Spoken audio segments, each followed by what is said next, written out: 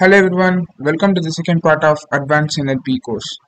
In this part, I'm gonna show you all how you can do various NLP use cases, where I'll show you different projects from information extraction to creation of a real-time research bot and so on and so forth, even chatting with database and all. Along with that, I'll also show you some LLM hacks where you can do lots of things, lots of fine tuning with this specific part. In this video, I'm gonna show you all how you can trick your LLM to generate a JSON output. This JSON was generated by quantized LLM which I fine-tuned in Google Colab itself. And I'm going to share it to you all about the trick of how I fine-tuned an LLM to generate such a good JSON response, because as you can see here, the JSON response is pretty accurate. So stay till the end to know everything about how you can trick the model to do this task. Let me see the use case. The idea is that the user will stop his conversation at some point of time, and the model should be able to understand the intent of the user and then respond accordingly, like in this use case, because he has tried in some specific restaurant, it seems. All right, so it will see, okay, you have these conditions. So for example, here it should have burgers in its cuisine and it should serve alcohol. All right, and the city should be San Francisco. All right, and the user is requesting alternate restaurants. So the action for the model is to generate alternative restaurants which has these things. Okay, so it is kind of an extraction first and generating some response based on it. Okay, so here you can see that the model is saying there is a nice Mexican mole restaurant in San Francisco. This JSON output was generated by the model, but I didn't train the model to generate JSON directly. That's why I said I tricked the model into generating a JSON structure, because I did the fine tuning with XML format. Okay, so now I'm gonna share you all about the trick. So let's go into the code, and while going through the code, I'll also share to you about the trick what I used. All right, so here first we need to install some dependencies. Based on this code itself, if you train, you will get an error known as there is an in place error with leaf variable. Okay, I'll show you how you can handle it in Google Colab itself, because it requires a modification in the library. Let's run that. Next, we are doing some imports, where we are doing import of transformers, and then we are importing LoRA config, pef config, pef model, get pef model, and prepare model for k-bit training. So in transformers, we are importing auto model for causal LLM, auto tokenizer, training arguments, trainer, default data collator. Okay, these are all some imports there. And here we are importing torch. We are having data class, field, and some other imports. All right, so here we have data loader and all. So let's import that also. But here is where the trick starts actually. The thing is, in the dataset, let me show the dataset first, and then you will understand what is the trick. All right, so thanks to this guy, I think his name is Saurabh Mangalur. He has released this amazing dataset which was very useful for this video. Right, the idea is that he'll have this kind of thing, like for example, I'm feeling hungry, I would like to find a place to eat. So it will ask, do you have a specific location where you want to eat, something like that. It will try to generate, where it will find the intent and then it will try to provide an action for it. Okay, so the thing is, here let's say I'm doing a tokenization of this, right? What happens is, this begin target, let's say inside begin target it is like AB. Okay, it will be like this. Usually the tokenizers won't have these as single tokens. So what will happen is, it will tokenize like this: token 1, 2, 3, 4, 5, 6. We can consider this to be one token because the entity is always going to be the same. But what happens is it will be 6 tokens. Now the disadvantage is that the model needs to know the order of the 6 token. Let's say it is 1, 2, 5, 8, 7, 6. Okay, it should always generate 1, 2, 5, 8, 7, 6 continuously. Hard to generate such a continuous equation. So what happens is it will do something like this. A, B, this will be okay. Like it will be go like this. So we can't parse it. We can't write any logic, right? So this is the first problem. Okay, let me write it as hard to generate structure, which is why even we are facing the same in JSON, right? And that is what we are going to solve now. Okay, for JSON, the problem is that you need to keep a structure like this, and there will be tab spaces. And if you don't maintain consistent tabs, then you're going to make some problems in there. All right. And that's why we are going to go into a format known as XML.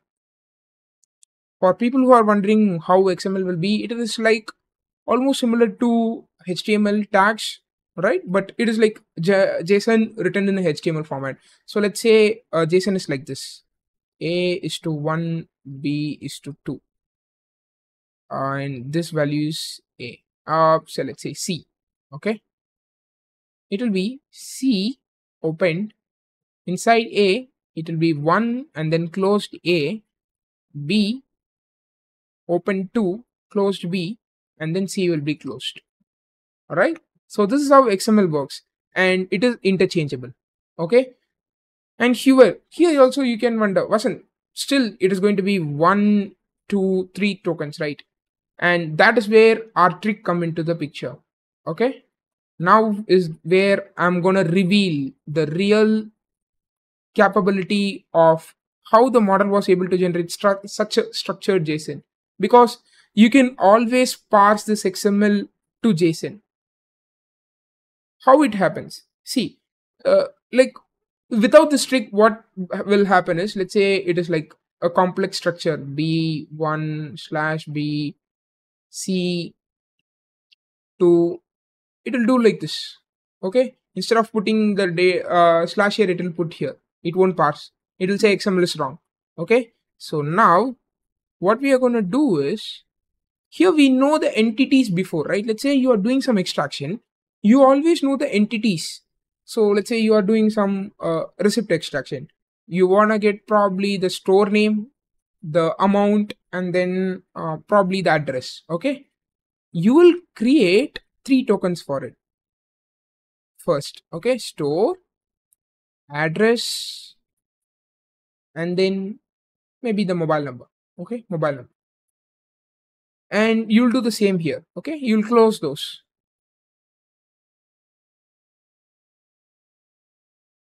So it will replicate. Okay, and what we'll do here is, this is where the real trick is. We'll add these tokens one by one, 4, 5, 6, into the vocabulary of tokenizer. Okay, that is the real trick. We'll be adding these to the tokenizer, and you will face a lot of errors after that also. So I'll say that later how you can solve those. But the first thing is to avoid this problem of having incompatible structures, like doing this, or having open tags but no close tags. All these problems can be done or solved with the help of adding these tokens to the vocabulary. Okay. And next, what you will need to do, you need to write a function which will convert XML into JSON. And that is how you will make your model to generate a JSON output without even the model knows that it is a JSON. Okay. So now that that is clear, let me continue with the code. All right. So here you can see there is no XML format in here, right? There is some format, yes, but the XML format is not there. Okay. And why I'm keeping XML is that this might suit for this use case, but for other use case, you will require XML. Like I can directly add these tokens into the vocabulary and it will work, but I'm not doing it for that. You guys should be able to use this for any of your information extraction use case. Yes, you heard it right. You can use this code itself for any of your information extraction use case for fine tuning any model for it. Okay, all you need to do is like don't even consider this function. That's all. Okay, once you create this class, you'll be done. Don't worry, I'm going to explain now each of those. Okay, so the first thing is I'm converting these tags to XML tags. Okay, so if it is like this begin, it will be like target, and if it is end, I'll end, close it. Okay, similarly I did for all the tokens, and here we are creating a class known as special tokens. You can have it as any name. I kept it as special tokens because we are adding these as special tokens to the tokenizer. All right, and all I did was I have all of these in the token name. Okay, except that in BOS token I had it as start of text. You can also have it as S. Okay, it's upon your choice. That's all. Okay, like after that there is nothing for you to worry about. Next, what you need to do is obviously you need to have a class method here where what it will do is it will take these values and provide it as list. If you do that, your first step is over, which is to have the set of entities which you are going to extract. All right, so next what we are doing is, so let me run these. We are importing the data set. I'm doing a train test split because we need to test the model, right? So I'm doing a train test split and I'm providing the column name because it has a column name as target, but we are going to modify the target, right? Here you can see, right? We are modifying it from here to here. Here you can see target becomes new target. Okay, so I'm giving the column of label to be new target, and then we are applying a function to the data set, which is to replace with XML tags. Okay, this function is called. So what it does is it will go only to the target. I didn't do this for source because I know the model will be able to learn the tags, but to generate it, it is very hard. So I'm not changing anything, but if you change, it should improve the performance, not decrease the performance. Okay, here you can see I'm having a dictionary known as model input where token input is your batch. Okay, and inside that I'm taking the target alone as our token and I'm doing all the replacing where in model input I'm providing the context to be context, target to be target, and new target to be the list of this value. Okay, so that is what is the first step. Have your data set in the XML format. If you are doing it in JSON, you need to convert that JSON to XML. All right, so if you want a video on how you want to convert a JSON to XML, because in this video I'll show you how you can convert an XML to JSON. That I'm going to show you today. Okay, but if you want to know this first step of how I can convert any JSON to XML, let me know. I'll make a short video or probably make a YouTube shorts for it of how you can convert a JSON into XML. All right, so that you will be ready. That is your first step. And then the second step for you would be to tokenize it. All right, obviously you have your data, you need to tokenize it. But the thing is, you're going to see a difference now. If I do a length of the tokenizer, usually you'll get the vocab size. All right, so I'm doing length of tokenizer, and here if you see it would be 32,000. Okay, and this is where the third part comes into the picture because now it is going to change from 32,000 to 32,027 because we added 27 tokens. If you count this list of tokens, it will be 27. Okay, so what I'm doing here you can see I'm specifying that the pad token should be pad token, which we have provided here as pad, and then I'm stating the BOS token is the BOS token and end token is the end target token, which all are provided there. And for additional special tokens, please do refer on to special tokens.list. That's what we are calling. That's why we had this. All right. These are all our special tokens. All right. So if you prepare your data to XML, the first step for you would be to create this class called special tokens, and that is when you can move on to the next step. All right. So now the thing is, if you fine tune this model, right, you will get into an error where it will say like it is list index out of error because vocab size is going above the dimension of 32,000, because the embedding dimension of the model is 32,000, not 32,027. 32,000 comma some hidden dimension, embedding dimension. All right, but the vocab size is 32,000. So now coming on to the second part of the trick, which is to resize the token embedding. There is a function called resize token embeddings, which will change the dimension of the model's embedding, and we are setting it to be this value from 32,000. Okay, so that is the next step. I'm just calling the model and I'm saying that I need to load it in 4-bit. All right, and let it load. Let me go on to the next steps. The third important part of the trick here, when you are changing the tokens, right, of the tokenizer, your embedding layer and your feed forward layers and all won't have a clue, especially your embedding layer won't have a clue about the new tokens. So when you're training it with LoRA, make sure that you are having the embedding tokens as well as LM head to be in your target modules. Okay, rest are dependent on the model and your choice, but find what are the target modules which are related to embedding, okay, which would be mostly embedding tokens and LM head. And probably, yeah, like based on the model it will vary, but make sure that that two modules are there in your target model. That is the third part of the trick. The first part of the trick is to convert your model into an XML and have all the XML tags you created in a special class. The next step of the trick is to add those in a tokenizer and then resize the token embedding of the model to the length of the tokenizer you created by adding these. The third step of the trick is to have this embedding dimension and LM head. Okay, that is the third step of the trick.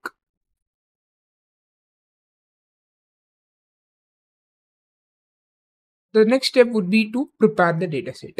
We are doing some tokenization here, tokenizing the data now. So I hope you all know what is tokenization. And I'm just checking here if the dataset is there.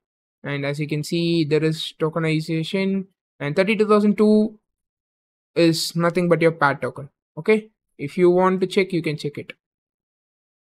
All right, so next is our dataset is ready, so we'll create a data loader. Okay, so now you have your data loader, you have your model, creating the training arguments as usual, and I'm providing the number of training epochs. You can give 3 also, and then I'm providing the batch size, warm-up steps, after how long the back propagation should start. For example, here I'm saying after 10 steps only the back propagation should start. All right, and then I'm saying weight decay is 0.0001 when scheduler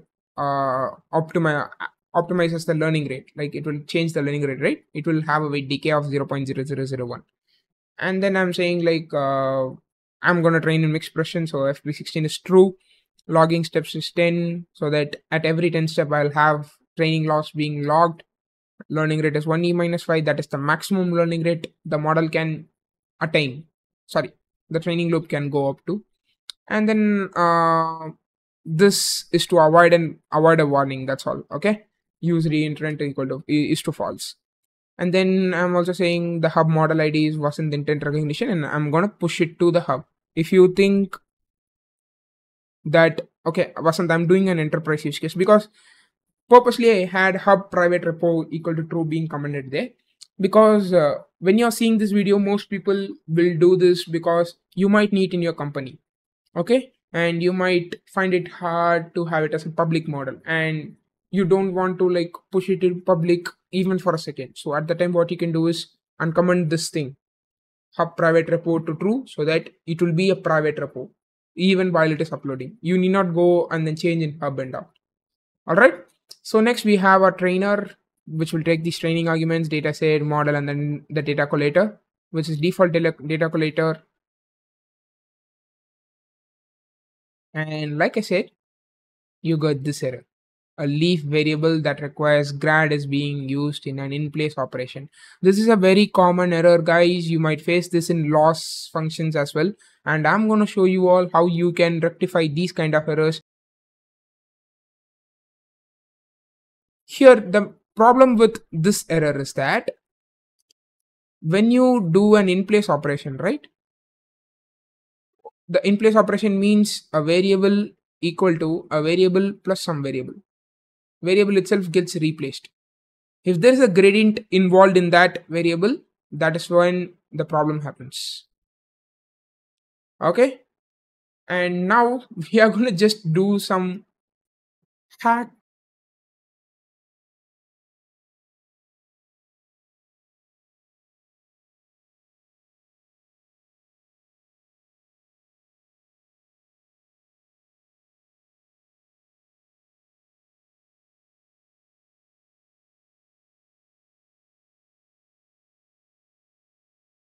Added 2 lines and this would work.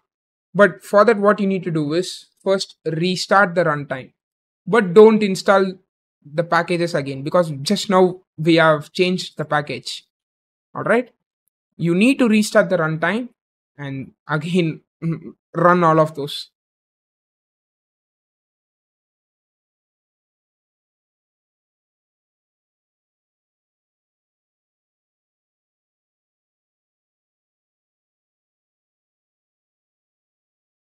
And now you can see the training has started, right? It is showing 1 hour. I'm not going to run it. I'm going to cut in front of you itself. You can train it for longer time and then run this cell. Okay. So that it will push your adapters, which you have trained right now. The LoRA adapters, it will be pushed into hub. And for normal inference, you can follow this. And if you think, okay, Vasant, I'm not into like normal inference, I want to do it in an application level. Okay, don't worry, I got you. The first thing, which is probably this is the last trick. Okay, this is the last part of the trick, because now you need to convert this XML to JSON. For that, you'll use a library known as XML to dict. All right. So in that, there is a function called parse, which will have a specific function behind that, which will parse this XML into a JSON. All right.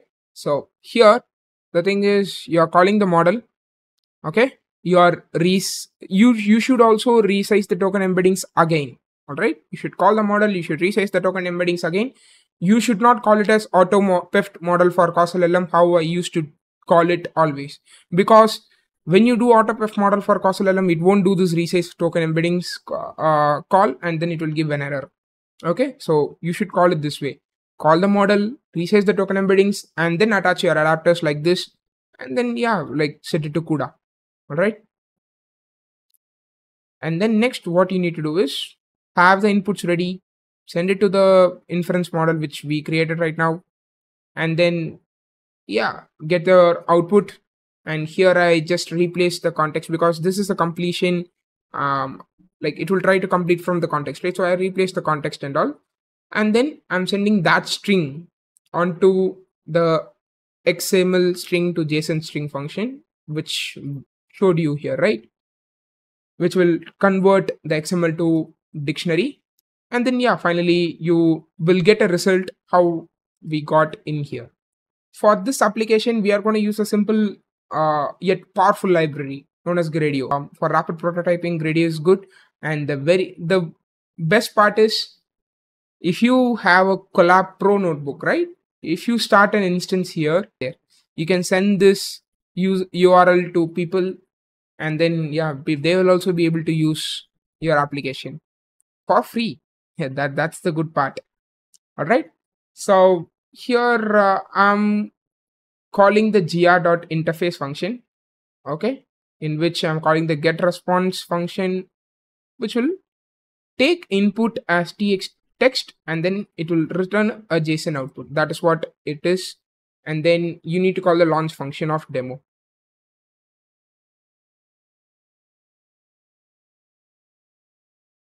And as you can see, here we got the response. And now it is saying some A16 restaurant is a nice restaurant in San Francisco. And now the very important thing is you need to see how really the output will look like before you parse it. Okay, that is very important for you all to know. I'm going to show you that. So here you can see this is the target starting. All right. Yeah. And here is where the target starts. Target, DSTS, DST. Inside that there is intent, which is to find restaurant. And then I'm closing the intent. The belief is that in the city of San Francisco, the restaurants are to be found where the cuisine is having burgers and the restaurant serves alcohol. Okay. So that should be true. That is the belief of the model. And next, it is saying that the user action is to find alternate restaurants. And then now my action is to offer him a restaurant name known as A16 restaurant, which is in San Francisco.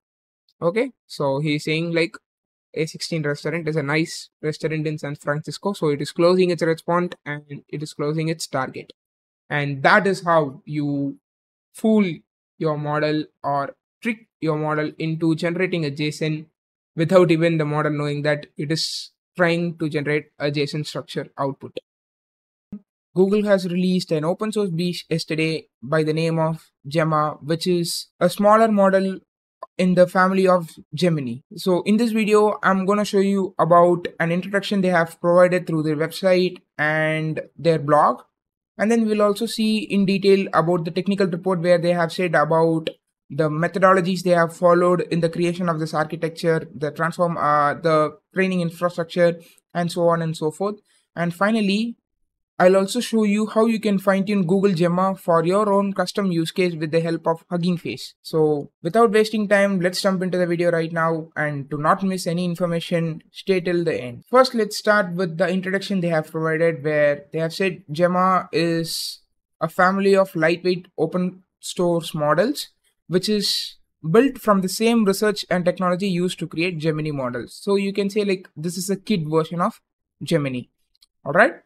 And here they have been more precise or like more concerned on responsible AI development, where they have said like we are creating this model with more carefully curated data with safety in the concern. All right. And they have also made the evaluation very transparent so that everyone can know what is the model's capability. And also they have provided a generative AI toolkit which will help the developers to support and design the best responsible AI practices. All right. Now, let me say about the main quality about this model. Like I said, it is a very safe model. Then it is having a very good performance. It is probably the only competitor right now to Mistral, and it has outperformed any other 7 billion models which is there in the market right now. And it is flexible across frameworks. It can be used with Keras, TensorFlow, PyTorch, and so on and so forth. All right. They have given some quick start guides for the developers where you can fine tune with Keras 3 and all. But I'm going to show you all how you can fine tune it normally itself in this video. Not like there is no need for you to use Keras or go for JAX and all, as like they have given here. Also, they have partnered with Hugging Face and NVIDIA. They have partnered with NVIDIA because they have some support for fine-tuning the Gemma models with NVIDIA's NeMo framework, and it can be exported to TensorRT format, which will be very fast for inference. All right. And here is the benchmarks they have provided, and here you can see the 2 billion model itself of Gemma. It is providing some high competition to Llama to 7 billion. And similar was the case with a lot of scenarios. So here you can see, right, the 7 billion model achieves 24.3 and the 2 billion model has achieved 11.8, which is almost the similar as Mistral. But there are some cases where even Mistral has come closer to here to Gemma. All right. So it is a close competition between Mistral and Gemma, but still Gemma has been outperforming on an average over Mistral. So you can say this is the current best open source model available right now in the market. All right, so let me show you about their blog where they have said the same things which I've said till now. All right, and here you can see there is a clear table where they have compared Llama 2 and Gemma, where in every use case it has been a like Gemma has smothered Llama 2. Here it is 64 and here it is 45.3, and here it is 55, 32, 82, 81, 77, 46, 14, 24.3, 2.5, and 32.3, 12.8. All right, and as far as the design section is concerned, they have created the model with some principles in such a way that it is very safe. All right, they have used RLHF techniques so that it will be like within its constraint. It won't say any other things which a model should not say. It wouldn't be biased. It wouldn't say some harsh words and things like that. All right, so here they have also provided support obviously to frameworks like I said, Keras, PyTorch, Jax, and Hugging Face, and cross-device compatibility is there where this model can be used on desktop, IoT, mobile, cloud, and so on and so forth. And this model, it is said to be optimized for Google Cloud. For the people who are using Vertex AI for the deployment of models, this model will be even more optimized for you to use with. So it is not much of a difference between the blog and the website they have provided, but there are some other information which is available there. All right, so with that being said, now let's see about the technical report in which they have said about the methodologies, the training infrastructure, the evaluation in detail, and the data they have used, pre-processing, and so on and so forth. There are a lot of information there which we'll see right now one by one. All right, so here is the paper, Gemma Open Models Based on Gemini Research and Technology, where they have introduced Gemma, a lightweight family of model which is built for using the same research and technology which was used to create Gemini models, and no wonder it is providing strong performance across benchmarks, which is for reasoning, safety, language understanding, academics, and so on and so forth. All right, they have released in two different parameters. One is 2 billion and the other one is 7 billion. And Gemma has been outperforming the similarly sized models on approximately 11 out of 18 tasks, which is more than 60 or 70% of tasks on every model there in the market. Okay, and that is what I like about this paper, because they have provided a transparent evaluation. Because in most of the papers, what happens is the people who are releasing their model, they will tend to provide one or two benchmarks where the model fails, and they'll say like, okay, this is the open source beast, we are like competing with the GPT 3.5 and so on and so forth. But here Gemma has been very good, where they have said like, okay, there are 18 tasks which we have considered and we have outperformed in 11. That is a pretty good way to say about the capabilities of the model. And as far as the introduction is concerned, they have provided a very good introduction where they have said that it has come in two different sizes. It is 7 billion and 2 billion. And here they have provided a quantitative evaluation across various suits. That is also said. And they have explained about how they have used the recent technologies, because the architecture they have used is as similar as the transformer model there. It was there in the 2017 Google Attention is All You Need paper, and they have added some of the recent technologies into that. All right, which we'll see in the methodology section. And finally, here you can see, right, the Gemma model architecture is based on the transformer decoder Vaswani et al. 2017, which is the Attention is All You Need paper. And the parameters they have used is summarized here. The attention dimension is 3072, the layers is 28, which means it should be a pretty huge model. And then the hidden dimension is 49,152, which is pretty huge. And the number of heads is 16, number of KV heads is 16. And then they have head size to be 256 and vocab size is 2,56,128, and the parameters also is provided here.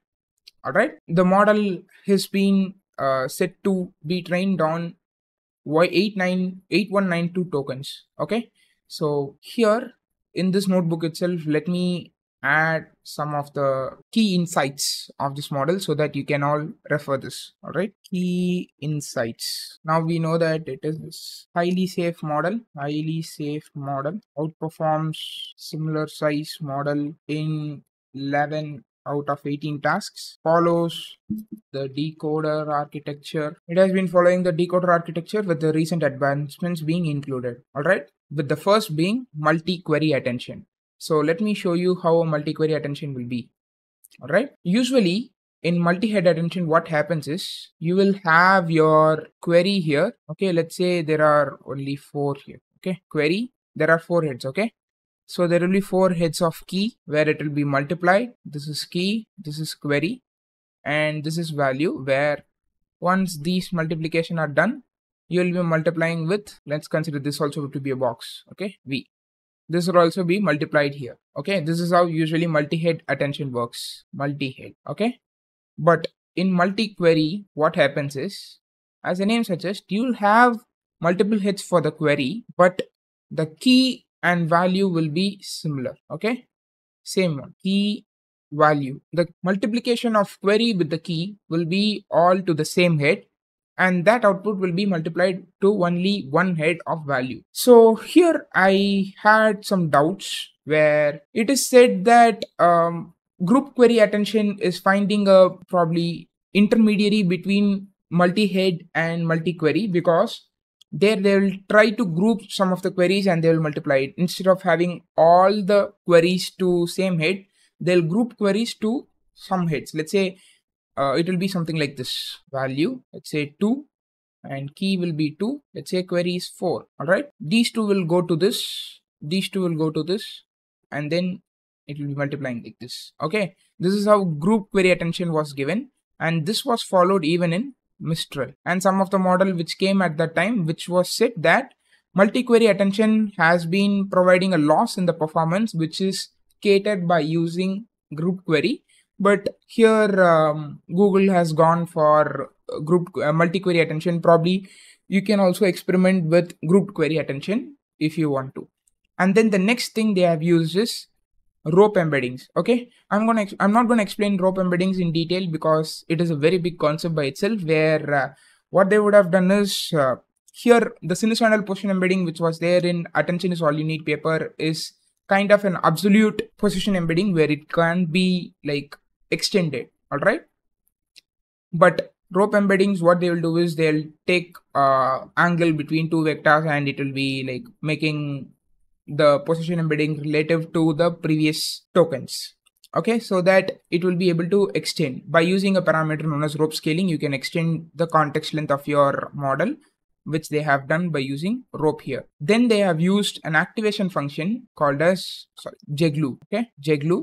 This is a amazing activation function actually, because JGLU is an activation function which is used to learn complex patterns because it has a very smooth curve than any other activation functions like ReLU or Swish, even for that matter. And glue is a separate activation function where it has optimized this JGLU activation as follows. The formula will be going like this. All right, the formula of JGLU, which takes the input as x, weight, another weight vector known as v, b and c. B is bias and c is a constant. Okay, a gamma constant probably. It will be JGLU of xw or w transpose x plus bias, which is the normal convention, and they here add this function of multiplying this output to having this input being multiplied to another weight matrix known as v,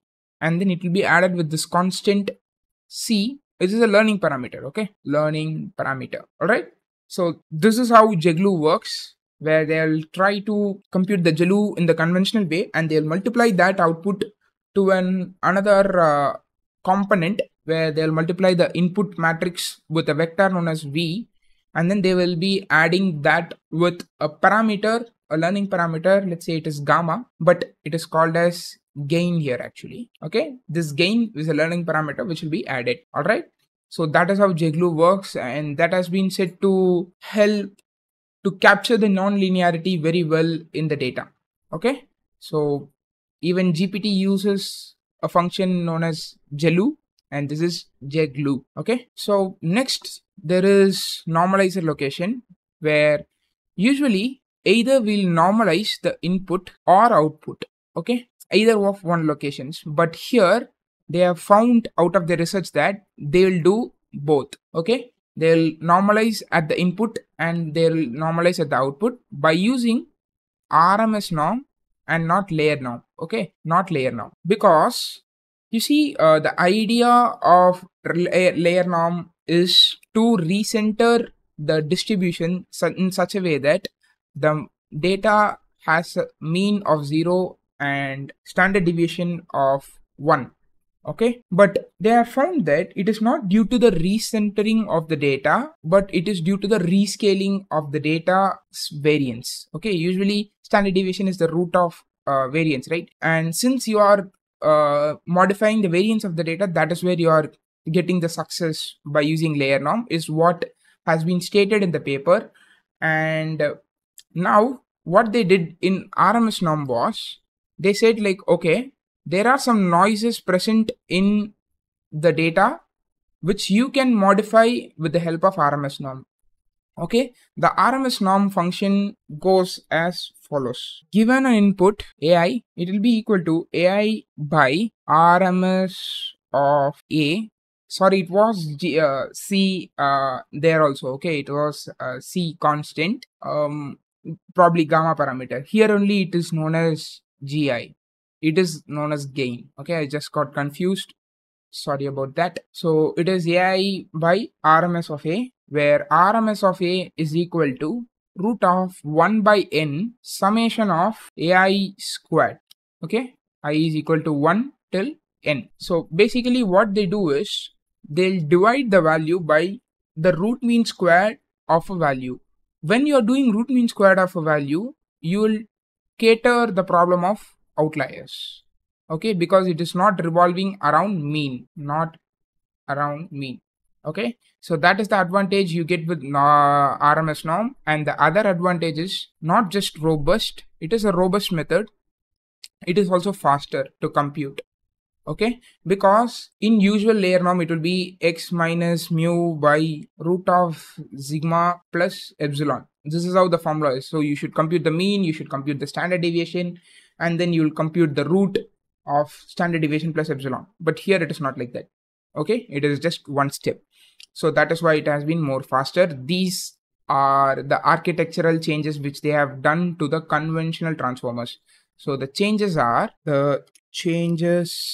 in the architecture are multi-query attention, RMS norm on both input and output, followed by using JGLU as the activation function instead of ReLU. These are the architectural innovations they have used.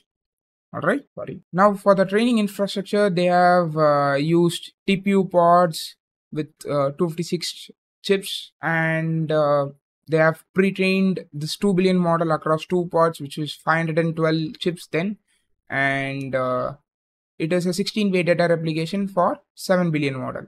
Alright, so I'm not going to go in detail about the training infrastructure because obviously we are not going to use it. And they have also minimized the carbon emission of this model, because usually the models are highly polluting in recent days, but they have also optimized that. As far as the pre-training data is concerned, they have used the similar data which they have used to train Gemini models, just on the text side. Okay, because Gemini is multi-model, they have used the similar data from Gemini. All right, though it is not multi-model, it is the same data. Okay, on the text alone. They have also used a subset of the sentence speech tokenizer, which will split the digits and it will not remove extra white spaces. Usually if you have extra white spaces, it will remove the extra white spaces, and here they don't do that. And if there is UNK token, they'll handle it by using byte level encoding. Okay, as far as the filtering is concerned, obviously they have filtered the harmful data from the model, and they have also removed the low quality data. So it is a high quality data even for pre-training. And then for instruction tuning, they have used a mix of text only model on both synthetic and human generated response pairs. Okay, so the SFT data has been synthetic data and human generated prompt response pairs, which has been used for RLHF. All right. So RLHF is a method where you can do preference alignment, which has been followed even in ChatGPT, where we'll train a reward model and then it will try to make the current model, which is your output model, which you're expecting, to align with the human preferences. They have said that both of these stages are important for the improved performance on downstream automatic evaluations and human preference evaluation of model outputs.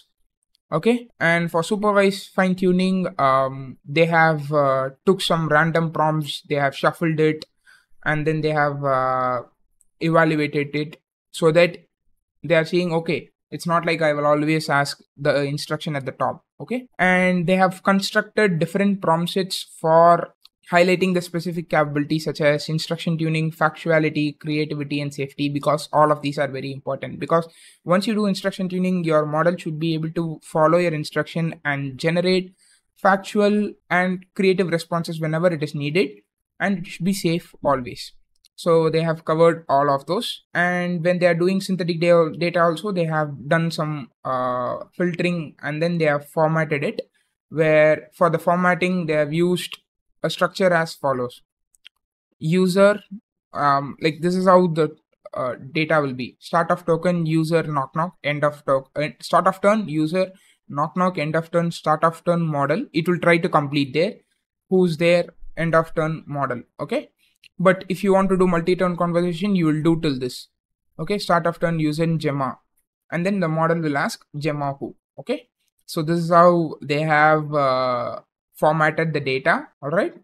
So as far as the evaluation is concerned, Gemma 7B instruction tuned model has a 51.7% positive win rate, and 2 billion has a 41.6% win rate over Mistral V0.2 7B instruct. Mistral 7B 0.2 is the latest model from Mistral, and at 52% times Mistral has been outperformed by Gemma. Okay, which means if I give 100 samples, Mistral will say better in 48 and Gemma will say better in 52. Okay, and as far as Gemma 2B is concerned, it is like 42-58 ratio. In 42%, the 2 billion model will say good, and for 58%, the Mistral will say better. All right, so that is the instruction following thing. And as far as the safety is concerned, in 58% of times, 7 billion has a win rate over Mistral, and 2 billion has 57%, which means it is a far better and safe model than Mistral. Okay, as far as the benchmarks are concerned, they have used a lot of benchmarks. I'm not going to go in detail, but we'll see the average alone. Okay, so here the average of Mistral 7 billion is 54. The average of Llama to 7 billion is 47. Llama to 13 billion is 52. And the average of Gemma is 56.4. Okay, it is higher than all of the others. So it has been very good across various evaluations, because you can see, right, all are different purposes, and it has outperformed in a lot of different scenarios. Okay, and they have also evaluated the memorization thing, which was going with Palm. Okay, Palm, if you wonder, is a 540 billion parameter model which was released by Google, and there was a smaller version of Palm known as Palm 2 Small. Okay, and that had a memorization percentage of approximately 0.8, which is approximately 80% or 85%. And Gemma, here you can see, like, it just memorized only 10% of the data, which was pretty good. Okay, and as far as the other things like personal data is concerned, they have made sure that the personal data is like probably masked, okay, so that it won't release any personal data and all. Okay, so yeah guys, that is about the paper. And finally, they have also said about the risks and how you can mitigate the risks. So that is an amazing paper from Google on Gemma, and this shows why this model has that good capability. Okay, so to have an access to Gemma, what you need to do is you need to get an access via your Kaggle. Okay, if you click usually, so let me take this here, you can see, right, it will ask login or signed up. So first you need to have an account here, and it will ask an access to Kaggle. You should have an account there in Kaggle as well, and it is just one click and you'll be able to get an access to Gemma models. All right, so as far as the fine tuning is concerned, so here let's say better performance in terms of safety and accuracy across benchmarks over Mistral. Okay, so these are some key insights we got till now. And for fine tuning, if you are wondering, if you are a regular follower of this channel, you might think, okay, Vasant, I have seen this kind of a code before. Yes, we have made a recent video on the channel known as Fine Tune Any LLM, and this is the same code. Like I said in that video itself, that is probably the best way to go about fine tuning, because you can't always write the same thing again and again. So here I'm also using the same code which was there for fine tuning any LLM. Still, I'll provide some description to the functions, but for detailed explanation, please check out the video. The link is in the description. So here there are the configurations for this training, where here we are considering the model to become a customer support chatbot.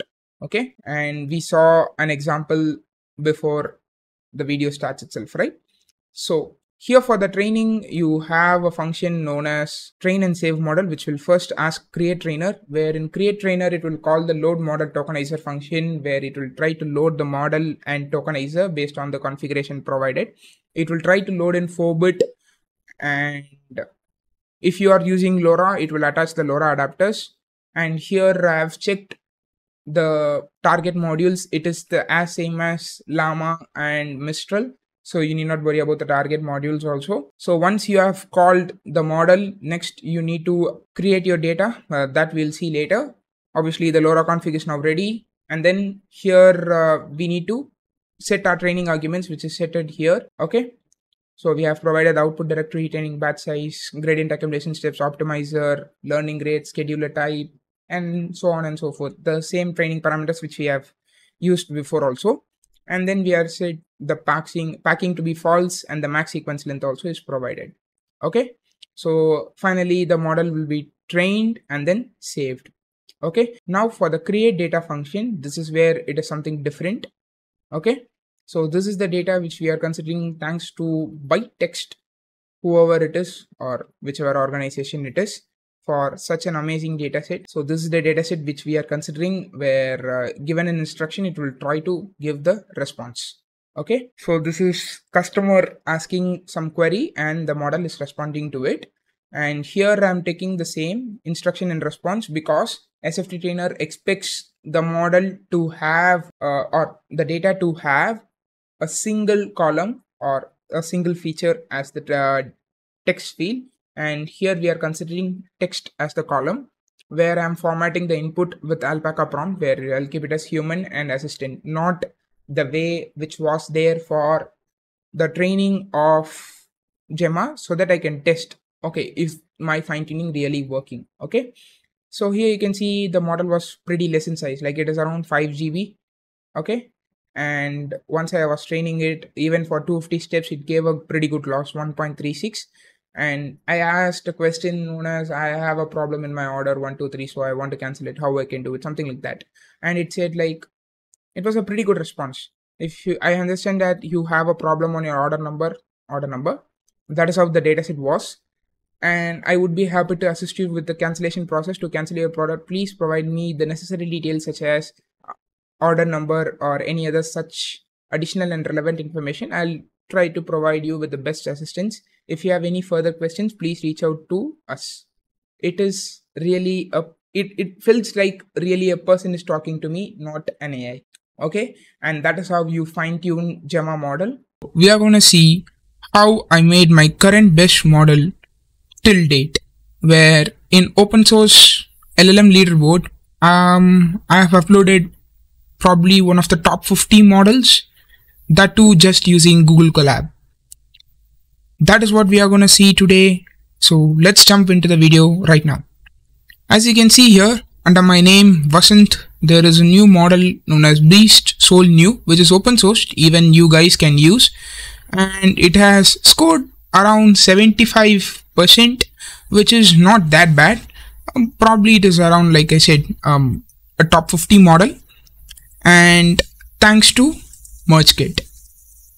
A huge shout out to the creator Charles Goddard, and recently this project has been merged with RCAI, and this is a pretty good project. It was an individual project, but it is now combined with RCAI, and that is how I created my current best model, and the model is giving pretty good results. So if you wanna play around with his MergeKit, he has given a notebook also, but I have also given a notebook, the best I can create right now. I didn't take a lot of effort for this because it didn't cost me a lot of computation. I just use Google Colab, okay, and for Google Colab free, so it is available for you guys to use as well. So before going on to the implementation part, let me say you what this MergeKit is all about. The thing which has been trending, or the concept which has been trending recently, is about model merging. The base idea is that there is a common architecture which has been followed around the industry, probably a revolutionary model like Mistral or Phi 2 or even Llama 2 for the matter, and there are a lot of fine-tuned variants available over the internet. The idea of merging is that you will merge two or more models so that the knowledge is shared. Let me give you an example. For example, I have a model A, a model B, and a model C. Okay, A is a model which is very good with poetry, B is a model which is very good with mathematics, and C is a model which is very good with probably comprehension and QA, like that. So if I combine all of these models into a single model, right? The first thing is, in place of 3 models, you are having 1 model. That is pretty good. And the second thing is, you are having 1 model which has all the capabilities. Alright, that is pretty good. So, and that is how I created this Beast Soul New, and I'll walk you through what is there and what you should do. But before going on to that, let me walk you through this blog written by Maxim Labone, and huge shout out to him as well, and because this is the best blog which is there out in internet for merging models. So there are 4 main methods for merging model, with the first being Slurp. Alright, Slurp is known as spherical linear interpolation, and it is used to smoothly interpolate between 2 vectors. Okay, I'll put to you in an easy way. Okay, this is a traditional method where, let's say you have a vector. Okay,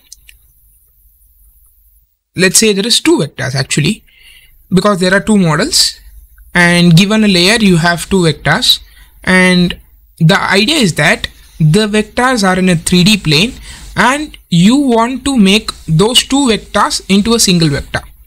Okay, so the first thing is they would normalize the input vectors.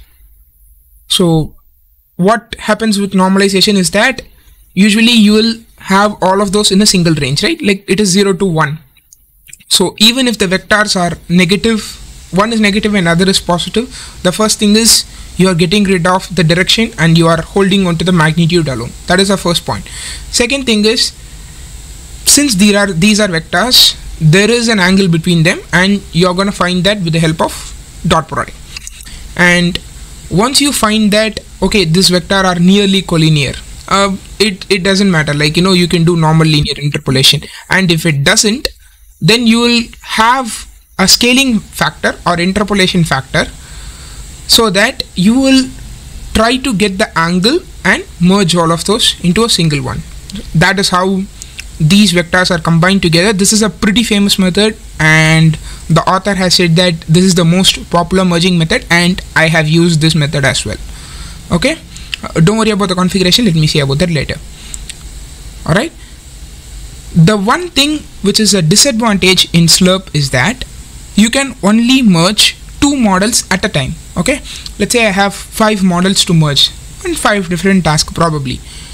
You can't merge all of those 5 at a single time, which you can do with Ties. Ties is the second paper or the second method which has come as a paper.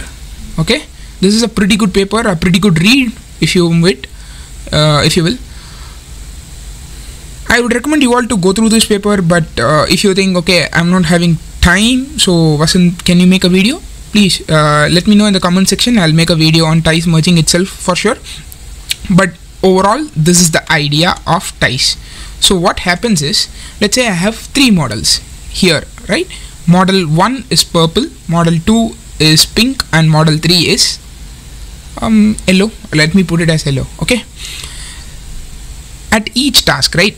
So what they would do is model state dict is there, right? Usually we have our model state dict, and that will be converted as normal vectors. Okay, there is a function in Torch to convert state dict into vectors, and at a given neuron, whichever vector constitutes less information for a given task, it will be removed. Okay, so for example, before trim, here you can see, right, the pink one is very large, I mean like very high, and the other 2 are very less. And the other thing is like the yellow is high, the other 2 are low. In this, the pink is also good, violet is also good, but the brown is not good, or yellow is not good. So similarly, what you will do is, wherever this dotted line, right, like it means like it doesn't constitute a lot of importance. Sorry, it doesn't constitute a lot of importance, and those vectors you will just remove it. Okay, like you will put it as 0 in that case, and that step is known as trim. And then the next step you will do is elect sign. Okay, there is a problem which was there with previous merging method, which was just to do average. Okay, let's say you have 3 models. What you will do is you will average all of those vectors, and that will give you a new vector. Okay, that is how it happened. But what happened was, when there is a conflict in sign, right? For example, here, when there is a conflict of sign, it failed. For example, there is a model 1 which is going up, and model 2 is also going up. Mean will also do good. Ties also will do good. Okay. When the model 1 is slightly lesser, and model 1 is like constituting very less information. Okay, and model 2 is constituting very good information. Ties will give very good result, but mean will lessen the result. Okay, but when you have opposite, right, you can see here the difference is pretty high, right? Like when you do average of a negative and positive, always you are going to get very less performance, and that is what elect sign does. So let's say I have 3 models, and 2 models are saying positive and 1 model is saying negative. I'll not even consider the negative for the 2 model as positive. I'll see if it is constituting well, and if those 2 are constituting well, I'll just average both. And if only one is doing well and other is not doing well, I'll trim it, and the only one will be considered. That is how the sign conflict will be resolved, and then we have a disjoint merge. As you can see here the pink one is removed, here also the pink one is removed, and these 2 are averaged. Okay, so that is how ties method work, and let me go you through with the content specified in this block. So here it is said that they have redundancy in model parameters, and disagreement between parameter signs has been the challenge, which I shared right now, and they solved it with the help of 3 steps, which is trim, elect sign, and disjoint merge. Okay, which we also saw right now. And this is the configuration for you to combine the model with ties method. And next is dar method, which is a similar approach to ties, but what happens is there we just see how much it is important, and based on that we'll either trim or we'll resolve the conflict, right, sign conflict. But here we'll also randomly reset the fine-tuned weights into its original value so that it is very stable. Okay, so that is what pruning does in dar. And rescaling is to make the fact that your base model always keeps its expectations being solved. Okay, let's say I'm expecting a model to say I am good, and I am combining 2 to 3 models. I don't want it to like generate some other word instead of good, right? It is very problematic in risky scenario probably, or a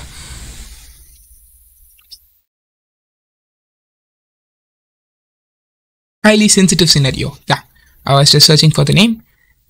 In a risky or high sensitive scenario, even a word change might give a lot of issues, which can be solved a bit with the help of rescaling. Okay, and for DAR itself, they would have given 2 methods, which is dartize and darlinear. Okay, and then finally we have Frankenstein method or Franken-Merges method, which is also known as pass-through. It's nothing but like you will have 2 models one after another. So let's say you have 2 models, Mistral itself. One is 32 layer, and then another one also it is 32 layer. If you stack one after another, it will become 64 layer. Okay, one model of 64 layer. But if you stack, like, you can also do specific layers. Okay, let's say you have first 16 layers from Mistral 1 and second 16 layer from Mistral 2, it will become 32 layers itself. So this is not much of, how can I say, very good method, because you are gonna lose on computation. But if you can find the right merge, this can also be very helpful. So yeah, that is about the methods in which you can merge. Now let's see a practical implementation for these methods. Okay, so first let me go through the notebook I created, or probably I used, to create the best model, and I'll also say you how you can tweak it for your other methods. Okay, so the first thing you want to do is, I'll give you the notebook in GitHub, so you can just download it. I prefer you to use Colab itself. If you have good GPUs, go on, feel free to use it in local itself. But if you don't have good GPUs, I recommend you to use Google Colab. And guys, as a bonus, I have attached a section on MOE. Okay, you can also create a MOE with the help of this library itself without even training it. I'll also say how you can do that at the end of this video, so please stay till the end. Here, if you see, we have the model name to be BeSol New. Okay, and that is the model name I have given. I love the name BeSol, so I have given BeSol New. You can give your own name, and then we need to provide a YAML config. Okay, so in that you will have the first key named as sources. Okay, so what are the models for your merge source?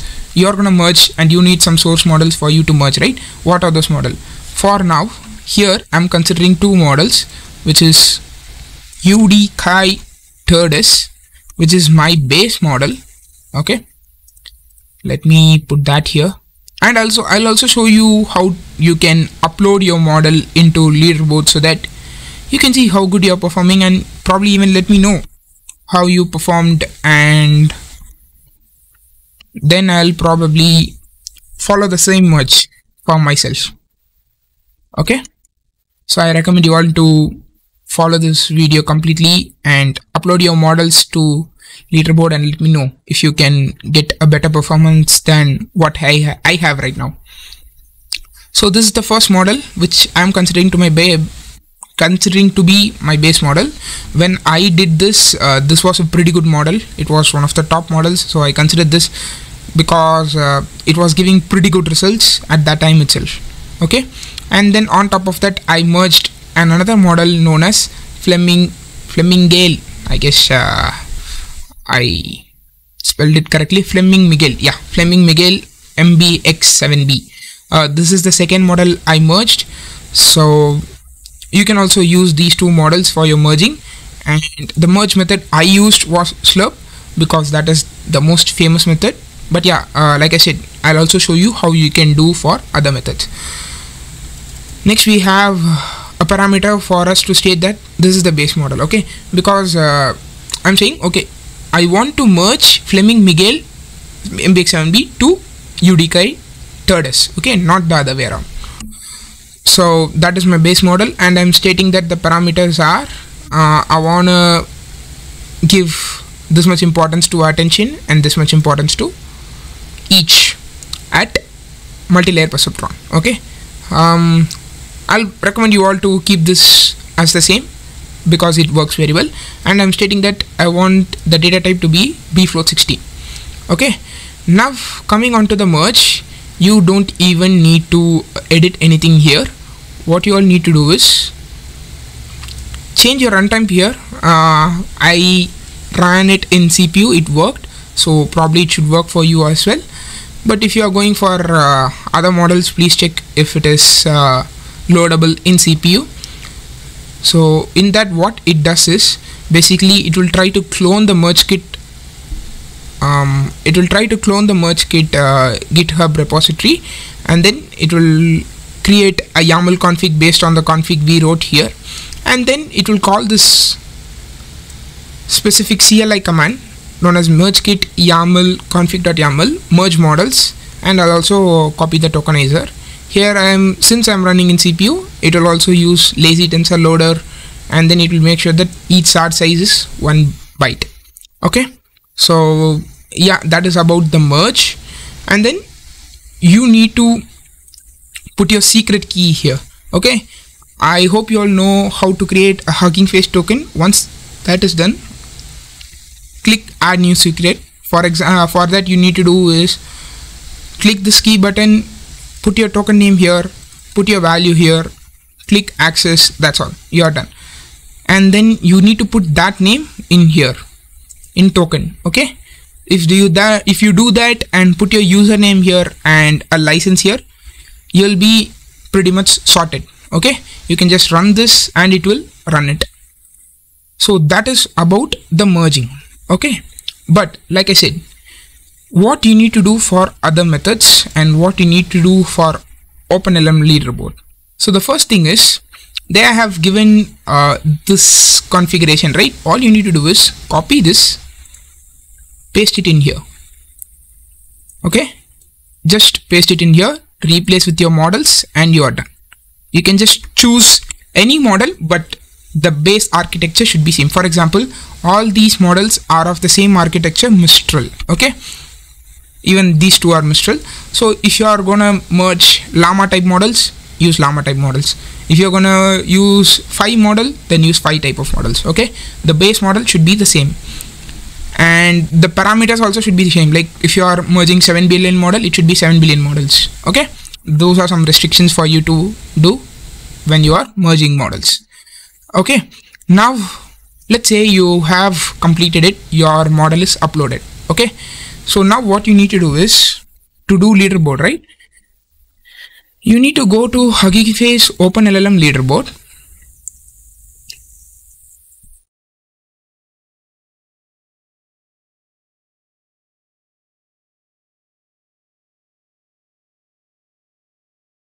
You can see here there's a button on a submit here, and then you need to fill out your model name here, which you can copy from Hugging Face itself. For example, if let's say Mistral 8B instruct v0.1 is my model, I can just paste it here, okay. And then specify your model type. For example, right now we are just doing merges and merges. Why it is known as merges, that is what we are going to see in the second half of this video, okay. You can just click this and click your precision to be bfloat16, and that's it. If you click submit, well, at some time it might ask your license, okay. It may ask you to add license to your model. So at that time, what you need to do is here, for example, my model is Vasant Beast Soul, okay. As you can see here, this was my old merge. It didn't give as good as the result which is there right now, but people have downloaded my model, like it's around 921. So yeah, what you need to do is you can click this model card and then click edit, okay. If you get that error, it is saying like license is not there, you need to add your license here. Like for example, I can just add it here. Okay, like this.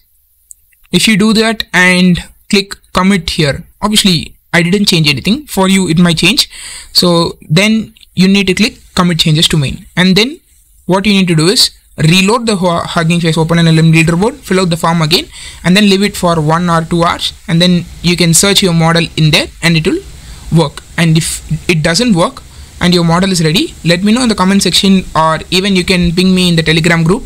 I'll help you out to find your model in the leaderboard. Okay, now that the merging is done, let me say what you need to do if you want to do MOE. Okay,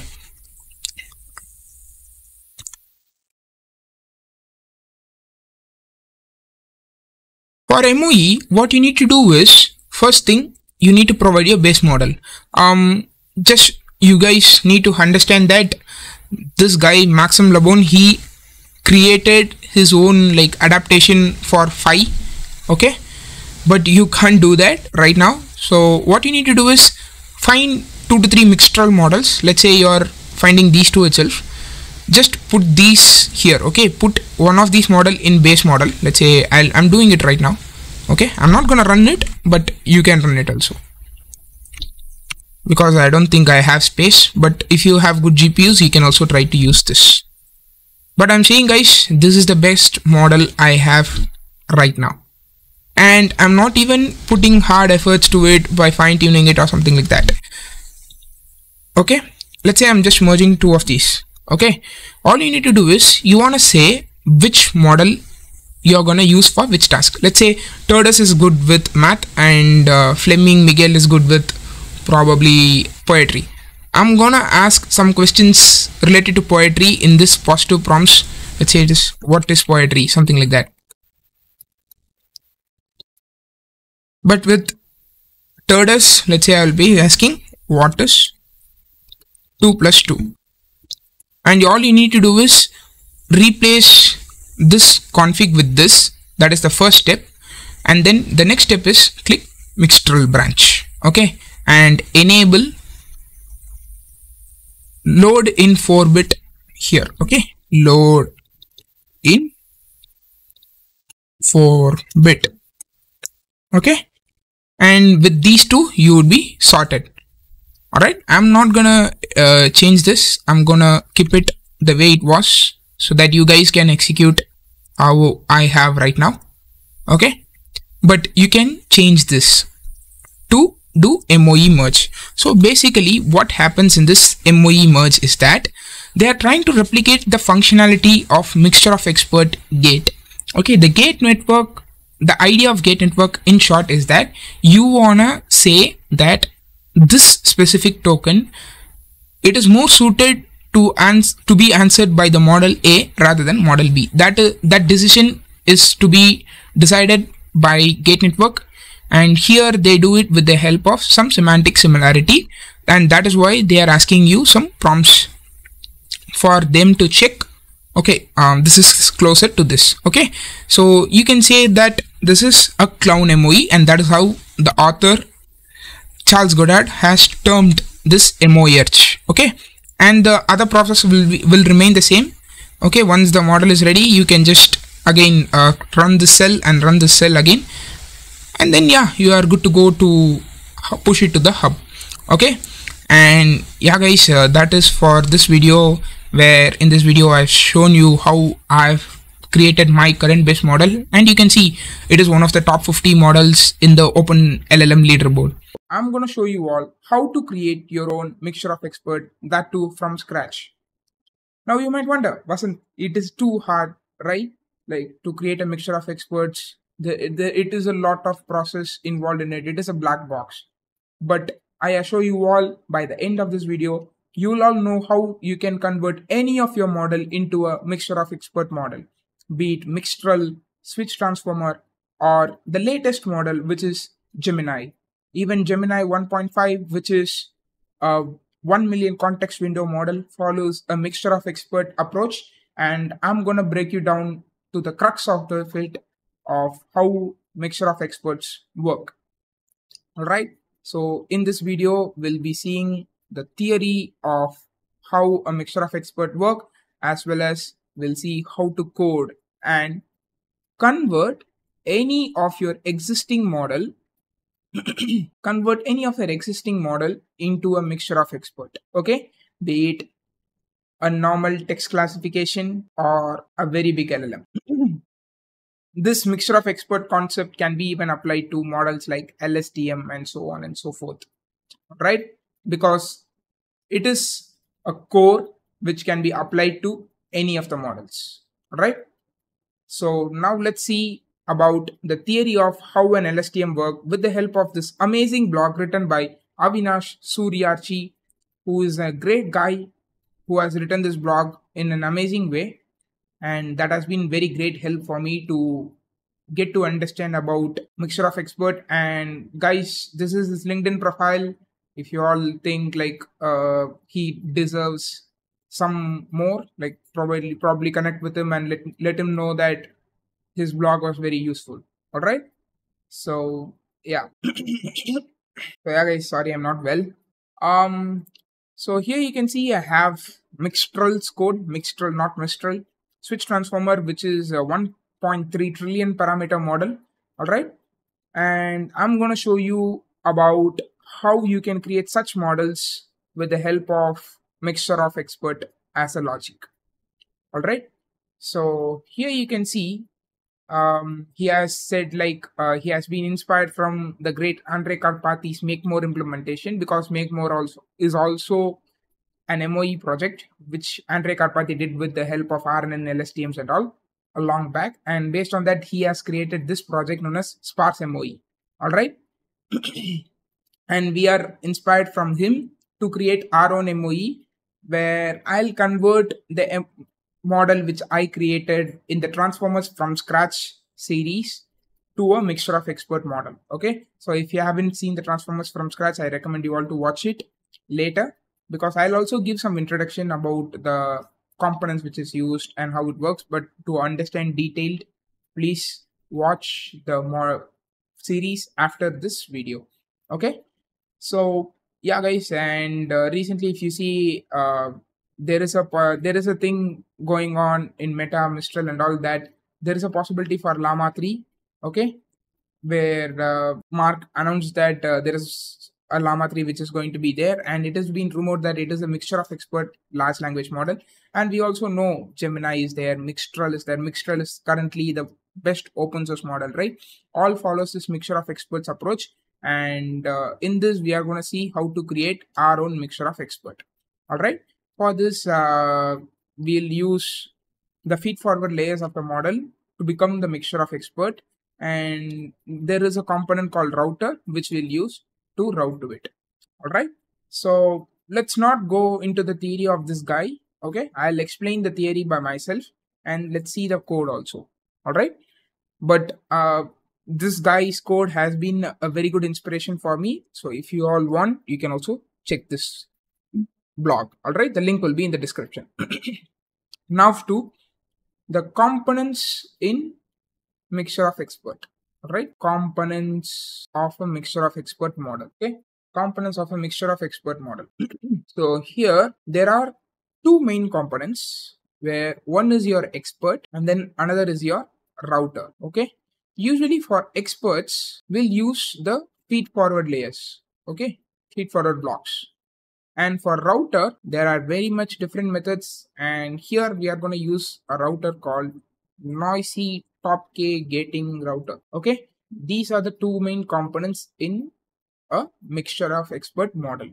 All right, be it any much size it is, doesn't matter, the core remains the same. Even if you want to create a, let's say, 10,000 trillion parameter model, still the core of the mixture of expert is going to be the same what I am teaching today. All right, so let me draw how a mixture of expert router will work. All right, so here usually what happens is, once you give an input, right, input from, let's say, like multi-head attention. Okay, from multi-head attention the input is coming to the feed forward. That's how in transformer it works, right? Usually it will go to the feed forward network and the output will arise before, okay, before and after. Like once you introduce MOE, how it will work is, you have your input, which is sent to a router. All right, I'll explain how router works and all, but next what happens is this router will be connected to n number of experts. Okay, I'm keeping it dot dot dot n number of experts. That will be FF1, FF probably 2 or 4 probably, and then FFN. Okay, n number of experts. And then finally it will be again combined together based on the router's output, and finally the output is provided. Okay, so this is how basically a mixture of expert model works. Now, to know about how a router works is the first step, router working. Okay, see what happens is the job of the router is to map a token to an expert. Okay, let's say a token is there, I. So for this I token, it should map it to one of the n experts provided, right? So let me show you with the blog also. Here you can see the same diagram is drawn. All right. So what happens within the router, we are going to see that now. All right. This is how even the blog would have been explained. But we are not going to see top K gating. We are going to see noisy top K gating. Okay. So the job of the router is to map every token to one of the n experts, which it thinks is the best expert to provide solution to the token. Okay, like to handle the token probably. So what it does is in router, so how the router basically inside works. All right, once you get the input right, you will then add a layer, linear layer, which will have the shape of embedding dimension. Let's say if it is 512, and the number of experts, if let's say it's 4. So what happens is this dimension will be split into like a 4 dimension. Okay, and it will see like, okay, which dimension input is very good. So for that, what it will do is it will use top K function of torch. Okay, so top K function, what it does is given a vector, it will try to see what is the most like contributing vector. All right, the value or the vector which has very good values, the most number of higher values. We'll take some top K, which let's say we want to forward it to 2 experts, then it will take 2. All right, then what happens is this input will be provided to all the 4 experts. All right, this input will be provided to all the 4 experts, like the same linear and all. After that, all right, not here, here. Okay, all the 4 experts it will be provided, and here out of this top K you will get something called gating mask. It is very important, so I'll put it as yellow. All right, gating mask, and here you have experts output. Then what you will do is I'm combining all of those to be experts output. All right, 1 2 3 4. Here gating mask says which expert is good. Let's say the gating mask will look something like this. Okay, it will have some values where this might be 1 0 0 1, which means first expert and last expert are to be considered. This will be some weights. Okay, it's not 1, it will be some weight array and all. I'll explain how the array will look at the later part when we are seeing the code, but it will be like 1 0 0 1, and here it will provide all the experts will give some values. Let's say it is 99 and 88 1, let's say 1 or 2. It will multiply both of those. Okay, multiply both of these, and this will be your output. Okay, let's put it as like this, output, where the weights of the gates are multiplied with the output, which will provide 0 0 and the values of the expert here, which will be then combined to the original dimension. Okay, so this is how a mixture of expert model works. And obviously there are some things going inside, like you will do some noise adding here, that and all I'm gonna show you later. Okay, right now I have shown you how a top K gating works. All right, I haven't said about the noise and all. Right now we are working with a top K gating, because noise is something what you will do is after this linear you will also add a noise layer, and then you will provide the inputs to the same procedure. All right, then what you will do finally is here you will do a softmax. That is all. Okay, so that is how a top K gating router works. A router is something which has only 2 linear layers. For example, here you can see, right, there is a top K route linear and then the noise linear. Don't worry about the logic, I'm going to explain later. But these two are the only things which are responsible to map it to the expert. And expert, like I said, is nothing but your feed forwards. Okay, these are your feed forward. This is feed forward 1, this is feed forward 2, feed forward 3, and feed forward 4. All right, so this is how basically an MOE works.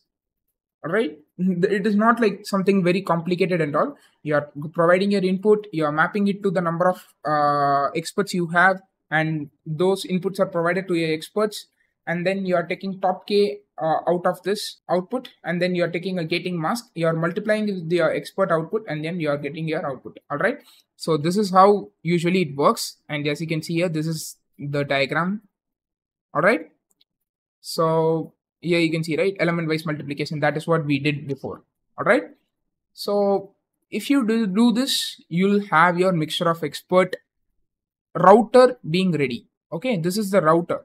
Then what you'll do is obviously you'll get this mask, right? That is where the process changes. This specific place into is where your MOE comes into the picture, where you'll multiply the mask with your expert output, and finally you'll get your output. That is what happens here.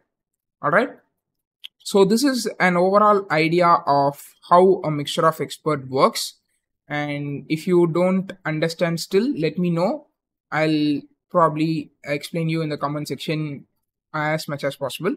Now I'm going to show you how the code works. All right, so let me fire up my VSCode. So as you can see here, I have the previous transformer architecture code and all here. Like we are doing the same statement, which is to classify the emotion, but in here there is something different. Okay, so here I'm gonna replace the feed forward layer which was there with MOE. All right, I'm changing the feed forward layer from FF to MOE. All right, which we saw here. All right, so that is what we are doing in here. So let me go into that Smarts MOE, and for which we'll go into the top K router. Now we are going to see the core of the MOE. All right, so the core of the MOE is that the router should be like classifying the token, right? So that is the core, and that is what we are doing here. So what happens is, first we are getting the top K of how much experts you want to consider. Let's say I'm saying 2, and top K route linear will become 512, 2, and the noise linear will become 512, 2. So now what you will do is, in forward, in top K router, what happens is you'll get your multi-head output, right? So multi-head output will be passed into this top K router, which will become in 2 dimensions. Okay, it will become to 2 dimension, and in similar dimension noise is also added. So here what they do is, for a process known as load balancing. Okay, this is a very important concept, guys. Please listen to this very carefully. Load balancing. Okay, load balancing is a very important concept because while training, what happened was there is the imbalance in experts. Okay, the router started to favor some experts alone. Let's say you are having 10 experts. The router was favoring only 2 experts, and 8 experts were like futile. There was no purpose for that expert alone and all. Okay, it was favoring some experts, and to handle that, they introduced a component known as Gaussian noise. Okay, where what we'll do is we'll take the model logics, we'll probably do like we are doing that noise layer, right? We'll pass through the noise layer, and then you'll get an output which is like of same dimension of what we require in routing, but the logits are there. Now what you'll do is we'll create a noise of this noise dimension will create a Gaussian distribution tensor, and then we'll multiply it with a soft plus or swish of this logics. Okay, so that is what is the load balancing done, which I'll show you now. It will be very clear. Okay, now you are like done with your reshaping of the logics. Okay, the logics is of 2 dimension now. All right, and then the noise linear is also of that same. And now what you're doing is we are creating a random normal distribution like tensor.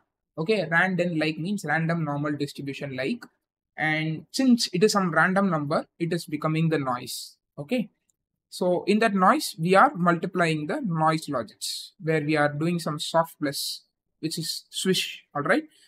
It is a swish function, and the curve will be something like this. Okay. It is like an adapted ReLU, but not ReLU. Okay. But this is something better.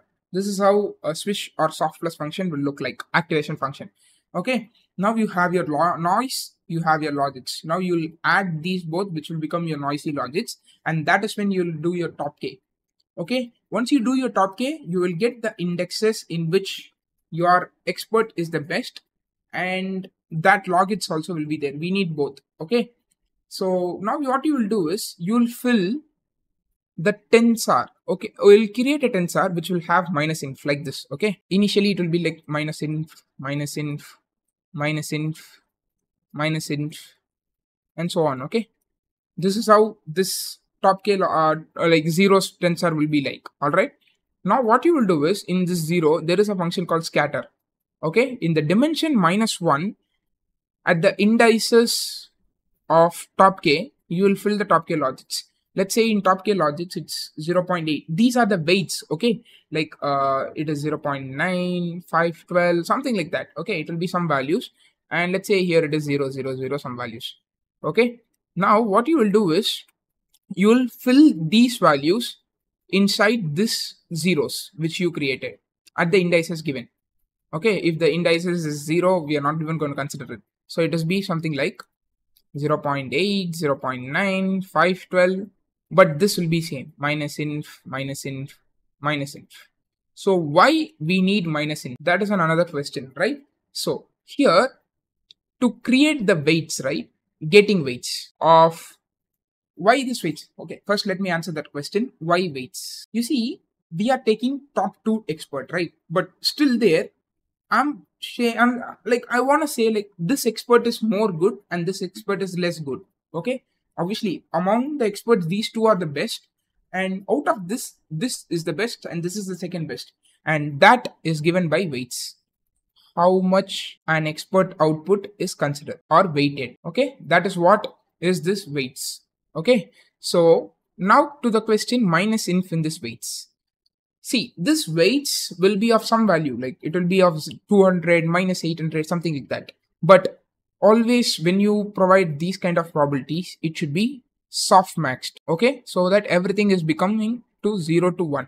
Okay, usually you'll have some negative value also, minus 8, minus 10, and you'll have 1, 10, 0.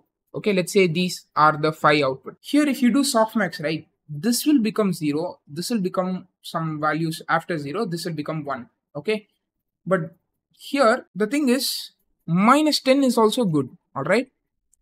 So what we'll do is we'll first replace every negative value, like not replace. We'll have every values to be minus infinity, which are of indices which don't even we want to consider. Okay. To handle those negatives from being 0, so we'll do this softmax. All right, so that the negative was 0. All right, okay, I'm just confusing you. Okay, let me do this. You'll have some tensor. Okay, and if there is some zeros in it, all right, it will achieve a higher position in softmax. Okay, since you are masking it, you need to do it as minus infinity, so that however lower value it is in negative, okay, it will be higher in softmax. I hope you understand that. That is why we do softmax usually, and that is why usually when you do padding mask and all, you will give a value of minus e, 1e minus 10 and all. Okay, so that there will be no values lesser than that. So now you have your router weights. Okay, that is what you get from this f.softmax of sparse logics. Okay, now you have your router weights. Next, what you need to do, okay, your router is there, and then you have your feed forward. Okay, in feed forward, here you can see I have 2 linear layers where you are providing some dropout, and then the linear layer provides your output, which is your feed forward output. All right, so to this you want to send the input. So what you will do is first you will get the getting output. Okay, that weights will be there and the indices also. So what first now you need to do is you need to create an empty tensor which will be of zeros. Okay, the like function, what it will do is given a tensor input, it will try to create an empty or some tensor of what it says, like if it is like random, like it will create a random normal distribution tensor of shape of x. Okay, now it will create a zeros tensor of shape of x. And then now what we are doing is we are creating a transpose. Okay, -1 of -1 comma x dot size of -1, and we are doing the same for flat gating output also, so that both will be of the same dimension, -1 comma gating output dot size of -1. So wherever the expert mask is not equal to 0, like that is what indices is equal to I happens. Okay, is not equal to 0, right? You will do a mask there where everything will be 0, others will be 1, and this input to that expert alone will be masked. Okay, so that is what happens here. And once you mask the input and you provide to the expert, okay, whatever expert you have, obviously the required values are all provided to the expert, and then you will get the output. So this is where the sparsity comes into the picture. This is a sparse architecture. Okay, so if you don't provide this and all, right, still it will work. Okay, still it will work, but the sparsity won't be there. And from what I've seen, sparsity gives you better results. All right, this is something what brings the sparsity. But even if you don't have this, the same logic applies. Okay, you have your getting mask, you have your expert output. Okay, you will multiply both of those. Okay, getting mask, and then you obviously have your getting output, right? So the zeros won't be considered, and the values which is there, mask will be 1 and the value will be there. You will have those, and those expert output will be filled in your final output. So that is how actually an MOE works. All right, I hope it is clear actually. Okay, so let me put a summary kind of thing here. Router gives a getting mask, you are flattening it. Okay, I'm not going to say about that sparsity and all. That getting mask is there, and you are providing the expert input. I'll put it as input here. Input is given here, and the same input is provided to your experts, and those are multiplied with the getting output, and finally the values are filled together in one dimension. Okay, it's not like 4 experts. Now it will become one output, and that is what is your MOE output. Okay, so this is how actually you should create your own MOE. Okay, let's say you have your own, like probably Mistral. Okay, take the Mistral's feed forward layer, apply the same function, and it will become Mixtral. Okay, whatever layer model you create. Okay, so here you can see in transformer, I'm calling the encoder and decoder. In encoder, previously it was feed forward in here. Okay, it was here. You can see even I didn't replace FF dropout. Okay, so it was feed forward in here. Just replace your feed forward layer with this MOE class. All right, it will work just as fine. And if you see, the inferences was also very good actually. The results were pretty good, better than the original model. Okay, I was finding a hard time to create that original model, but this was far better.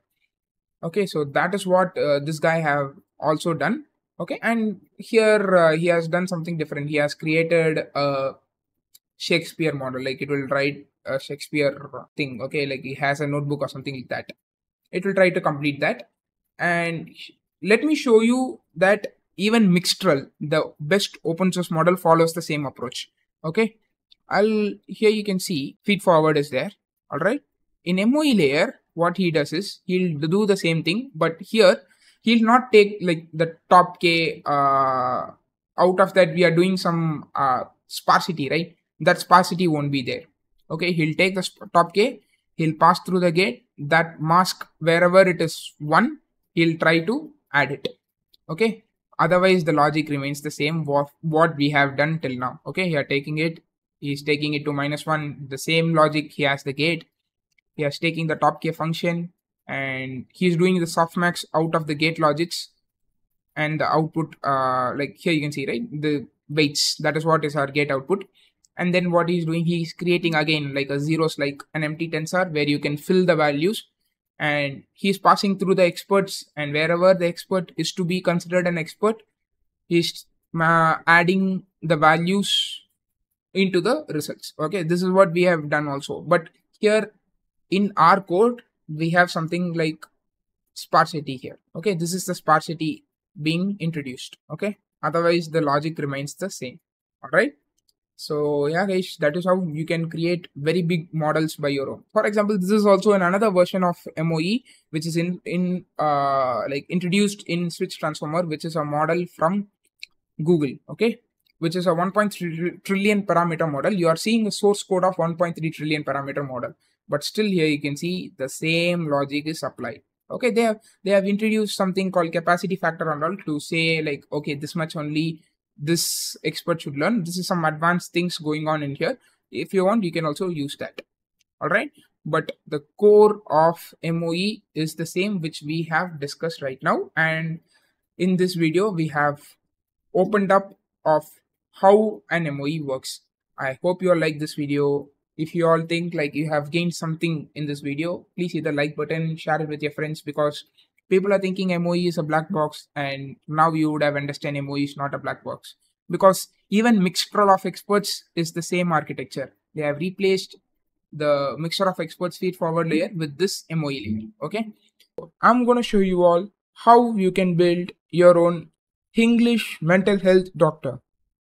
So now you might wonder, okay, for English mental health doctor, I'm gonna do some fine tuning. No, I'm not gonna do that.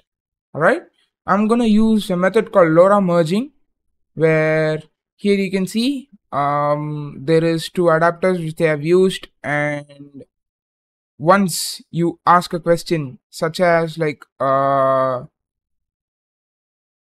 in English, let's say like I'm saying I'm sad in Hindi, which is written in English, which is known as English, it will try to respond in the mental health way, but in English. Okay, that is the end goal.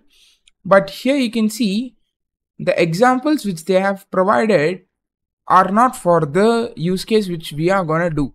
All right, so that is why we have a timer here, and let me do this as a challenge, because since this is not there um, in the blog or the reference which I have here, I'm gonna try to uh, do it from the scratch. Okay, so let me see, let's see if I can do it within 20 minutes. All right, and finally if we have time even before 20 minutes or not, we'll try to build a Streamlit app out of it, so that we can see how easy it is to build such a chatbot within 20 minutes itself. All right, so stay till the end of this video, because while I'm coding in live, I'll just explain the concepts also. So yeah, let's jump into the video right now.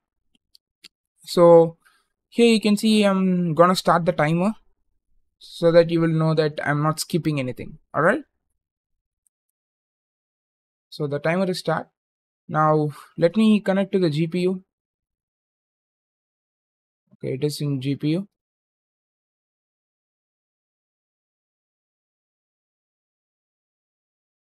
So first we need some installations.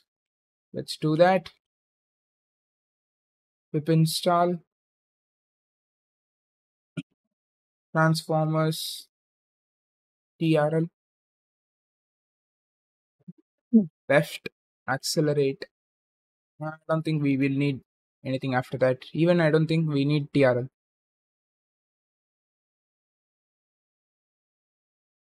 Probably we need bits and bytes.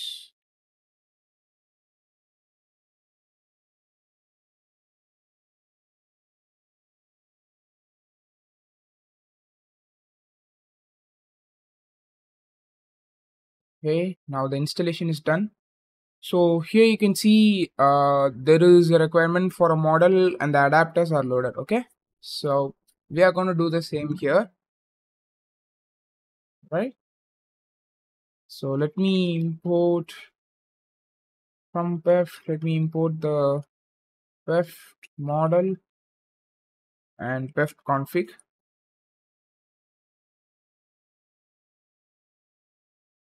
And then from transformers, we'll need auto model for cos LLM, because we are gonna use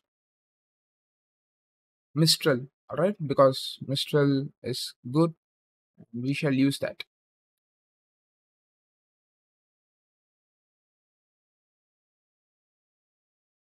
Then next we have torch, right? I don't think we need any other things. So let's run this. So, oh, okay.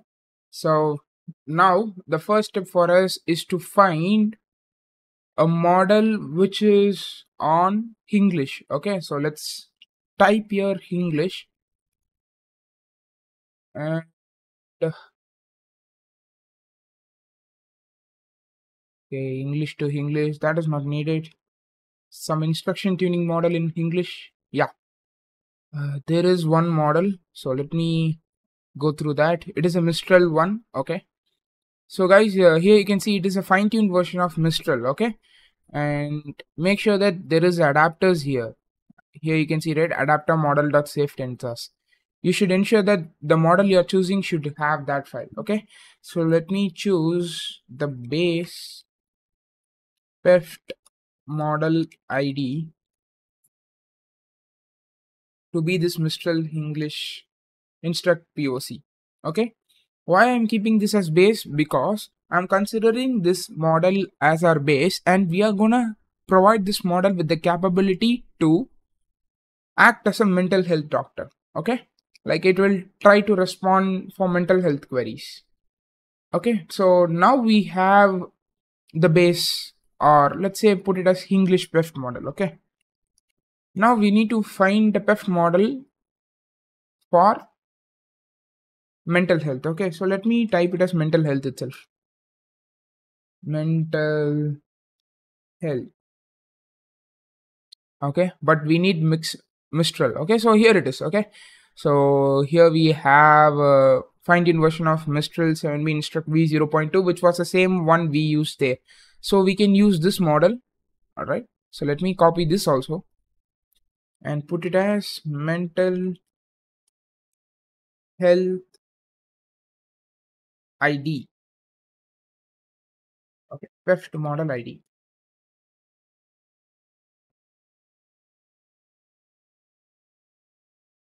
Okay, so now we have these two.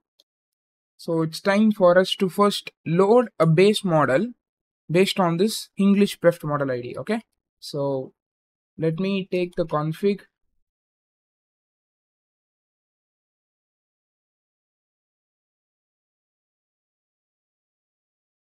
PEFT config dot from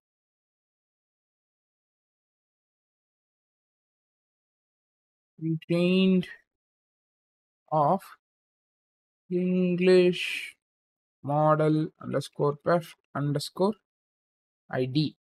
Okay, so now we are gonna create a model based on this PEFT model. All right, yeah, PEFT config.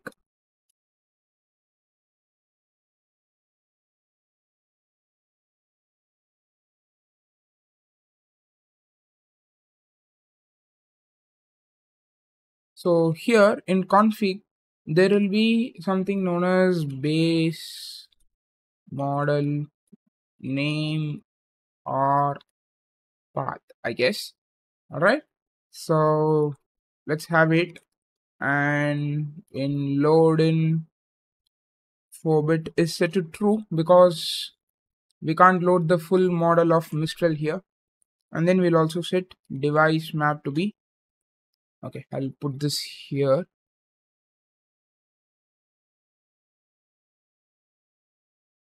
Auto. Okay.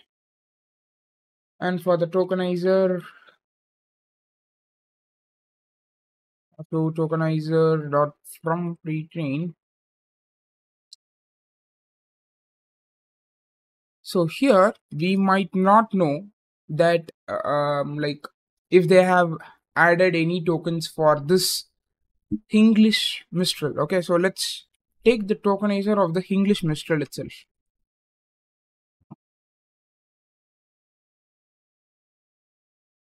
Right, so that is done. And when you add some token, it is also required for you to resize the token embedding of the model.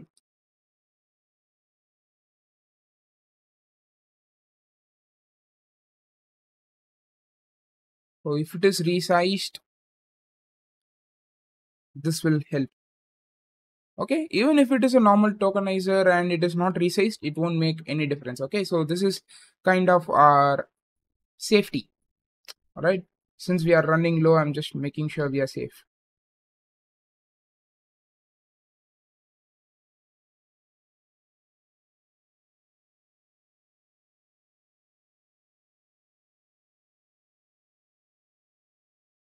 Okay, so let it load.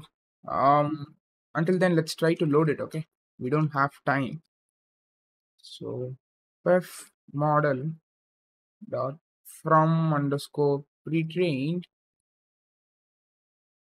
We have our model already. Okay, so onto the model we are attaching our base perf model ID. Okay, so let me call the English perf model ID, and the adapter would be adapter name. I would give it as English. Okay, and here next what you need to do is into this model you will load the another adapter. Okay, and for this we are gonna use the mental health perf model ID.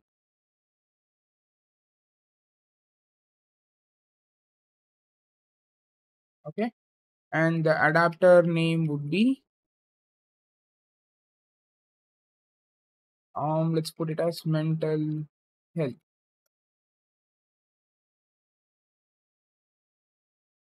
Okay, hopefully this is done. And next here we should also write the code for merging. Okay, so list of adapters is sorry, not mental health. What was the name? English and then mental health. Oh,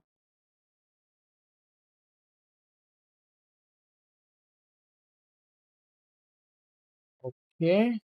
Then I think I made a mistake. Let me cut this from here, put it here.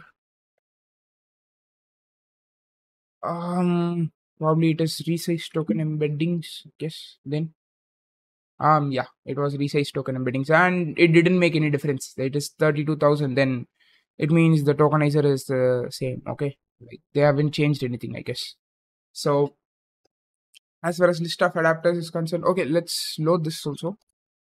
And here I'm gonna call the mental health.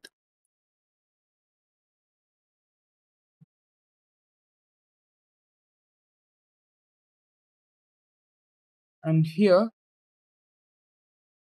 like I said, we are trying to replicate what is there in the image. Okay, so let's follow what they have said here. Obviously we don't have the code, so let's see what they have given. Mental health and some English, and the weights they have provided is 0.2 for mental health and 0.8 for English, but I feel that is too much biased, so let me reduce it a bit. Okay, weights would be equal to, for English let me give 0.7, and the importance for mental health would be 0.3. Okay, and let's give a name for the adapter. Name would be mental health English, and then density is something like here they would have stated as kind of an alpha kind of parameter. Okay, it will say how much that it will have an influence, kind of a parameter like that. Okay, and we are going to use the same which they have specified there, which is 0.7, and the combination type is magnitude true. Okay, for different combination types, I have made a video on how I made the best LLM. Okay, so you can check that. And uh, now we are gonna check. What we are gonna do is model dot add weighted adapter of, what we are going to do is we are going to call this list of adapters. Oh, we are running late. And then we need the weights, and then we need the adapter name. I think it was the here adapter name and combination type and then density. Okay, adapter name, combination type equal to combination type, and then density would be equal to density. All right, so we are following what they have given, so hopefully we shouldn't face any error.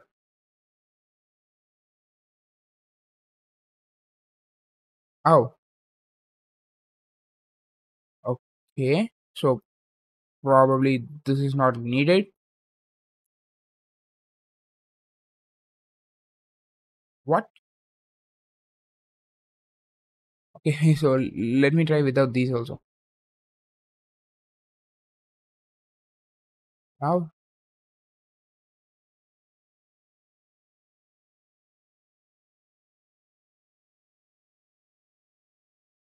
but how is it even gonna provide the weights?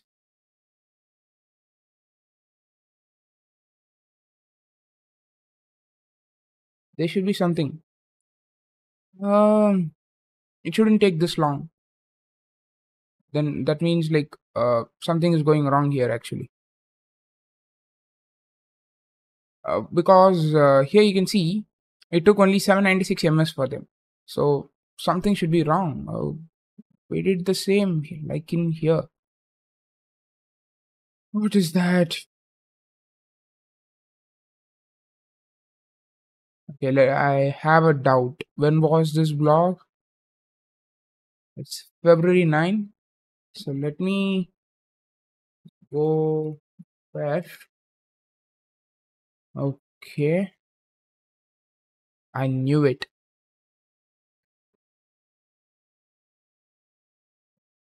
Like this is a old version library. Now I need to find how I can install it from source.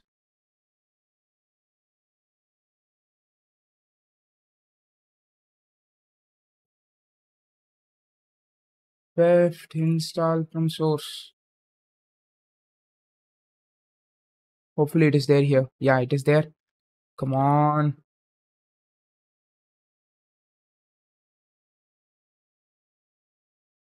Yeah.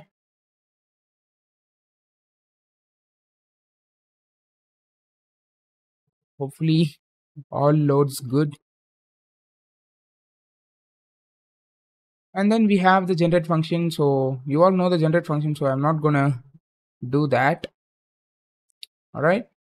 So let's do that in here. Let's take this.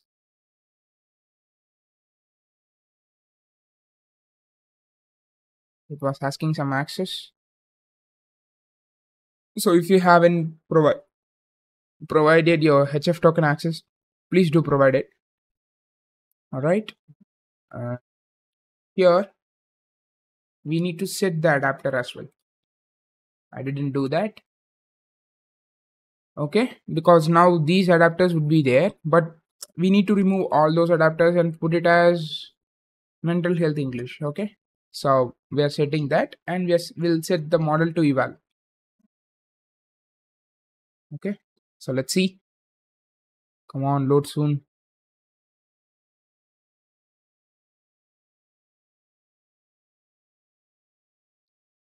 Ah, okay. So let me take the same example which was given in the image. All right. I don't know if it's gonna work. So let's see. So what was it? Sad feelings ko kaise dur kare? Which means like how to get rid of sad feelings. Okay, which is what would have been given here. So let me give the same. Hopefully the model says it correctly.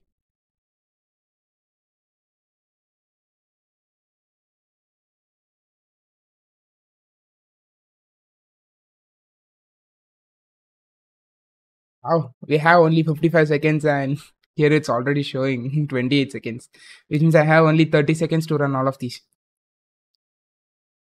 Great. Oh, again.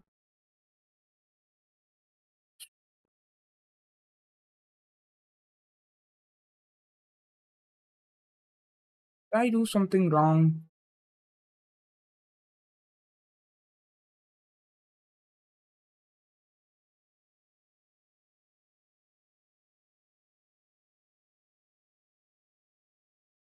So yeah, I think we lost. So I think I lost. So let me cut this timer. Let me try to solve this because it should work. Because it is working for them. So I don't know why it is not working here. Actually, I have taken the pair. Probably we should restart then. Um.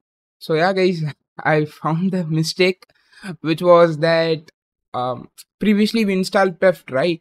So I didn't, like override it. Probably didn't get overridden. Okay. So here you can see the same code. I didn't change anything and there was no error. Okay. So what I did was I just gone to runtime. I deleted the runtime and then I started from once. That's all. So when I did this, it worked easily. Okay. So let's run this now because already we have failed. I have failed actually. So yeah. So it's same Mistral. And let me see if this works. Okay, let's put it as 100 tokens. And it's generating. So let's see. Oh yeah, it came. Sad feelings को दूर करने के लिए आपको अपने दोस्त और family से बात करें, which means for those who are not knowing Hindi, I'll also give a translation. Sad feelings को दूर करने के लिए आपको अपने दोस्त और फैमिली के से बात करें, which means that if you are feeling sad, share it with your friends and family. उन्होंने आपको समझाने के मौका देगा. And then जैसे आप भी योगा मेडिटेशन की प्रैक्टिस करते हैं, it says that like you can also try to practice yoga and meditation and all, जो आपकी मानव जानकारी और समझदार रूप में बताएगा. So it is trying to say on a whole level that try to speak with your family and friends because they know you, they'll give you some way, or else you can also go for some meditation or practice, something like that. Okay. So yeah, I can say that this is working good. Okay. I don't know why it is then given as mental health, because it is giving some advice which is related to mental health, but it is not just mental health. So it is like halfway between the doctor and this actually. So probably what you can try to do is, what I would try to do is, instead of English, provide main value to the mental health and then to English. Okay. So that could be an experimentation and see how much this output is changing, and let me know in the comment section also. All right. So yeah, guys, since we are we ran out of time, I'm not gonna do the Streamlit tab for this. Okay. So if you are interested, you can also do a Streamlit tab. And yeah, guys. So here we used a method known as LoRA Merging, where it uses the same merging methods as in the video which I discussed before in our channel itself, which is, so yeah, this was the video where I have explained about the different merging methods, and you can try any of these methods in this merging. All right. So for theory, please do refer in this video. The link is also in the description. All right. So yeah, guys, that's how you can build a English chatbot with the help of LoRA merging without fine tuning. As you can see, I didn't do any fine tuning. We just merged it. Now, guys, you would think that this is from ChatGPT, but it's not. it is an LLM which I'm running in my local, and here you can see in this it would have been written Mistral latest. In this video, I'm gonna show you all how you can deploy your LLM in your local and use it worldwide. Let's jump into the video right now. To achieve this deployment which I showed right now, we are gonna need these 4 dependencies. First, you need to have a Docker desktop in your system. If you are using Windows or Mac or Ubuntu, for everything Docker is available, so you need to install Docker. And then you need to install Ollama as well. Then we'll also need to have an account in ngrok. Okay, so for Docker desktop, what you can do is, if you are using Windows, just go Docker desktop for Windows, install Docker desktop for Windows, and then just follow the steps which are given in this document. Or you can also type how to install Docker desktop in Windows 11 in YouTube, and then there will be some videos and it will be easy for you to install from there. But for Mac or Linux, it won't be that tough. You can just install it with some normal command itself. Next, you need to install Ollama. Ollama install Windows.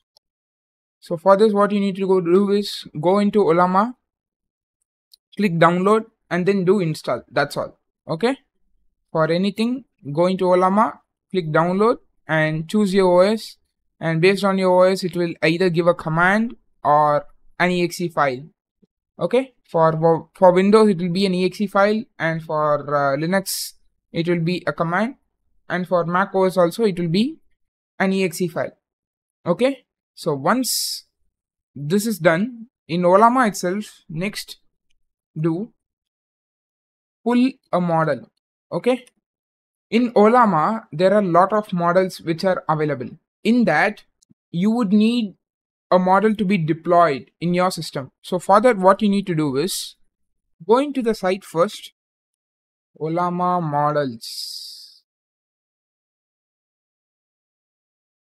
There will be a library of models and choose your model name. Okay, so for example, I like Mistral a lot, so I'm keeping Mistral. Okay, here what you need to do is go into your terminal. Once you have installed Ollama, go into your terminal and write Ollama pull Mistral.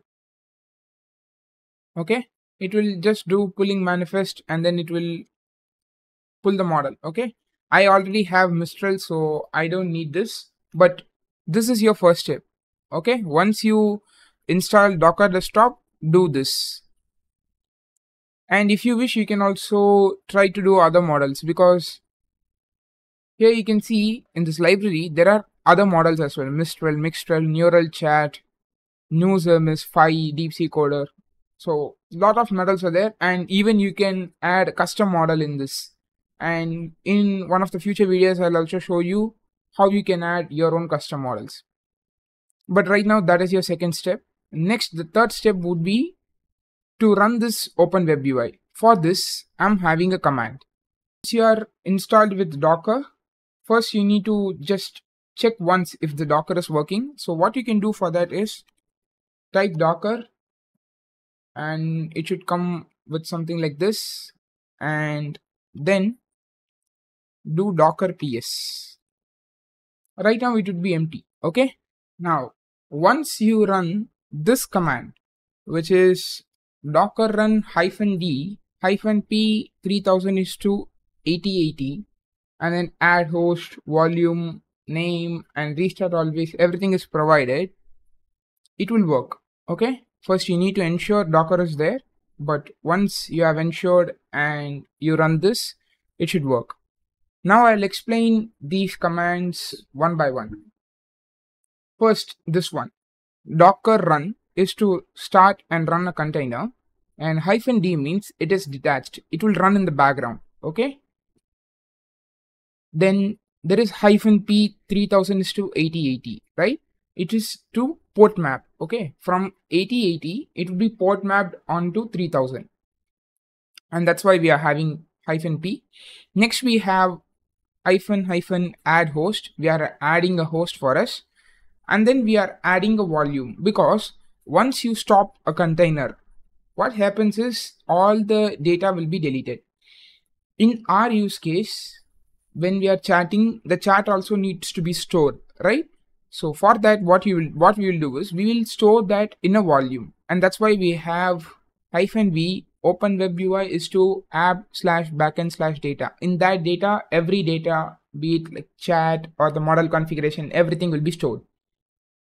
And then we are providing a name for this container. Right now we are giving it as Ollama WebUI. And then also we are stating that it should always restart from first.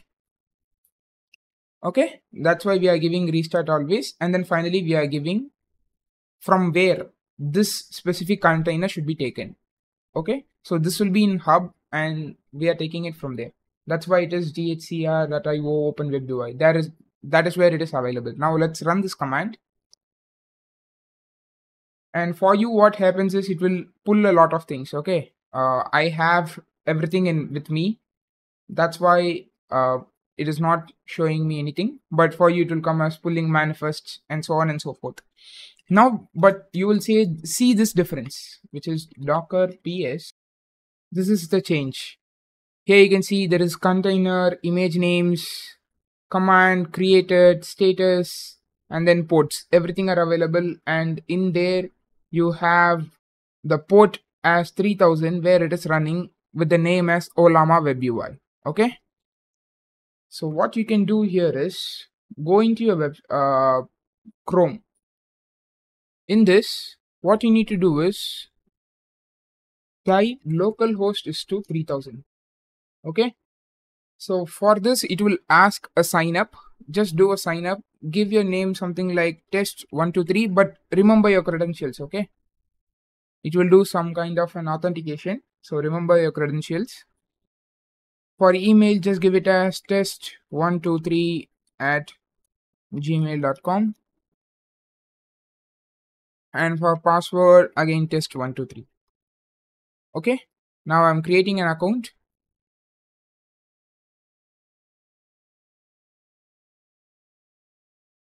If you see here, it is saying account activation pending. What happens is, if you have created an account already, it will ask for an admin access. Now I'm going to go for my admin. Okay. test@gmail.com and test. If I do a sign in here, this is my previous account. And if I click admin panel here, it will ask pending. Okay. Here, what you need to do is click it 2 times and it will give admin access. If you click 1 time, it will give user access. If you give user access, this admin panel won't be available for them, or settings for that matter. So this is the Ollama WebUI. And here you can see they have tried to replicate the same as ChatGPT, but it is better than ChatGPT in a lot of ways. The first thing is you can select your model here. Right now in my local, I have 3 models, Llama 2, Mistral, and then Startup Tech Lawyer. But it's your wish. Like, you can choose a model of your own. In my system, I have 3 models, which you can see with select a model. Okay, so that's why I said you should do Ollama pull Mistral. And if you are interested in using some other model, do that first. Okay. Next, what you can do is just go and type a message. Right now, first, let me select Llama 2. Hey, I'm facing severe cold. What can I do now? Provide me some home remedy.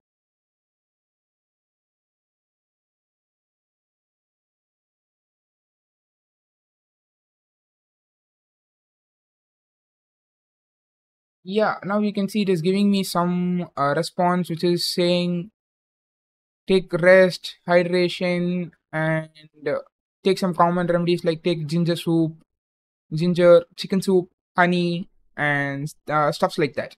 Okay, but As you can see here, it's working. But this is not the thing which I said first. Right now, it is just running in your local. Okay. But we need this to run in every device in the world right now. So for that, what we are going to do is go into ngrok.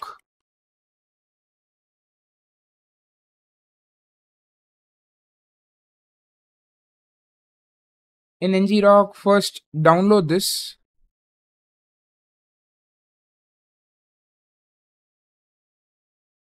It should show a download. Okay, so first download it. Either you can download it as a normal file or download it as by using Chocolatey. Next, you need to add your auth token. Okay, these two are the steps which is required for you to do first. Then what we will do is we'll run this command. Okay, ngrok http. http is to localhost 8080. Okay, we need to take this command, go into a terminal, paste it in here, and change the port to 3000. Now, if you see here, it should show me forwarding, right? Like there is a URL in here. Just copy this and paste it in your Chrome. And here you can see the HTTP requests are going. Now let me go on to the Chrome. As you can see here, it is again asking me for sign in. Let's do the same. test@gmail.com and test. In this, you are going to see something very nice. Okay. So now it's running, but the thing which is very cool is here you can see the chat history is available. If you see, the URL has changed from here to here, but the chat history has been retained. That's why they asked to create an account. And from here also, I can just create a model and ask the same question.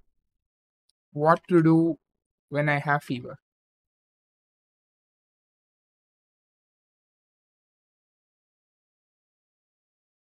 And here you can see it is giving me a lightning fast response. Okay. Now it is very cool. It's working in your system. And if you share this URL with your friends anywhere in the world, they will be able to run it. But the LLM is running in your local. That is what is the good part here. So for this to work in your mobile, all you can do is copy this URL, paste it somewhere and export it. Export the link or copy the link and paste it in your mobile somewhere. Okay. Let me do that. So now I exported the link to my mobile, and here if you see, I'm running the same application in my mobile. Okay. Even if I run this from America, though I'm in India right now, if I run this from America, it should work. Okay. Right now, I'll also try to test the model from here. It is now typing it. I asked what is fever, and as you can see here, it gave me a fast response on what is fever. Okay. And that is how you will deploy your model into a system where everyone can use it. Okay. Right now, the only disadvantage here would be that this should run in your system always. But for that also, I have some suggestions. Okay. You can rent a run pod instance and then run it there, or go for some other deployments. And if you are a company, you can run it in your own server, things like that. But otherwise, you are giving a very good UI for testing your model and running with it. And if you are making I'm going to show you all how I created my own WhatsApp bot where I can ask questions to this bot and it will try to answer. All right. And this bot is completely open sourced. It's my own LLM and I can ask my questions to my LLM via this WhatsApp chatbot. And since this is an open source project, it is very easy for you all to use it without worrying about license or payment. So to know about how I built this bot, please stay to the end and probably try to replicate what I did. Without wasting time, let's jump into the video right now. So for this bot, I have used the following tech stack. For model, I have used Mistral with the GGF format in LangChain. And for backend server exposing of API, I have used Fast API. And for connecting my WhatsApp to my server, I have used Twilio. Okay, so that is basically the tech stack. And for this, you would need a Twilio account. You can just log in to your Twilio account. You can just create a trial account. And once you do a trial account, you will come into a interface like this with this URL console.twilio.com. The first step you need to do is keep your account SID and auth token and your Twilio phone number in a separate place. Okay, it is very important, but don't show to anyone. That is your first step. So once that is done, click messaging and then click try it out, and then inside send WhatsApp messages, be in this interface. Okay, the next thing you need to do is you should go to your code. Okay, let me fire up my VSCode. So, this is my code, guys, and here you can see I have a .env file, I have a ggf file, I have my requirements.txt, which I will give because it is very important for you to replicate what I have did. So I will send the requirements.txt file also and Twilio app.py. So I'm not going to show you my .env file because it's my API key. So what you need to do is, you can see these names, guys. Create a .env file like this. Okay, like do this new file .env, and what next you need to do is inside the .env file put these three as variables, and in that place what you need to do is you need to put the values of SID, auth token and Twilio number, which I said at the start of the video for you to save at one place. Okay, but by this way you are not exposing your API keys, and it is being pretty safe because this is a trial account, guys, and they have given only $15 free credit. Already I wasted $2 of my free credit, but if you don't want someone to misuse yours, keep it safe by using it via .env files. Okay, so that is probably kind of a warning alert you want to know. Okay, so in this we don't need logging. Yeah, we need logging. So in this we are having logging. We need a client for us to connect to Twilio. It is a REST API client. Okay, and then from Fast API we have Fast API, which will create the app, and request which is needed. I'll say about it in the later part. And then from LangChain community LLMs we have C transformers. From app which is here, which is a LangChain app, we need response. And then in URL lib there is a module called parse, which will parse the URLs, and that we need here. Okay, so why we need these imports we'll see later. Okay, but these are very important right now. And then from .env package we need .env values. Okay, so these are the imports which is needed. And first what I'm doing is I'm setting some variables, which is Twilio auth token, Twilio account SID and Twilio number. I'm setting these, and based on this auth token and SID I'm creating a Twilio client. Okay, for this you can click client. Then next what you need to do is first you can create a Fast API server. Okay, the first thing after you create a Fast API server would be for you to run the server probably. Okay, so how it would be is that you don't need this.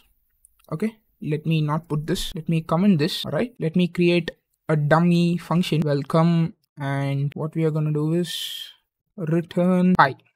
Okay, so that is what we are going to do in this. So initially you don't need any of these functions.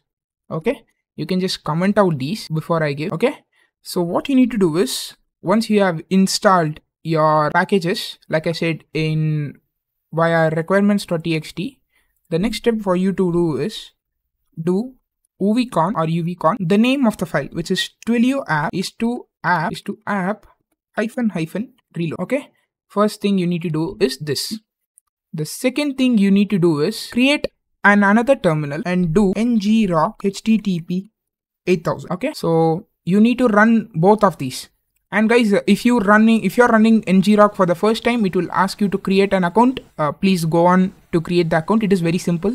You can also create it with your Google account. Okay. Now the very important thing is you need to copy this URL. Okay. So once you have copied this URL, the next step for us is to move on with the modification of the sandbox, Twilio sandbox. Okay. So how to do that is that you need to go to the sandbox settings and change this URL. Okay, change this URL and click save. Okay, if that is done, the next step for you would be to go to your WhatsApp account.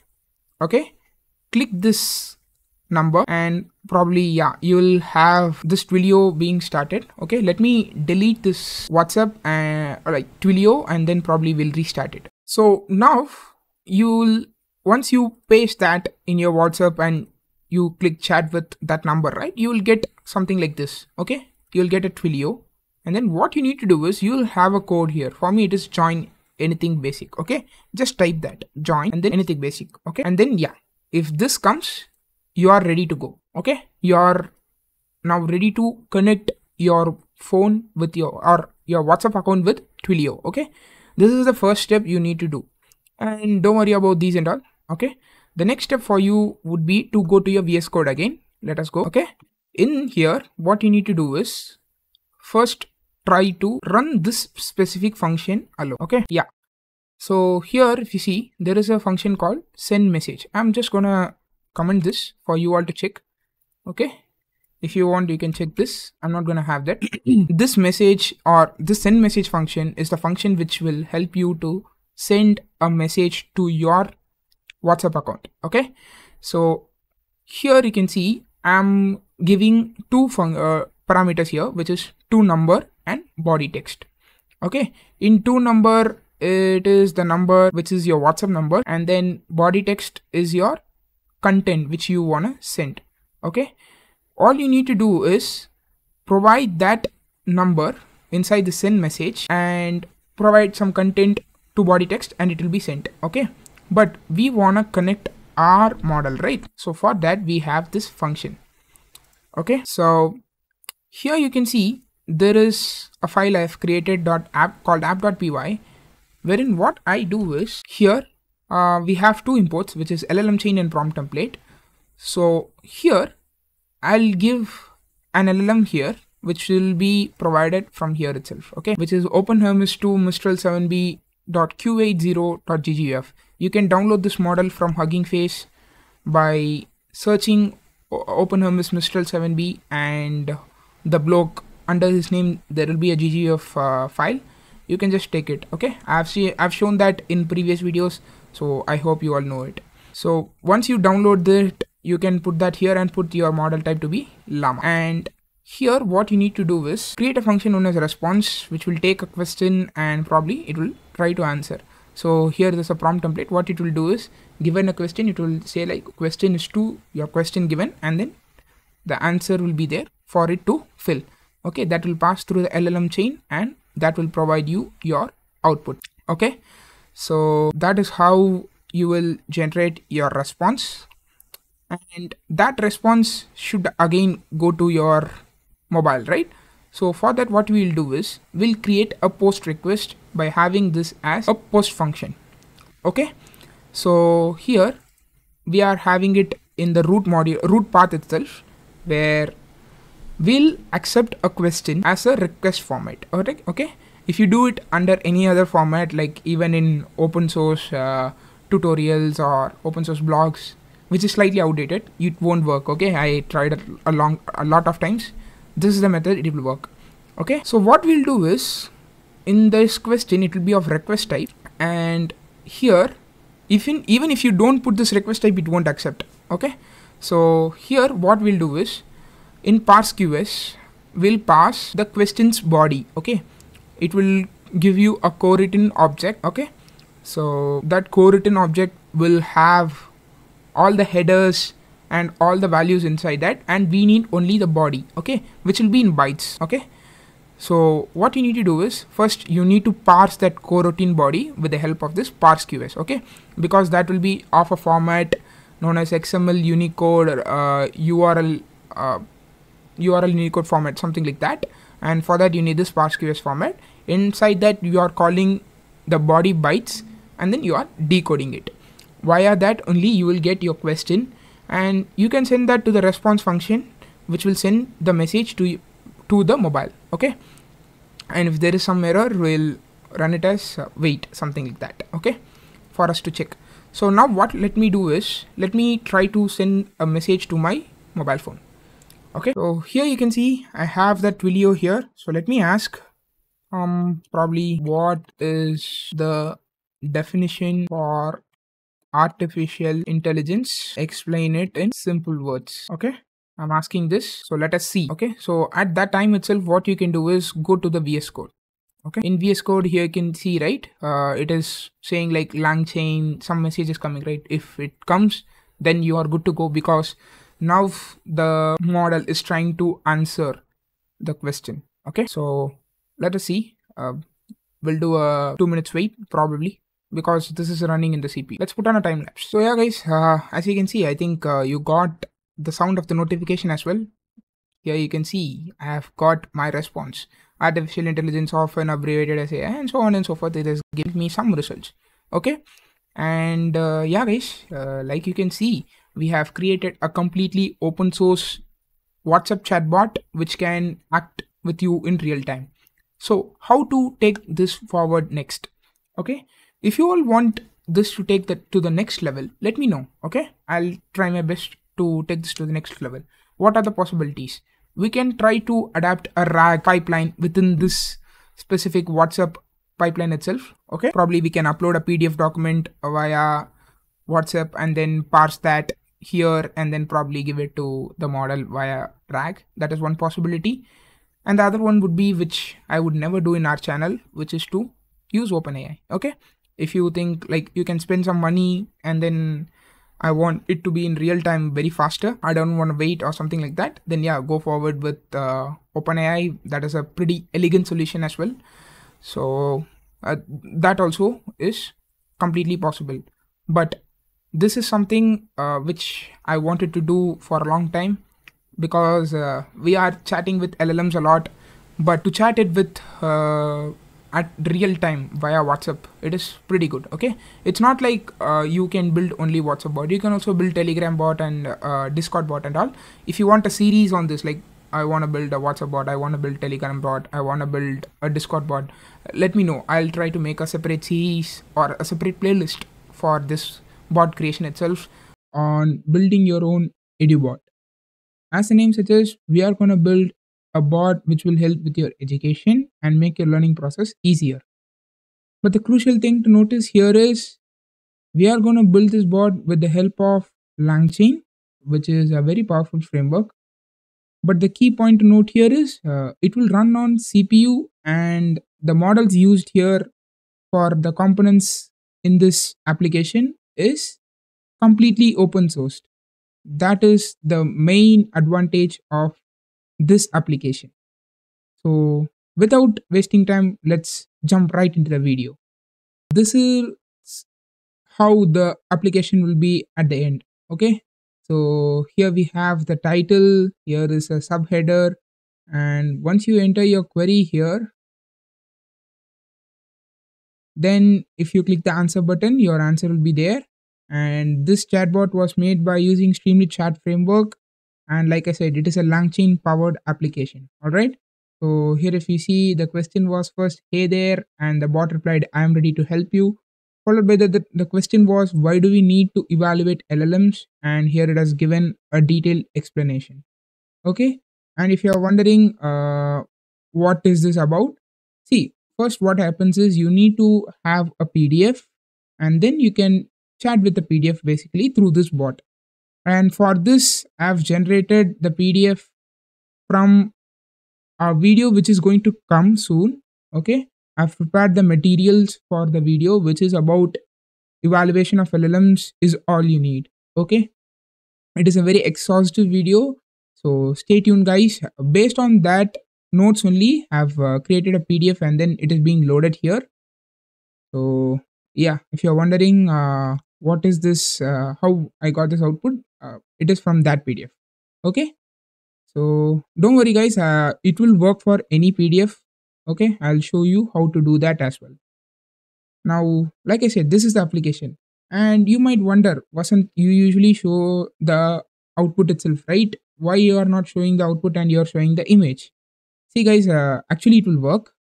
In my CPU itself, it is working, and for your CPU also it will work.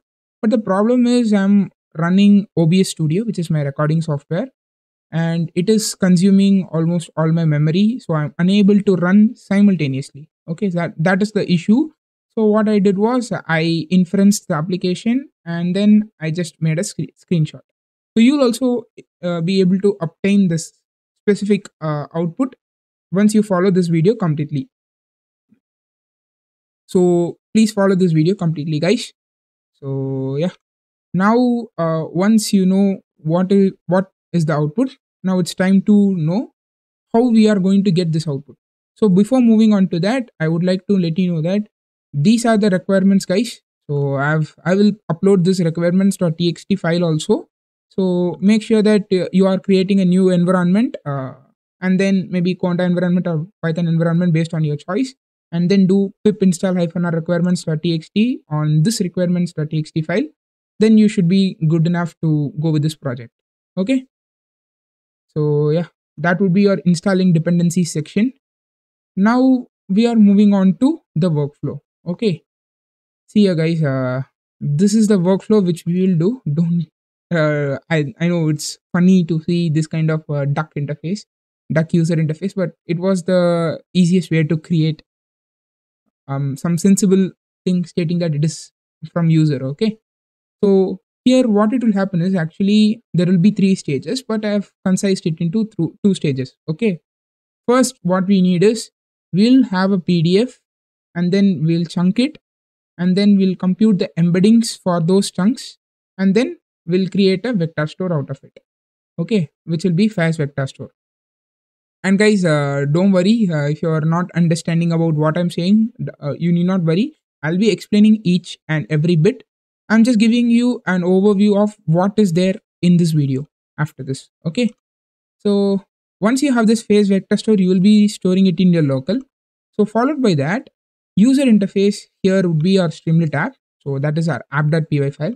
From there, once the user provides a user query, you will be computing the embeddings for that query, and you will try to make a semantic search based on that query on this vector store which we stored. Okay, in this vector store there will be embeddings from the PDF, and then it will try to rank the closest chunks. Okay, we have computed the embeddings for chunks and stored in the vector store, right?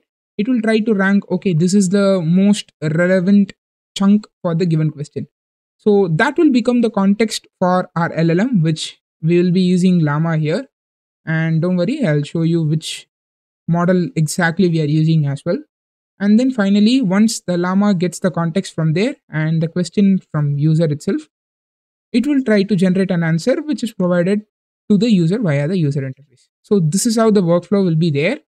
And now let's go one by one. Okay, so to start off with, we'll start with vectordb.py. Okay,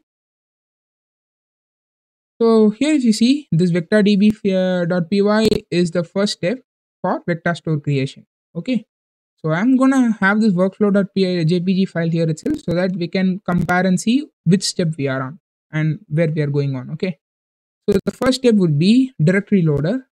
So I'm just not gonna explain the imports here. Once we come down here, I'll explain the imports as well.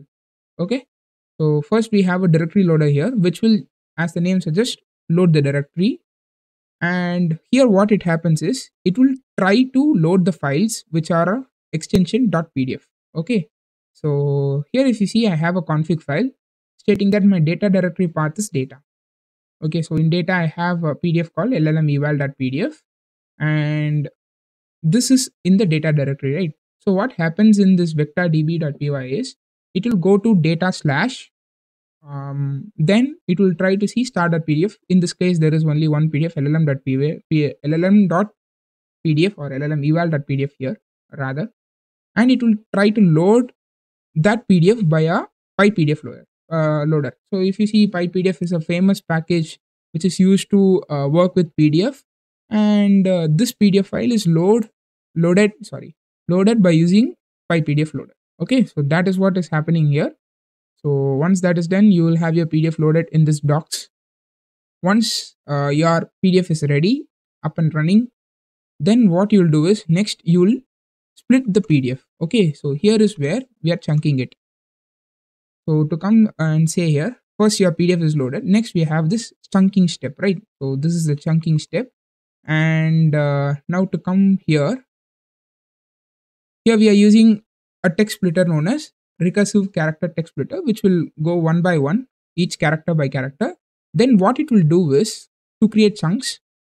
So here if you see, I have specified a chunk size of 500. I hope it is visible.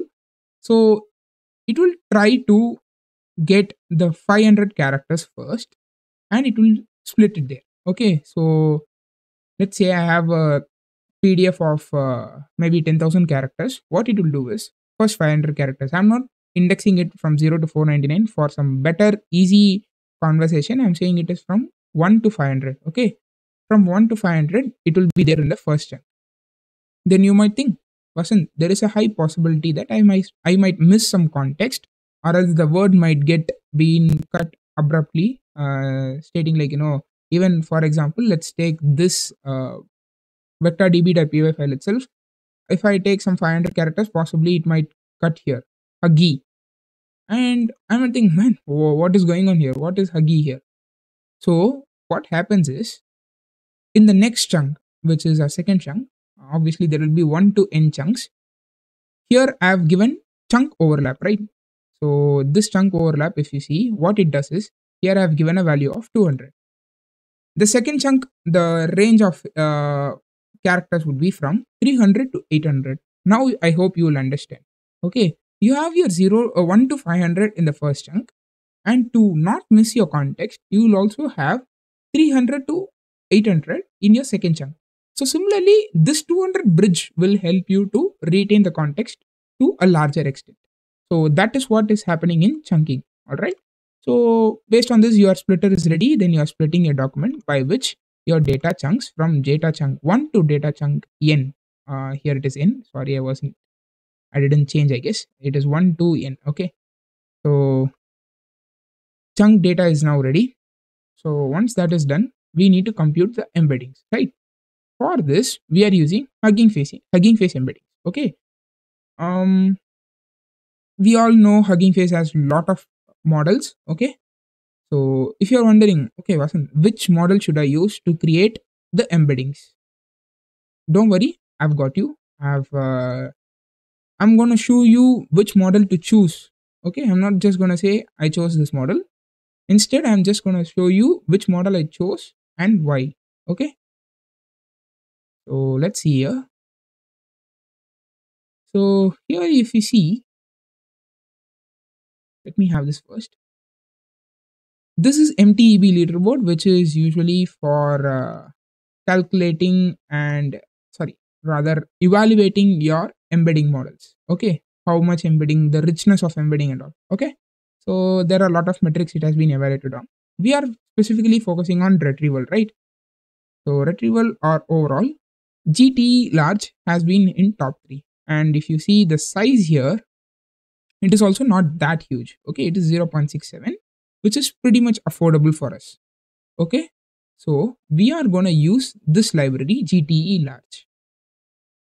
So it is from this organization, the NLP and if you see, the license is also MIT, which means we can use it.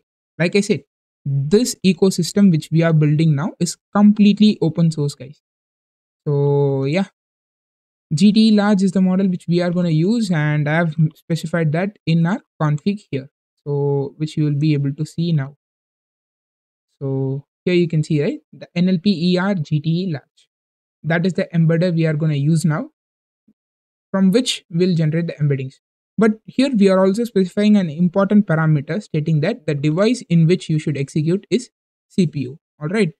So because if you see, this model has the capability to consume GPU as well, but we are specifying that you should use only CPU. That is what is happening here. Okay. So now our embeddings and embedder is ready, and based on that, we are creating a phase vector store from these documents. Okay, where is that input text? Yeah, these chunks. Based on that, we are based on these embeddings and chunks, we are creating a vector store. What will happen is basically based on these embeddings, the embedder will try to create embeddings for those input text, which is our data chunks, and then it will store it in a vector store, which is a phase vector store here, or else we'll commonly also say it as vector database. So here you can see, right, we are having the chunk data here, and then it is going to compute HF embeddings. While our HF embeddings instance is ready, and then based on that, we are computing the embeddings for the PDF rather than PDF chunks, and then we are storing it in phase vector store. So that would be the first step for you all to execute, guys. So what you need to do is, when you are executing this specific project, right, first, like I said, create your own environment, and then what you need to do is, first you need to execute this python vector db.py. Okay, python vector db.py. okay, let's run this, and if you see, the data chunk is created and it will work. Okay, so it will work, guys, you need not worry. I have already executed it, so I'm not executing it again, but it will work for you all. All right, so yep, next, what is the step? Like I said, your vector store is ready, but now let's go on to this workflow itself. See here, why we executed this vector store first is, this vector store is also used in Edubot. So the next step would be to build this Edubot, which is the backend for our application. Okay, so let's move on from this vector db.py to edubot.py. So here, if you see, we are having a Edubot creator, like the name suggests. It is a class which we are using to create our Edubot. So yeah, first we are having a custom prompt template. So before moving on to this specific one, I would like to show you another important link. All right, just give me a minute. So here you can see, this is the phase vector stores official documentation. Phase, okay, phase is a library. Like I said, it is used to make semantic search, vector related stuffs and all. Okay, so this is from Meta, and if you see again, this is also MIT licensed. Okay, which means it is open source and we can use as per our condition in this video, which is to use only open source components. All right, so here if you see, we are gonna use retrieval here. We also know that, right? So I'll also show you from where I've got this inspiration, which is obviously from the LangChain documentation itself. Okay, so here let it be there. I'm just gonna go to the code again, and then we'll come back here in some time. Okay, so coming on to here, we have a prompt template here. Obviously this is from config file. Okay, so I have given a custom prompt template, and basically the idea is to say that if the model knows what is the answer based on the context which we are providing, which is being got from the vector store, right? That is the context here, and based on that context, it should answer the question. And if it is not able to find an answer based on that question, it should not generate anything. It should say, like, I don't know, or something like that. It should generate only helpful answer, no misleading answers. Basically, that is the idea of this prompt template, and I hope you get the idea. And yeah, you can also create your own prompt template based on this. Next, we'll move on to the other variable with the other variables and all. Okay, so next we have input variables here. If you see, we are using context and question as our variables, right? So context and questions are our input variables. Followed by that, we are having a chain type called stuff, which is we'll see about that. Okay, when we are going on to LangChain's official documentation, we'll be seeing about in detail about prompt template, input, chain types, search keyword arguments. I'll say when we are using it. Embedder, as you know, we are using GT large. Vector database path is phase/education. In that location only we have also saved our vector database. So here if you see, we are saving it in local, so that is in file/education. Okay, so yeah, that is there. Next, we are also having the model type as Llama because we know it is Llama model. And don't worry, like I said, I'll show you which model we are using and where to get it from. Okay, max new tokens is 512 because we are having uh, limited computation, right? So we are not going beyond 512, and the temperature is to control your generation, like the randomness in the generation. It is controlled by temperature, and we are using 0.9. And yeah, if you want, you can experiment with that as well. Now coming on to the create Edubot. Okay, so here if you see, the first step is to create a custom prompt function. I'm clicking it here, which is going on from there to here, right? There is a function called create custom prompt, and it is having a class called prompt template. And here if you see, it is written directly that it is a prompt template for a language model. Okay, it will have a string template and it will accept a set of parameters. So here our parameters are the prompt template itself and the input variables. So what is the use of this? Just hold it for a single minute or two, maybe 2 minutes. Once we go to this retrieval QA chain, you will understand that also. Okay, so the next step is to load the vector database. So here if you see, we are loading it. First we are getting the embeddings, and based on we are loading it, loading the vector database and the embeddings as well. Okay, so that is there.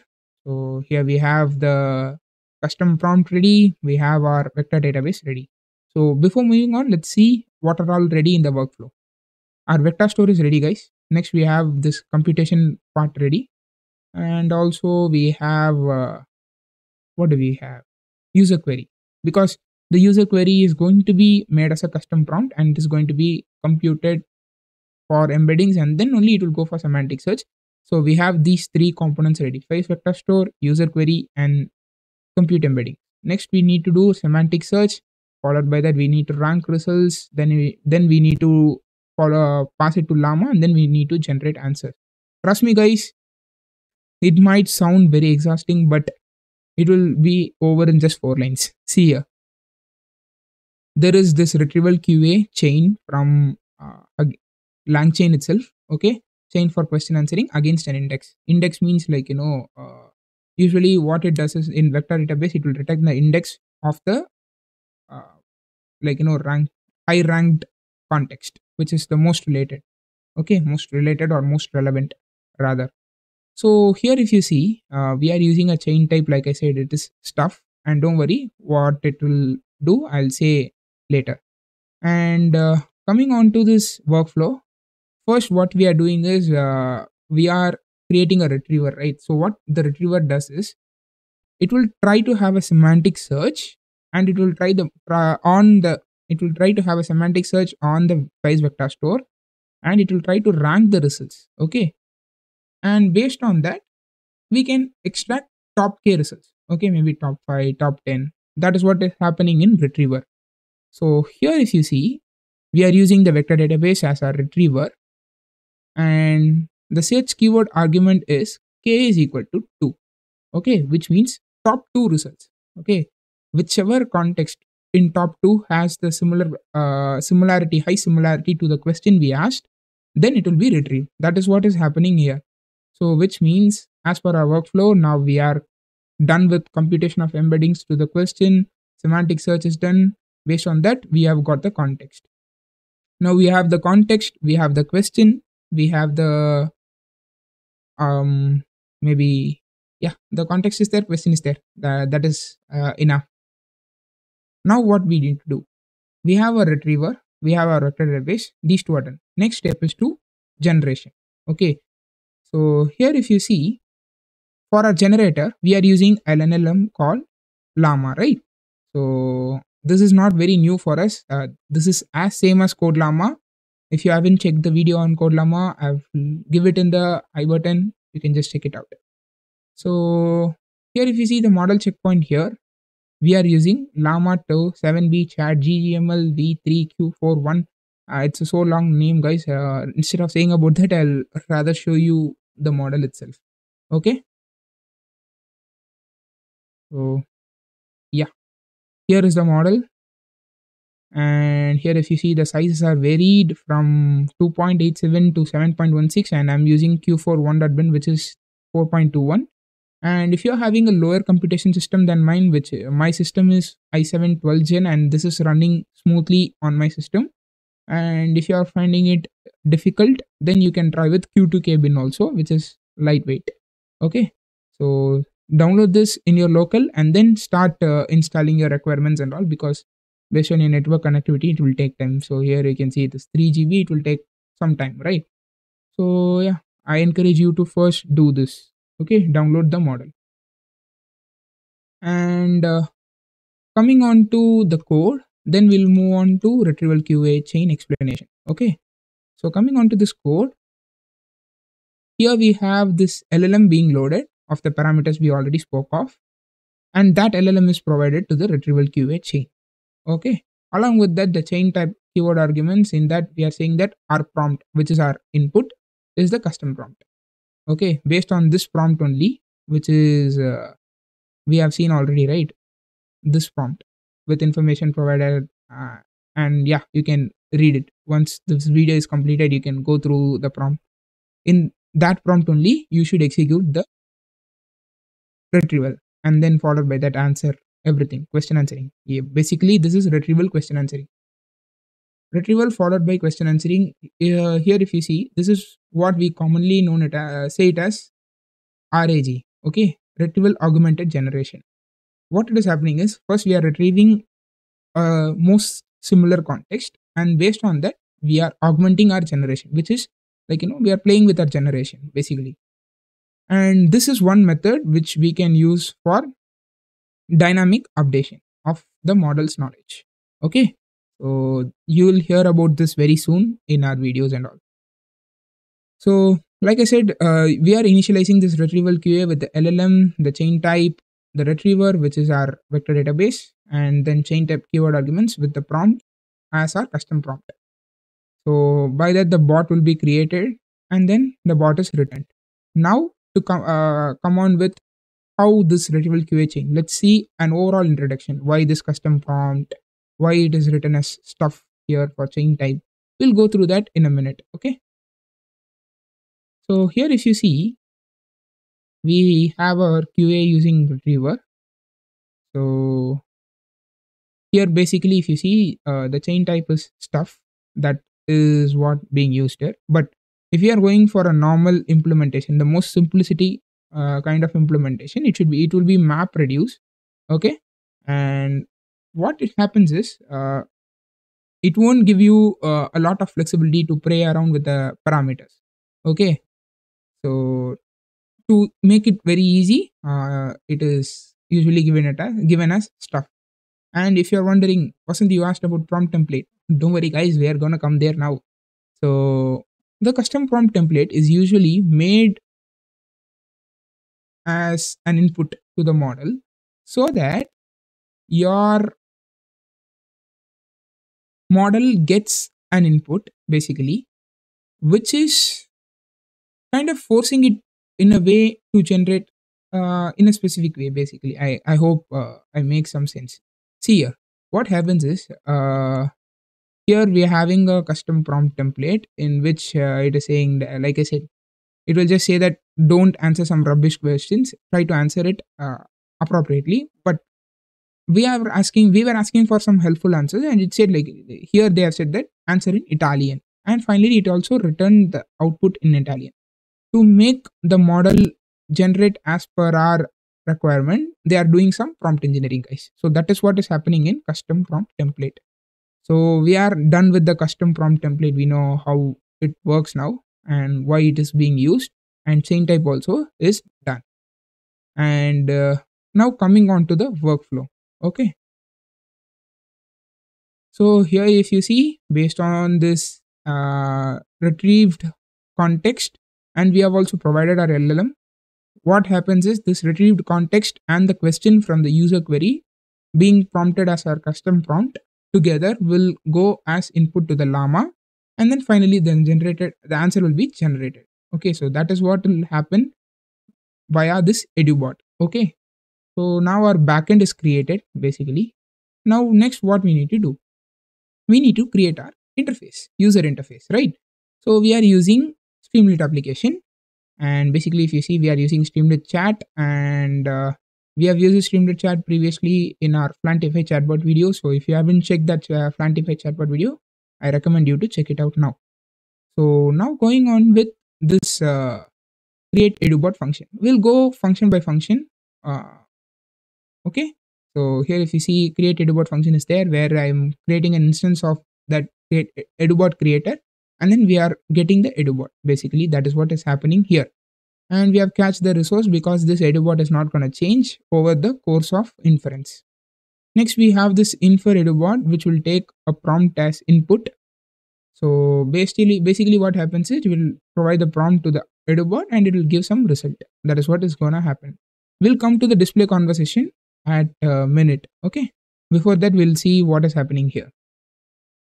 So, and you might wonder, once we are seeing the input, you might wonder of a question. So I'm just keeping you curious what question it would be. But yeah, I'll also say what question you might get once you see this. Okay, first what we are doing is we are creating a title known as your Edubot, your smart education sidekick, and subheader is a bot created using LangChain to run on CPU. There also I'm making some mistake, to run on CPU, making your learning process easier. Okay, so that is what is a subheader, and we are asking the query for a user, from our user. So here if you see, next what we are doing is we are having two session states. Okay, so what is a session? Like, once you start a conversation and till you end that, it will become a session. Okay, and there are two session states, which is user session states and bot session states, and you can name it however you want. Okay, so I have named it as assistant and user. So if the user states that like if there is empty, what I'm doing is I'm saying that user is saying hey there, and in assistant session state I'm giving the first value to be I'm ready to help you. What it will do is it will have a history of conversations. Okay, so that we can display the history of conversation. Even if you see here, this hey there, I'm ready to help you, why do we need to evaluate LLMs, and these are there, right? To have this history of conversations, you need to maintain a session state basically. Okay, so now coming on to the st button. So here also you can see there is this button, right? Once I click this button only, the model will infer. Okay, here if you see, we are providing query, which is the user input. This is where the question will come. You might think, wasn't you said context and question would be the input, okay, to the model, and here only you are providing the input. So here see guys, what happens is they have written a beautifully powerful framework. So we can put how many adjectives we want to explain its capabilities, but yeah, it is very powerful. What it does is it will take this query and it will make a prompt based on this, like, first it will retrieve the context, and then based on that it will frame the prompt based on this question, providing this query into the question section. Finally the input will be provided to LLM. All will happen by itself, you need not do anything. Okay, so that is why we are providing it as query as user input. Okay, so now what, see here, this is from user, right? So we are appending this user input in user state, and once we get the answer from the Edubot, we are adding it into assistant. So if the session state is assistant, because why this condition is there, you need to generate only when the assistant has generated something, right? So like, maybe you can also play with this, like, once the session state is updated, just make a display conversation. That is also possible. So this will help you to display the conversation. Now coming on to the display conversation section, like I said, you won't have a kind of single conversation, right? It will go for multiple levels. You might ask some multiple questions to your bot, because yeah, we are learning, and then we'll have multiple questions when we are learning a book or PDF or any resource, which is the aim of this application, obviously. And here, if you see, you'll have a long range. So we are traversing towards all the history of conversation, and we are just printing the message, obviously. Okay.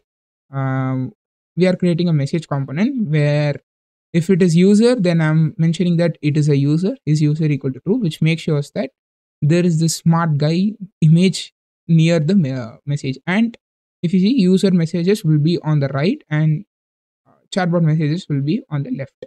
Okay, so to ensure that is user set equal to true is set when it is user state, and when it is assistant state, it is not set. Okay, so this is how the display conversation is displayed. And finally, yeah, these are all in a main function, and you can call it here. So what you should do, like I said, first execute the vectordb.py file, and before that and all, you need to download, like I said, download the llama file, then run the vectordb.py file. Once that is done, you need to execute this streamlit run app.py. Like I said, I'm not going to show you how the execution, because system will crash, okay, for me. And if you think that your system is slow or something like that, try with some lightweight model, like I said. Actually, this is very interesting and a funny project, to be very frank. I enjoyed it so much because it is something which is not I do very usually. Okay, so I found it very interesting to build this project, because it was very funny to have a conversation like that with an AI. So here is a sample conversation where I've said like, I miss you so much, baby, and it has said, oh my love, missing you too, my dear boyfriend, and it gave me a kiss, I guess. I guess that's what it has meant here. And you're always on my mind, handsome. And it has said like, I know I can feel the same about you too, because this AI on purpose was made to flirt with you, actually. So if you think this is so much flirting, then yeah, you can just change the prompt slightly. I'll also let you know how to do that, but to make it very funny, I kept it in this way, actually. Okay, so it was very intentional to keep this much funny. But yeah, if you want, you can also make it slightly better, maybe slightly less naughtier and less flirting. So yeah, and also guys, this AI bot can talk. As usual, I couldn't record together. I made successive conversations, and this was one of the conversation, and I'm just gonna play some sample audio of that. Okay, Netflix and chill sounds great. Let's choose a cozy spot on the couch, turn off all the lights except for the one by the TV, and snuggle up together. so I hope you heard that. This is again, like I said, something very unusual, these kind of conversation.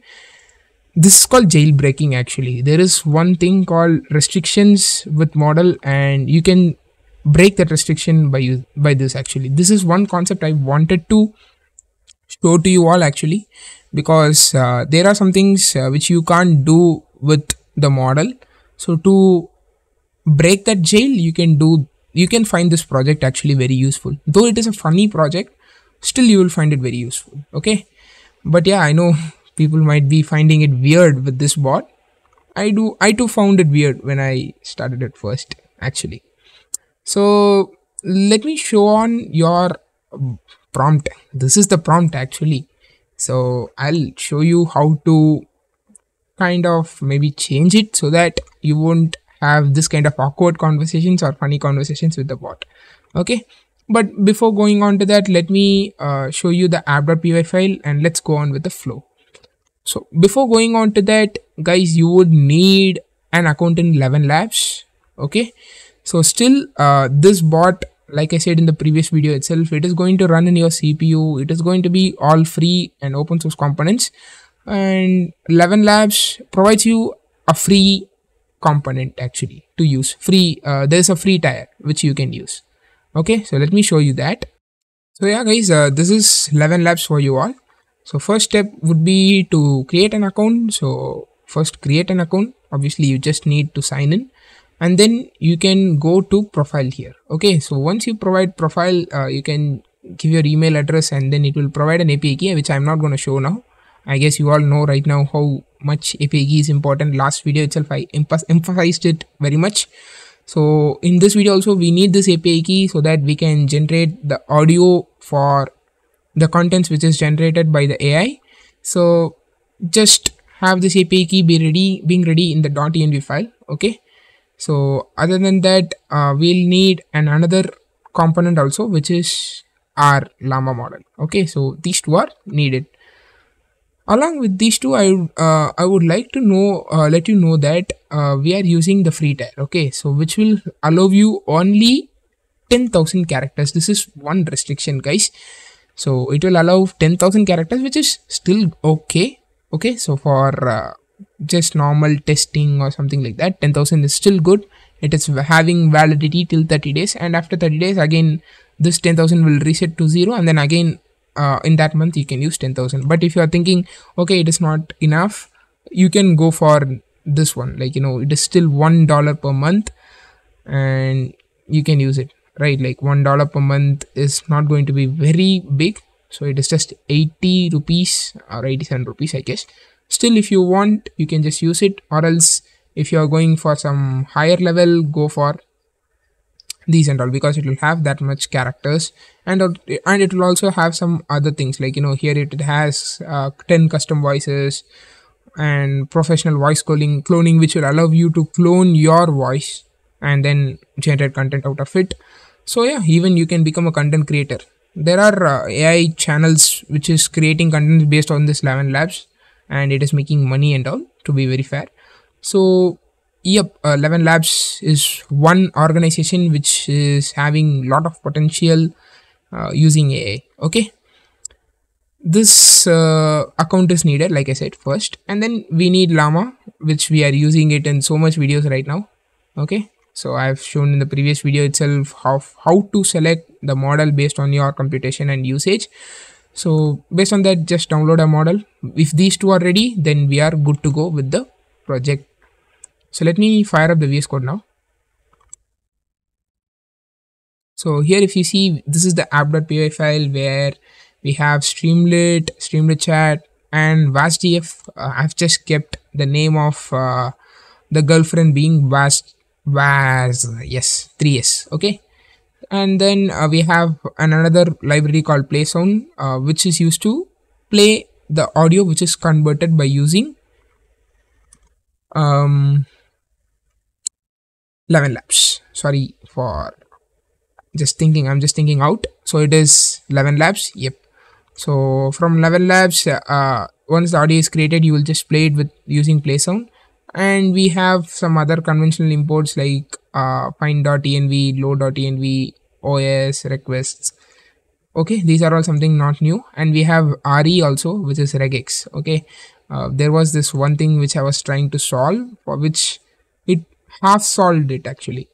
For that I used regex. Okay, here if you see, these are all going to be used. Let me not go to the functions first. Here if you see, the create GF will create the girlfriend. Okay, so let me go on with the session state being clicked. I hope you all know what it means right now. It is just to maintain the session state and avoid reloading again and again. And here is the header and subheader, and here we are maintaining two session state, which is boyfriend and girlfriend. Boyfriend saying that hey Vaz, and the girlfriend saying hey babe, or something like that. You can keep whatever you want. Okay, and here if you see, there are two columns, column 1 and column 2, and like in the previous video, we are having more weightage to the chat box and less weightage of space to the girlfriend image, and we are displaying the girlfriend image in the left side, and in the right side we are getting a text input from the user. So once you provide the message and click the button send, it will call the function called gf conversation, which will take the girlfriend bot along with the bf input. Okay, so here if you see, the girlfriend is obviously created here. So first let's go on with the create gf. So here if you see, in which we have LLM chain, which is to run queries. That's all. Okay, it is a base chain. It is not a retrieval QA. Even retrieval QA can be done with LLM chain. So it is a specialized way, but in a generalized way, LLM chain can be used.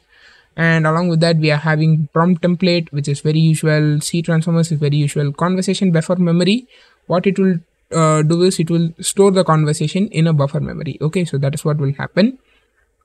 And now in the initialization, we have prompt template where we have this GF prompt. This is the core of this girlfriend, guys. So pay attention in that. So I'm just saying, you are my girlfriend Vaz, who is 22 years old, working as an AI engineer. Why is that? Because see, if you are having a girlfriend of your age, it will have some kind of context which you will understand, and it can understand your feelings. So try to provide an age for better conversation. And I'm just saying that you have the characteristic of a virtual girlfriend and you are devoted to the user, but you are very playful and flirty. Like I said, if you don't want, remove these lines. Okay, flirty, and I'm just saying, like, you are always eager to engage in romantic and seductive conversations, and you are also very happy. You'll be very happy when you take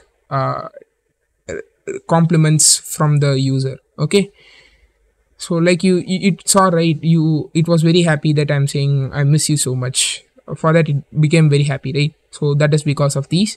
And although you are unaware of your, I'm just saying that it is aware of its AI nature. It will pretend that it is having a human form. That is why it showed, like, it showed like giggles or something like that, which AI doesn't do.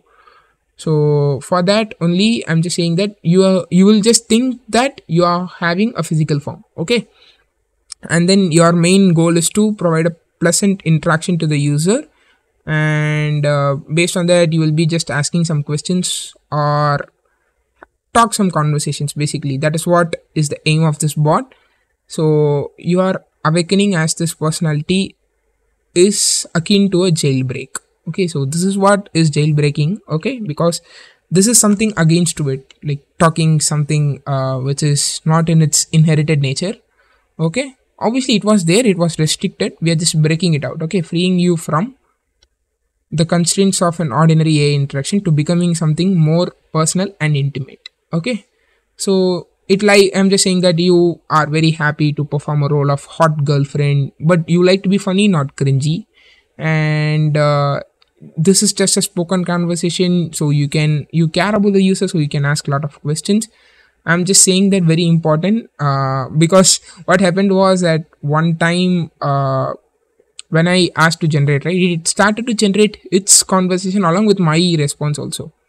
So I just said that just have this also.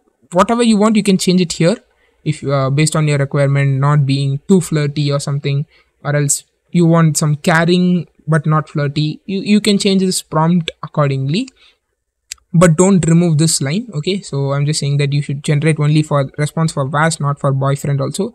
Try to keep your response in 20 words, because we don't have that much leisure of having high conversations, because the computation is also not there. But also in 11 labs we have a restriction of 10,000 characters, right? So that is why we have the prompt like this, guys. This prompt is very important, so you can just adapt this prompt based on your requirement. But like I said, very important is very much important. That's why I kept it as very important itself. Okay, so you will also provide your chat history there. Along with that, you will provide your boyfriend input, which is the user input. So Vaz will obviously complete that. Like you can see here, the variables is history and chat input, sorry, BF input. And you have model checkpoint being Llama 27B chat, GGML v3 q41.bin. Model type is Llama. The max new tokens is 512. Temperature is 0.3 and k is equal to 2. Okay, so these are all there. These are all some conventional ones. So based on this only we are creating the GF, right?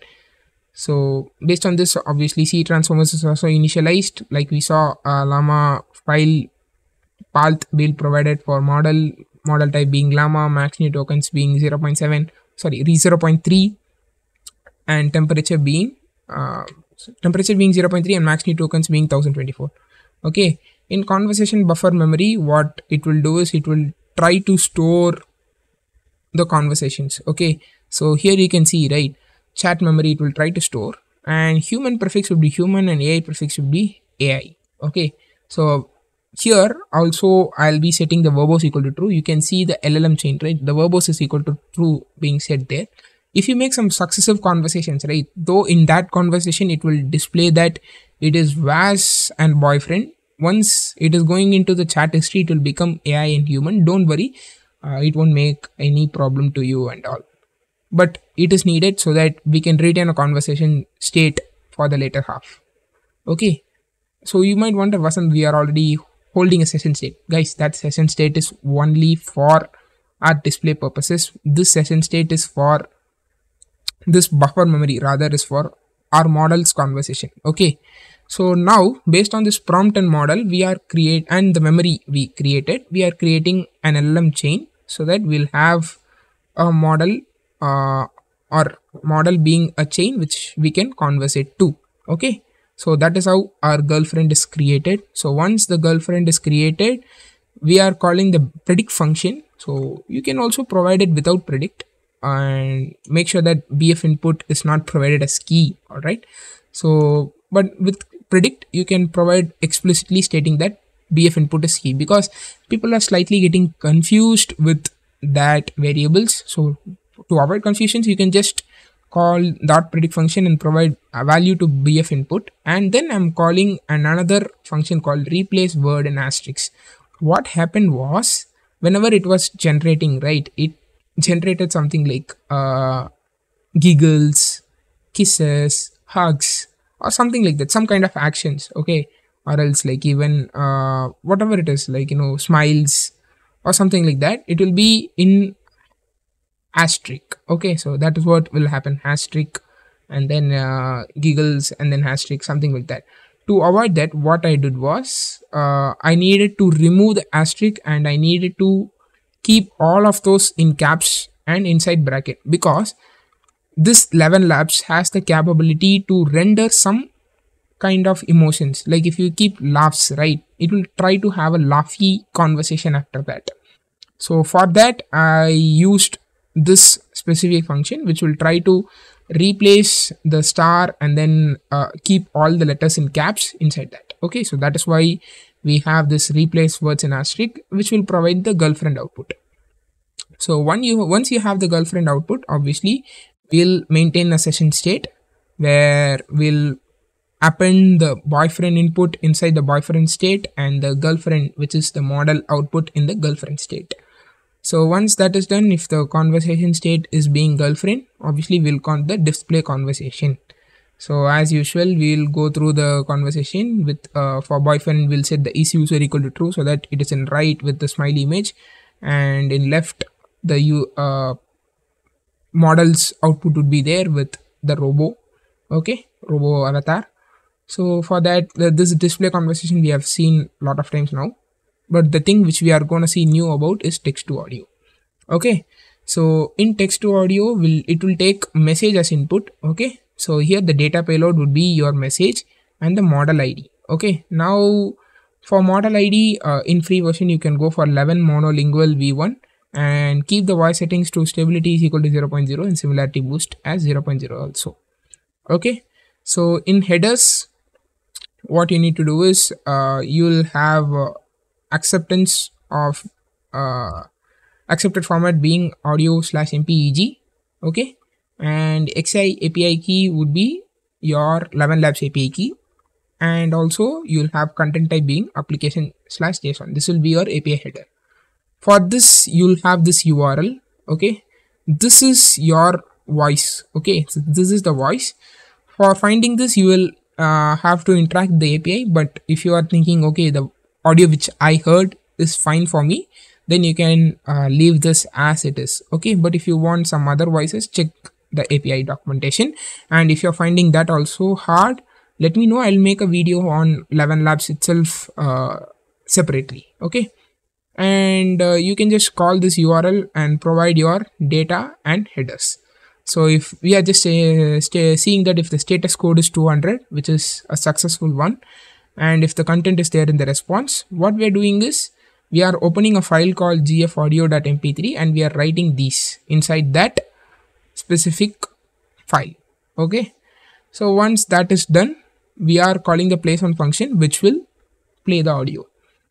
So yeah guys, it is a simple bot, but it has a lot of potential because this bot itself can be made as your personal assistant, because all depends on your prompt only. Okay, so you can just search for some prompts and then you can replace the prompt and it will work as it is now. You can create your boyfriend, you can create girlfriend, you can create personal assistant, you can do anything with this, actually any kind of conversational assistant for you all.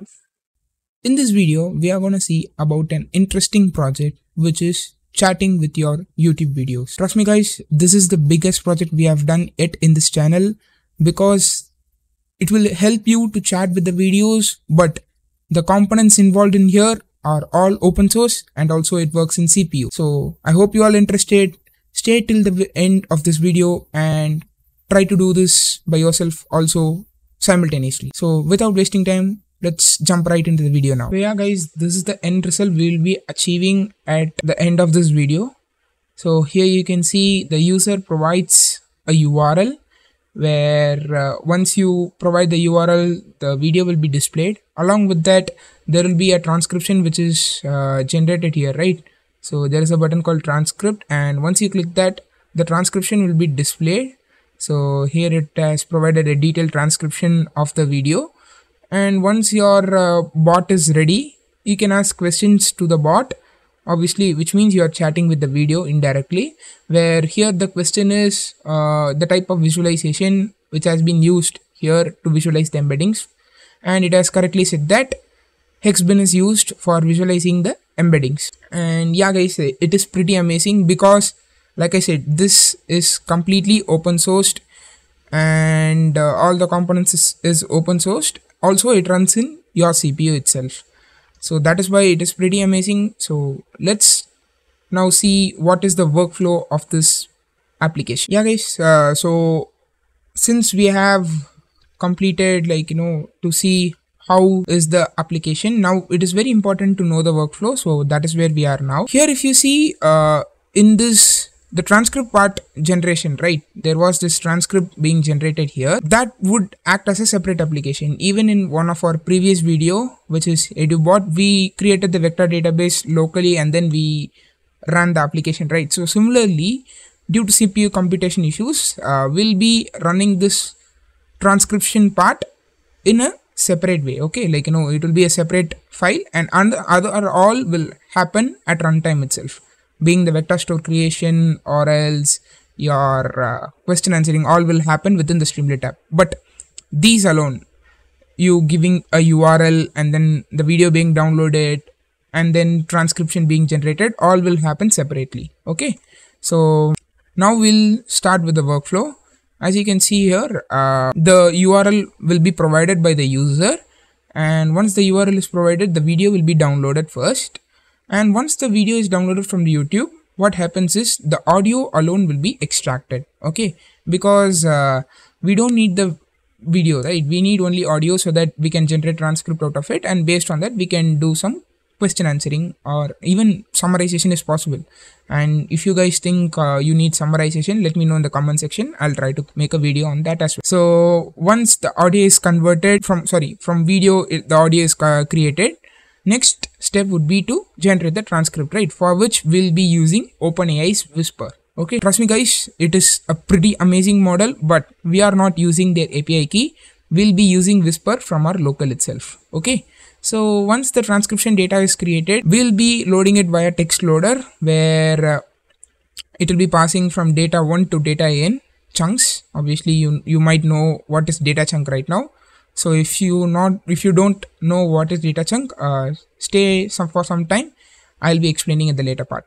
So once the data chunk is created, we'll be computing embeddings for the data chunks, and those embeddings will be stored in the face vector store. So now the face vector store will have the embeddings for the documents which can be indexed later. Okay, now the second part is completed. The first part would be to generate the transcription, and the second part would be to compute the vectors for the transcription. Okay, so now these two are completed. Now coming on to the third part, where once the user provides a query, which is the question via the chatbot, we'll be computing the embeddings for the question also, and then based on that we'll make a semantic search in the phrase vector store, and once the semantic search is completed, we'll be ranking it from top to bottom based on the relevancy, and here we'll be taking the top 1 result, or else even we can take top 2 result. Okay, that is also fine. So once you take the result, then we'll be passing on to our Llama model, which we will be using here,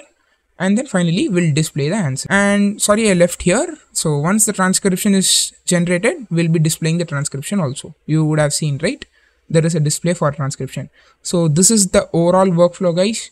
If you find this overwhelming, don't worry, I'll break it down step by step once we are going file by file. But yeah, this is an overall idea of what flow you can expect from the application.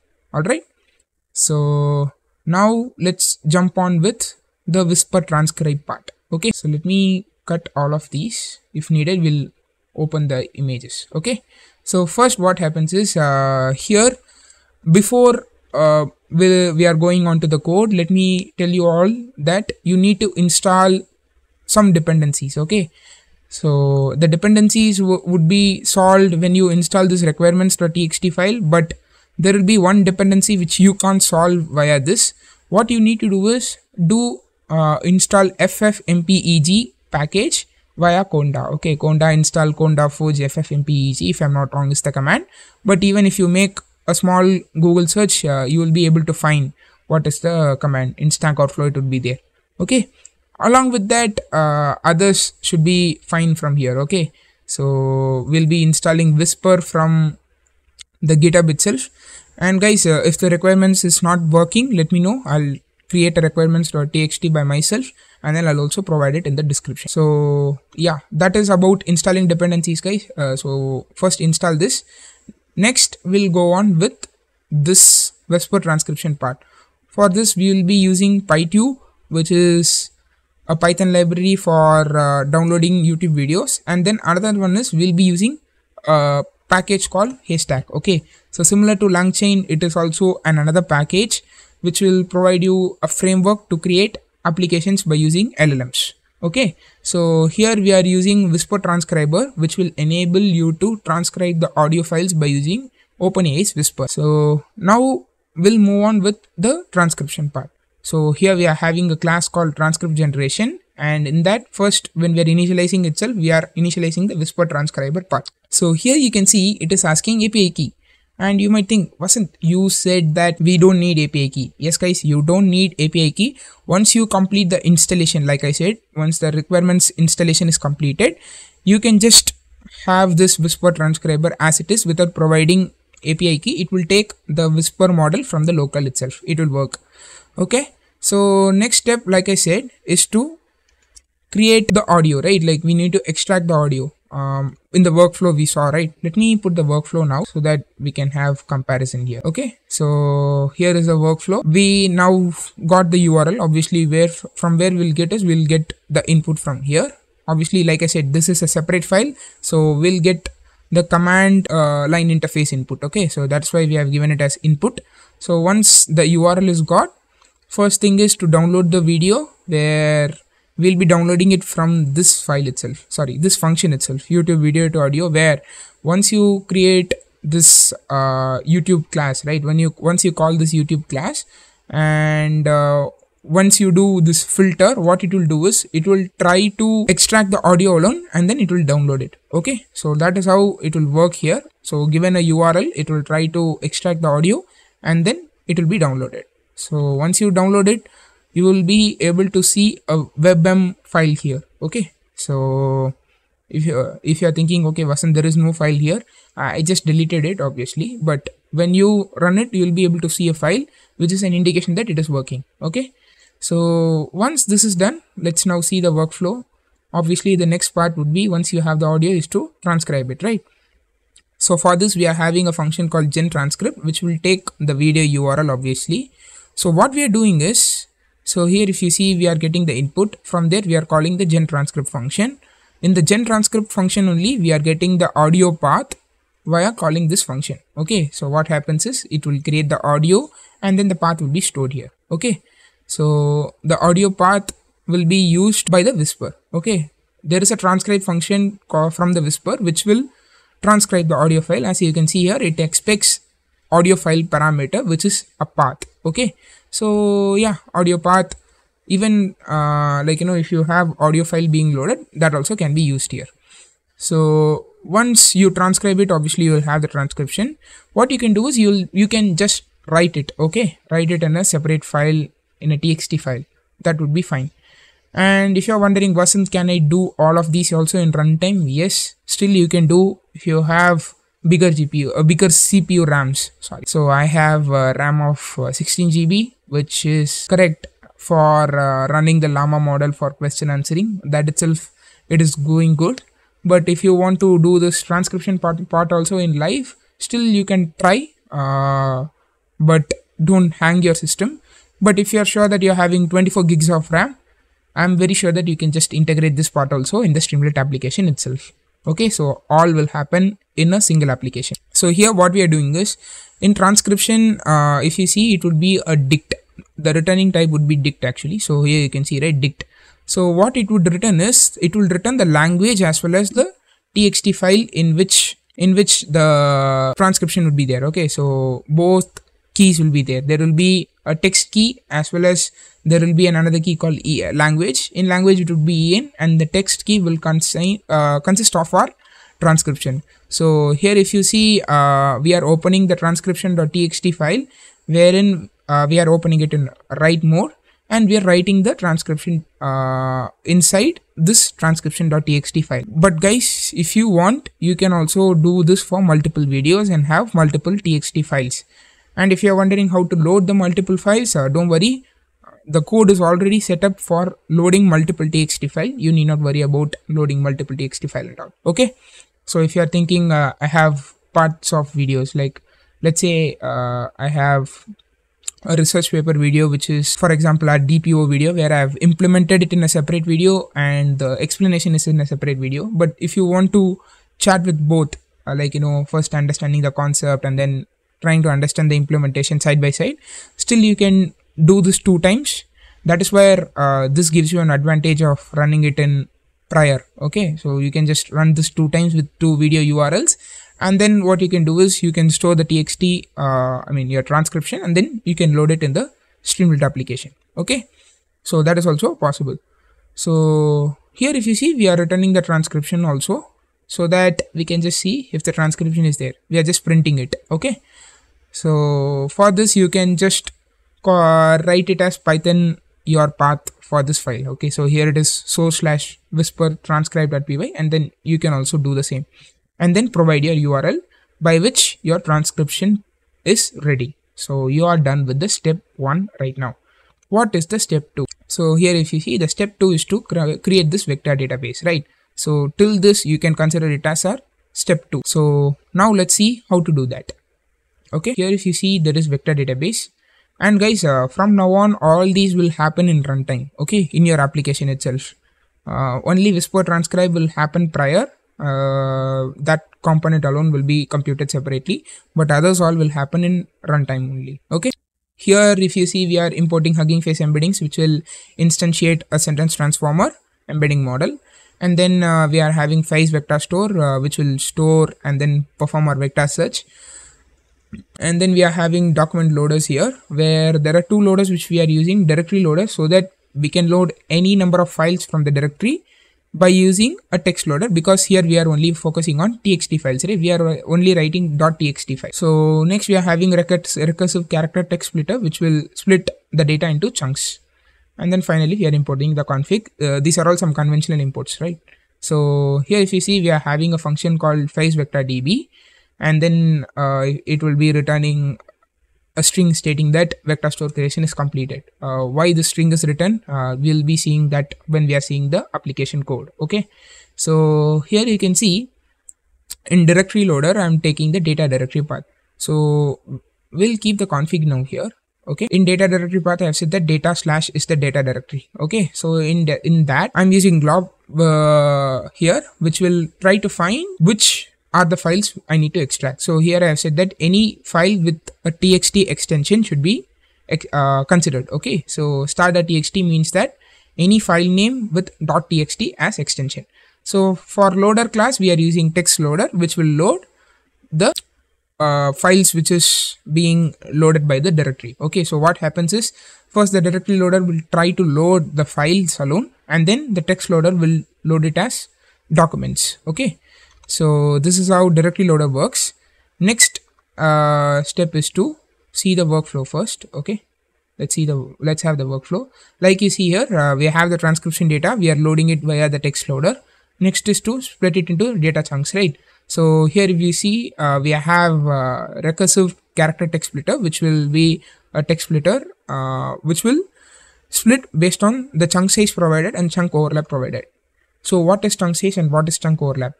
So in chunk size, what happens is it will take the number of characters which we give here. Here if you see, the chunk size would be 500. Okay, so 500 characters is considered to be one chunk size. For computation purposes, I have kept it very low, but if you want, you can also keep it very high, like even 5,000, 10,000 is also possible. Okay, so in this chunk size, what happens is, first it will try to create a chunk from 1 to 500 character. Okay, so the next chunk would be 300 to 800 and so on and so forth. So the advantage of this is that the context in which you need to ask the question would be reduced. 1, 2, by chunk overlapping, you will not lose the context, right? Because there is a bridge of 200 here. So that 200 characters will be almost suffice enough for this 500 chunk size. So yeah, so this is just to keep the context size very low. What happens is, usually when you give these chunks, right, when the user provides their query, they will be obviously computing their embedding, and the most relevant chunk will be returned, which means, for example, if you are having a 5,000 character size chunk and the answer would be in 500 characters. Okay, so instead of passing the 5,000, we'll just pass this 500. That is why we are doing this chunking. All right, so I hope this makes sense now. Now we are splitting the document, obviously, so that we can create data chunks. Okay, so next we are having Hugging Face Embeddings class, which, like I said, will initialize a sentence transformer, for which we have used GTE large according to the MTEB leaderboard. Okay, so you can just type in Google MTEB leaderboard Hugging Face. You will be able to find that this model is one of the top 3 models performing in creation of embeddings right now. Okay, so, and like I said, we'll be running this in CPU. So we are explicitly specifying that the device should be CPU, because if you see in my system, I have CUDA being enabled, but I'm saying that only we should use CPU, no CUDA. Okay, now once we are done with the embeddings, Hugging Face Embeddings will create your embedder, right? This embedder will try to embed the input documents, and those documents will be stored in the files vector store. Okay, so that is what is happening here. So files vector store then will be saved in local in the vector database path provided. So here if you see, the path is files/video chat. Okay, so in this, if you see, there is index.files and index.pickle. So that is how the vector store will be created.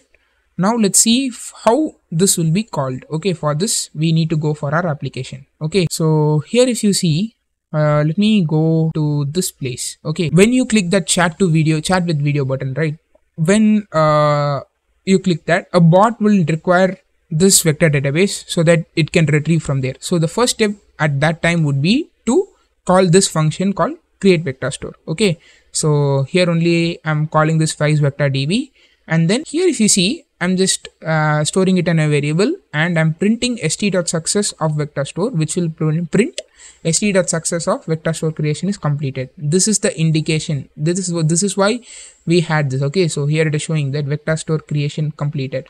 For this only we had that being returned. Okay, don't worry if you think, okay, Vasant, this is somewhere in the middle. Obviously I'll be going through the flow of the application one by one. I'm just showing you where this vector db creation function is called. Okay, so now if you see, the 2 major components is completed, where vector store is created, and then we also have the transcription, which is being the input of the second component. Now the third component would be to have the user query, and based on the user query we need to provide the answer. Okay, And guys, without forgetting, just see here, we are also displaying the transcription. Okay, for that, if you see in this application also, here if you see the transcript, right, st.success of transcript, what it does is it will read the transcription.txt file from the data where it is obviously generated from the whisper. So that will be displayed here. Okay, so that is how it is happening.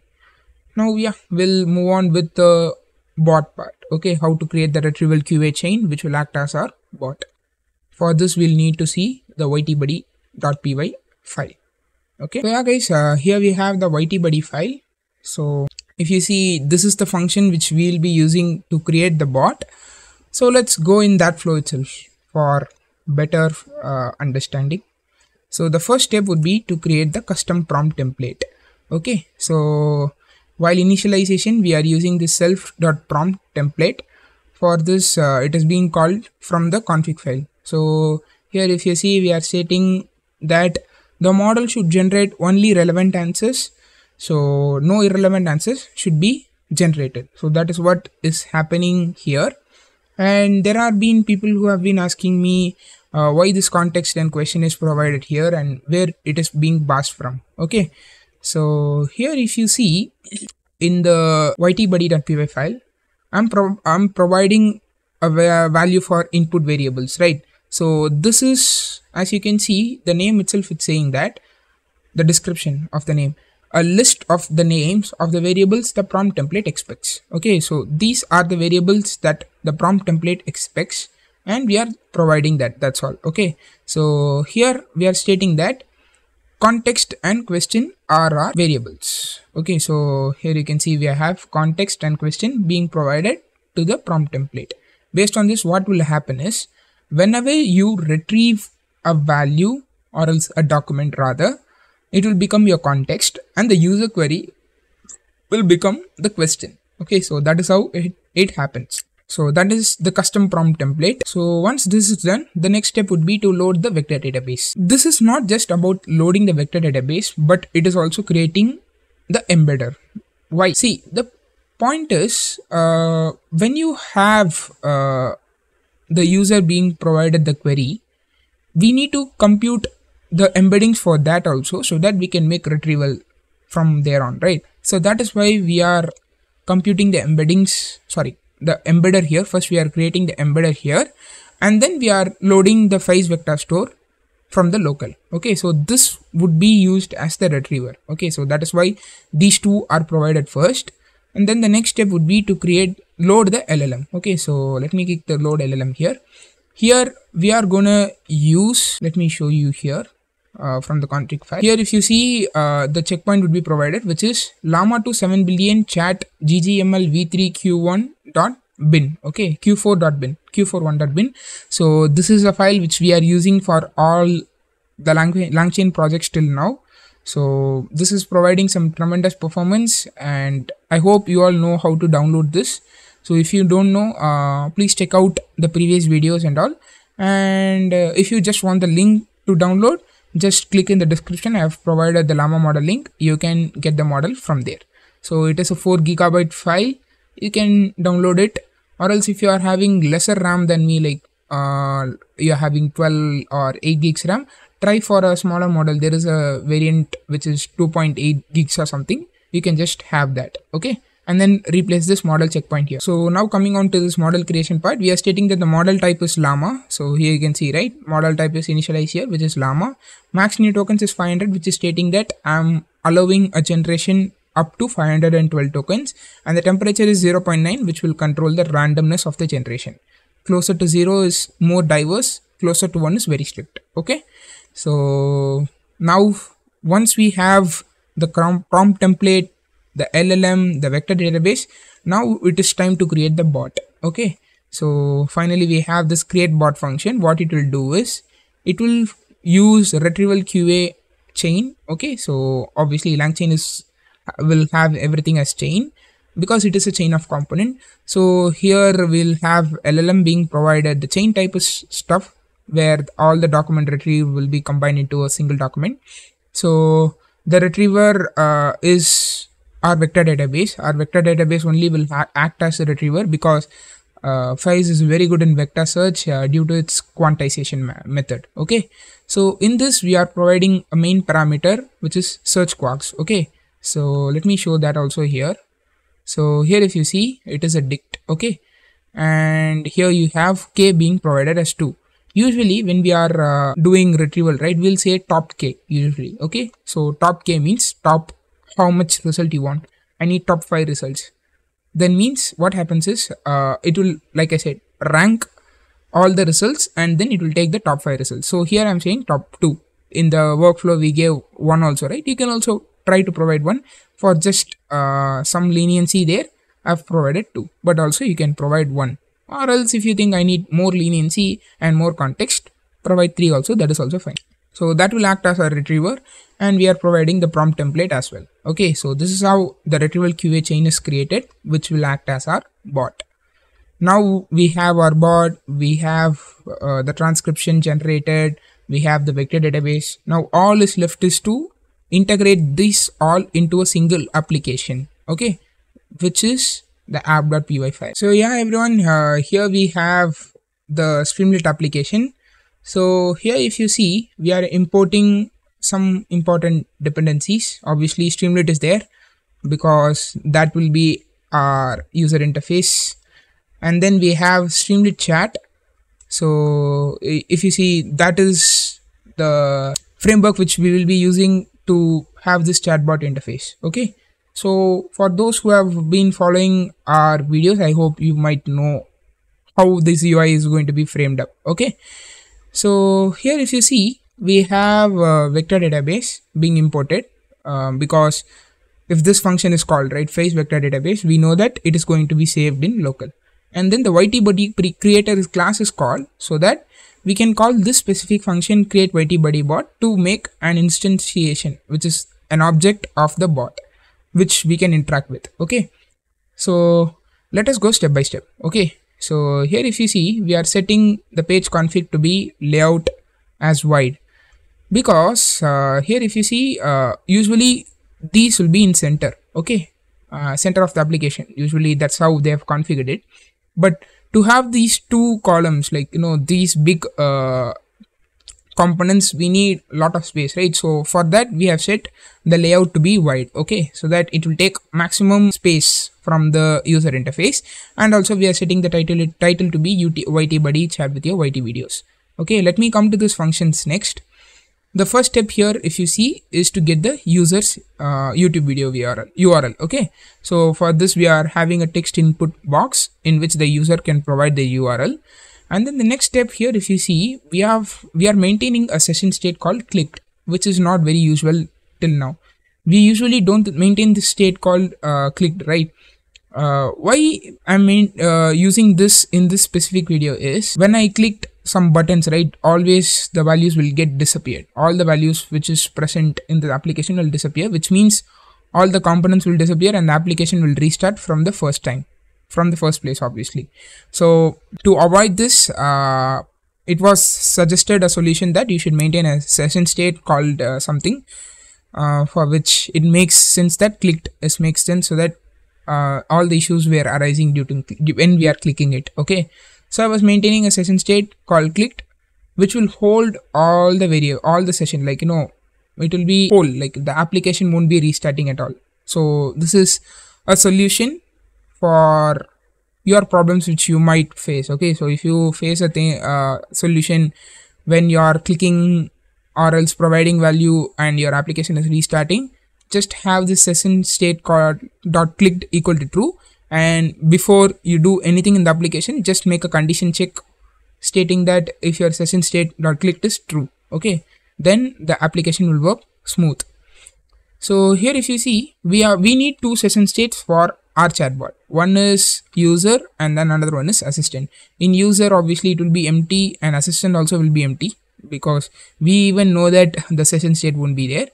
So in this we are stating that the first user conversation would be hey there, and then the assistant would reply I'm ready to help you. So this is the first conversation. Followed by that, any conversation would be followed by we providing some question, and then it will provide answer here.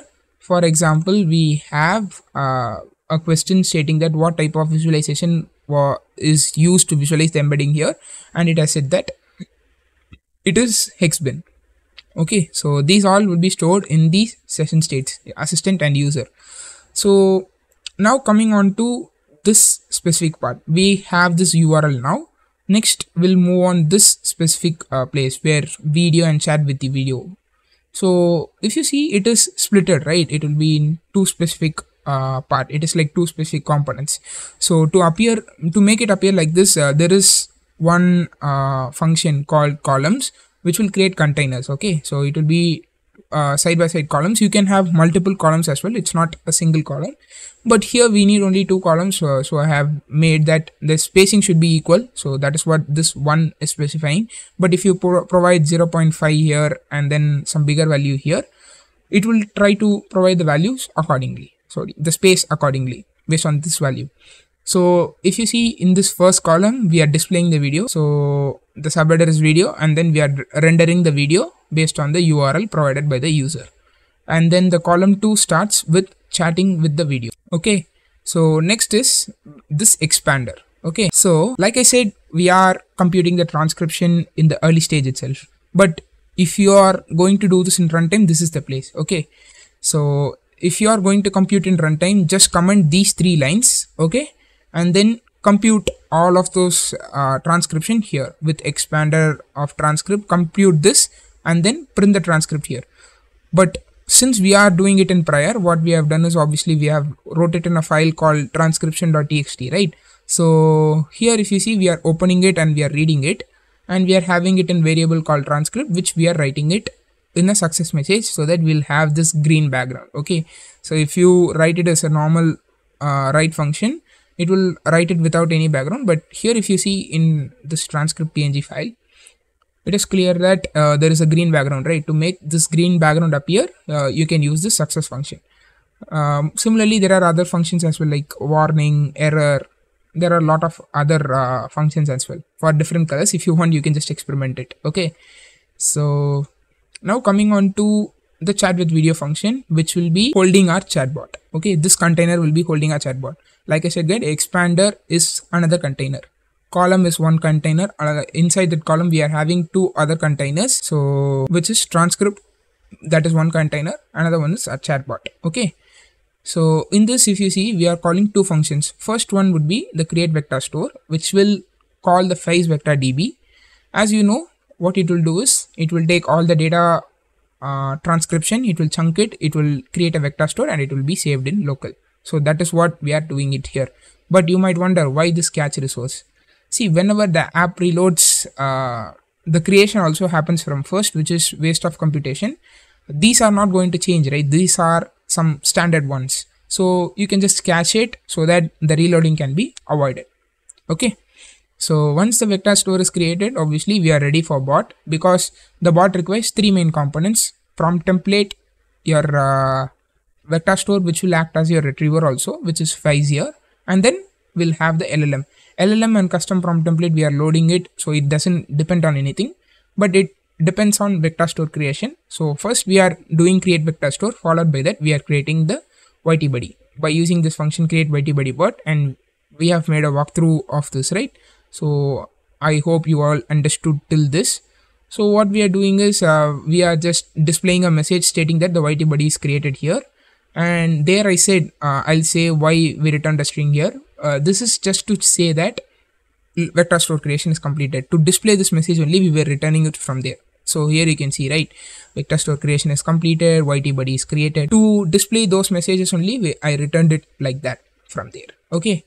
And here if you see, I have provided you guys with the spinner here so that it will show when it is running. It is better for a user to understand why the time is taken. Okay, so when you are running this, if you are showing a spinner stating that the YTBuddy creation is in progress, the vector store creation is in progress, they will understand, okay, something is going on, let me wait until then. Okay, so that is why the spinner is here.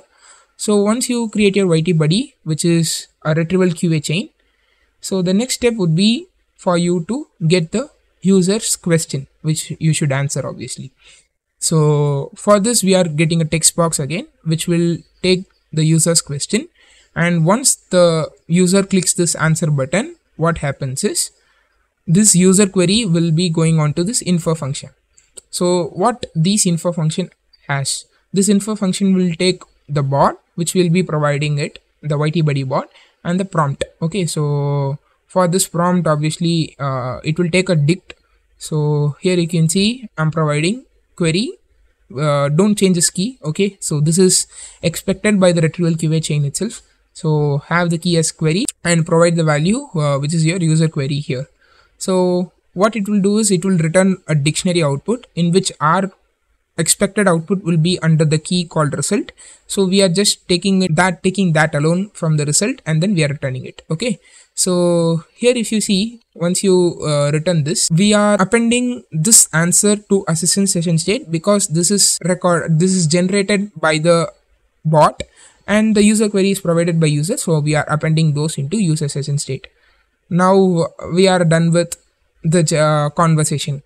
We need to display the conversation, right? So for this, we are making sure that it is in assistant session state now, which means that the assistant has answered now.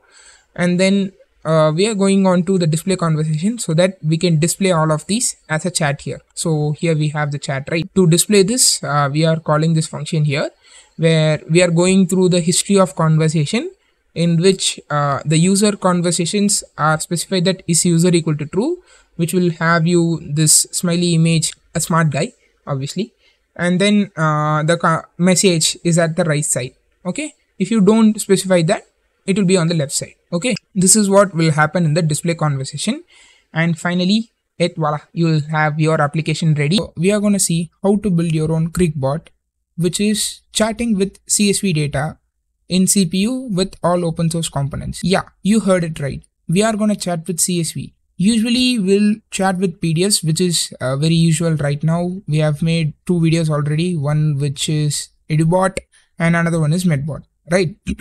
But this video is kind of slightly different from that, where instead of treating PDFs as our input and chatting from PDFs, we are gonna chat with CSV data. Okay, so even there have been people who have been asking how to chat with Excel kind of data and all. So if that is there, then yeah, you can still export every sheet of Excel as a CSV, and then yeah, you can chat with that, right? So that's it for the introduction of this video. We'll start with the video right now. So yeah guys, this is the end output which we will get. Okay, so here you can see I'm uploading my data here, which is ind.csv. Don't worry, I'll provide all the data as well. So here if you see, I've provided in.csv data, which is having some T20 record of Indian batsmen basically. Okay, and this about this also you need not worry. This is how the input would be. Okay, to show you how the input is processed, I have written there.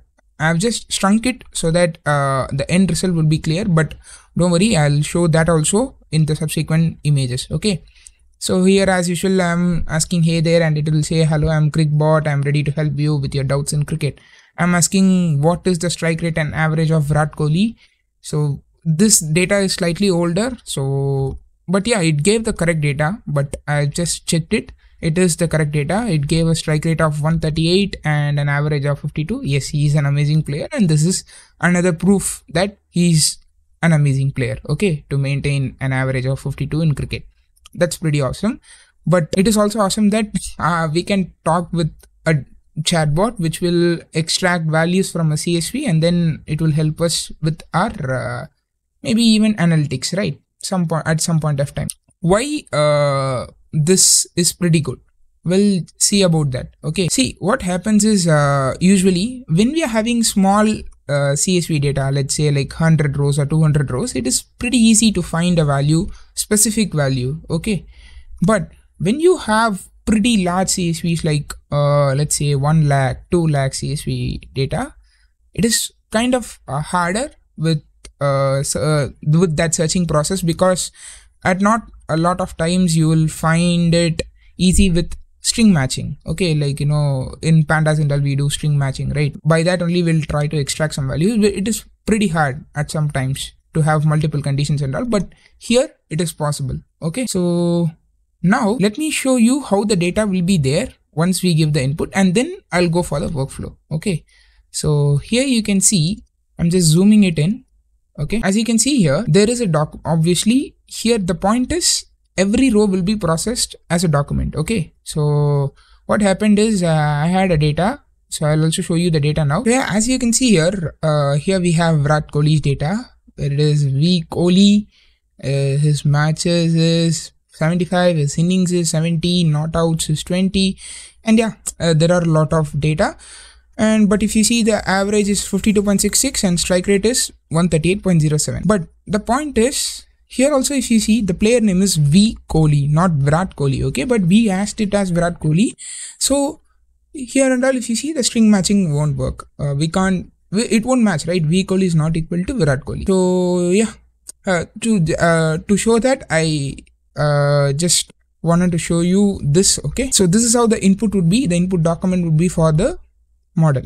Okay, how to create this kind of document, I'll show you that also in a minute or so, once we are moving on with the coding part. But before moving on to that, I'll also show you the data. Okay, so this was the data. Okay, I downloaded it from some Kaggle competition or dataset, I guess, and in that for easier understanding, I just took the Indian players data alone, which had around 22 instances. I just saved it. I'll give you both data in .csv as well as t20.csv, where this was the input.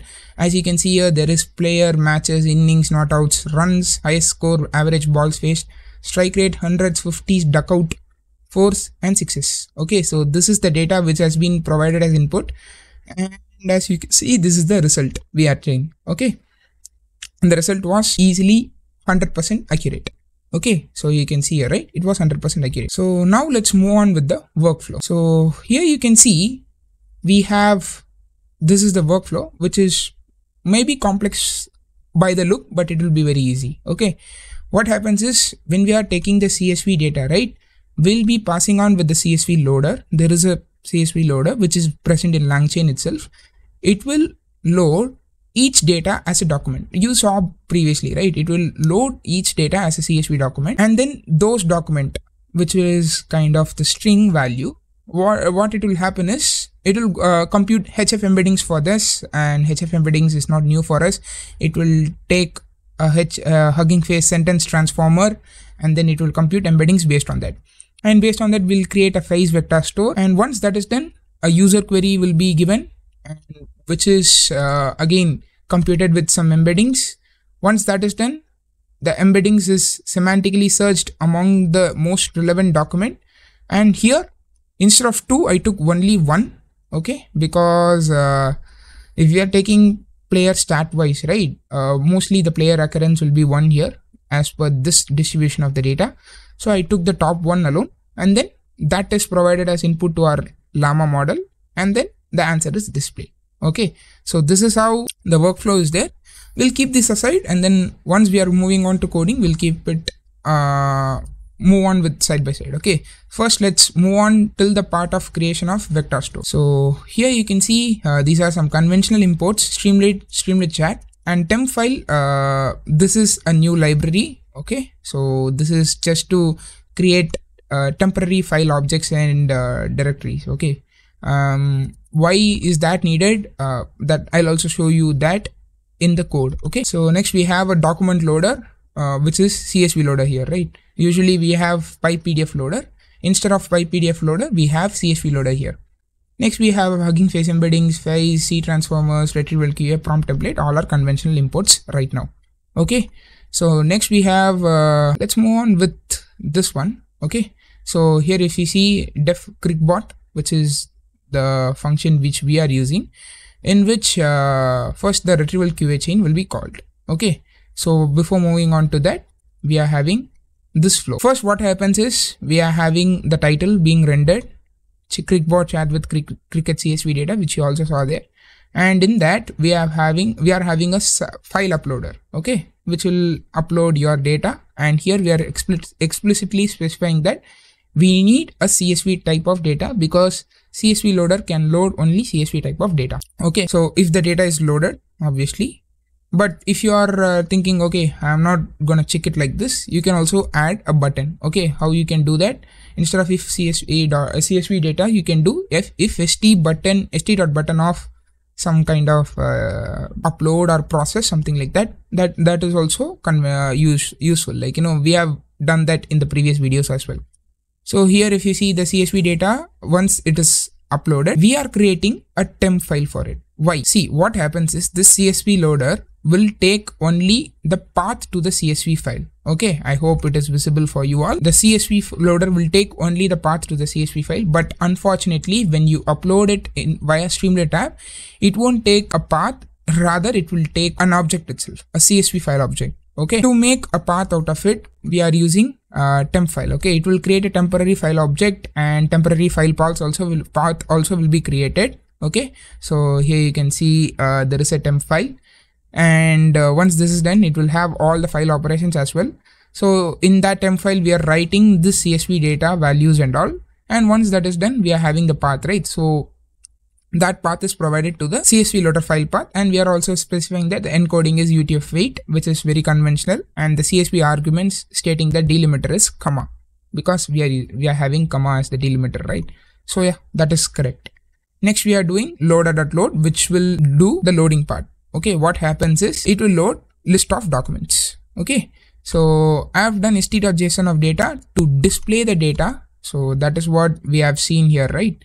I have data.doc.png. So here you can see in 0 we have document, page content. So similarly, it will go till 22 here. Sorry, 21, because there are 22 instances. But if you have more data, it will come in a lot more. Okay, so yep, that is there. So we have just printed the data. Once that is done, next we are creating the embeddings, Hugging Face embeddings. All right. So as you know, GTE large is one of the good performing models, which we found it in the first video, right? In Edubot, we saw the MTEB leaderboard, and GTE large is one of the top models, and we are still considering that, and we are loading it in CPU. Okay. So once that is done, we are creating a face vector store based on these embeddings, and we are loading this data, and we are computing embeddings for this. Okay. As you can see in the data also, here it is given documents, right?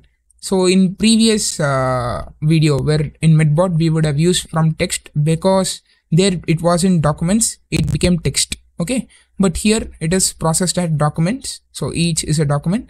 So we are processing it from document. Okay, from document we are providing this data which has the list of documents. Like I said, here if you see, there is single CSV data which will load in the CSV loader, and each data is created as a document. Okay, as you can see here, there is multiple documents here, and it is becoming a single document. And once that is done, we are computing HF embeddings for those.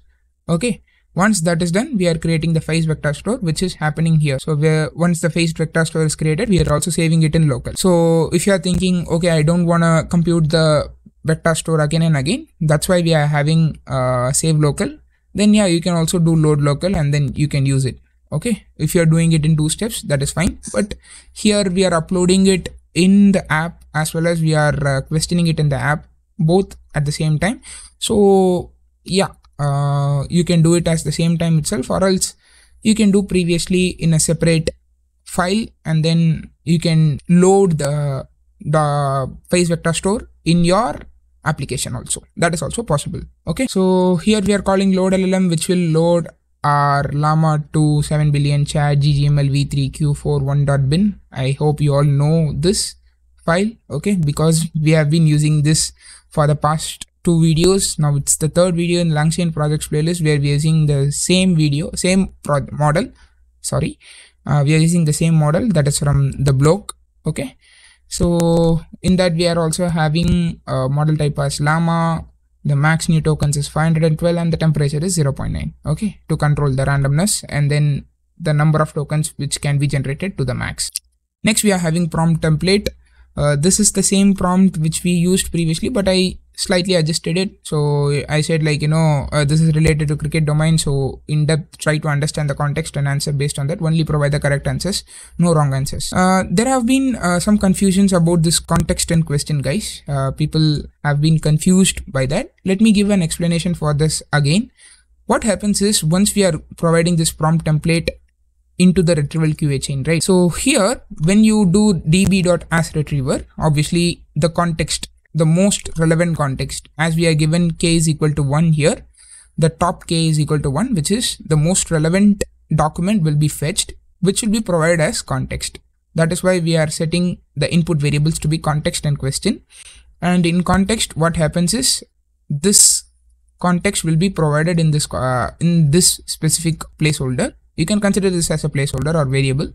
And then in that question, what happens is the query will be gone. Okay, so that is how it works. All right, I hope I make some sense for you all. So once this is the prompt template, obviously. So for example, in the Virat Kohli example, what is strike rate and average of Virat Kohli would be gone into question, and the context which would have been retrieved. For example, here it would have been document, page content, player Virat Kohli, matches 75, innings 70. That would have been the context. Okay, I hope now people would understand what is happening in the prompt template.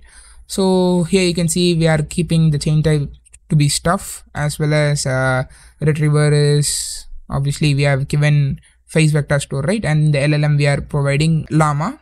And then yeah, we are also providing the custom prompt template, which is very usual now. So this is our retrieval QA chain, obviously.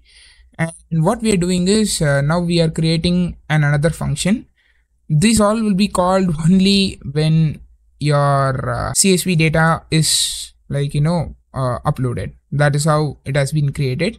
So what happens is here we are creating the Cricbot, right? So here you can see the call is here. So what happens is this Cricbot will instantiate this retrieval QA chain. Okay, and here for query, the user query would be passed and we are returning the answer of result.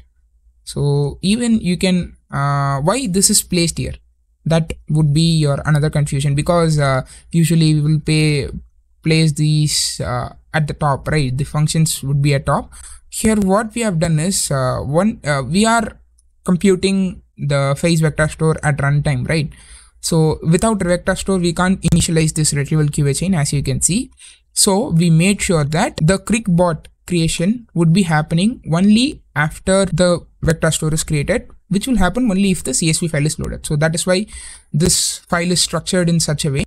Okay, so as usually we are having user state and assistant state as session state. As you might know, it is a session state which will hold the past conversations between the user as well as assistant. The user conversation would be stored in user session state, and assistant conversation, which is the model's conversation, would have been stored in assistant state. Okay, so we are creating an empty container here. What it will do is it is an invisible container which can hold multiple elements.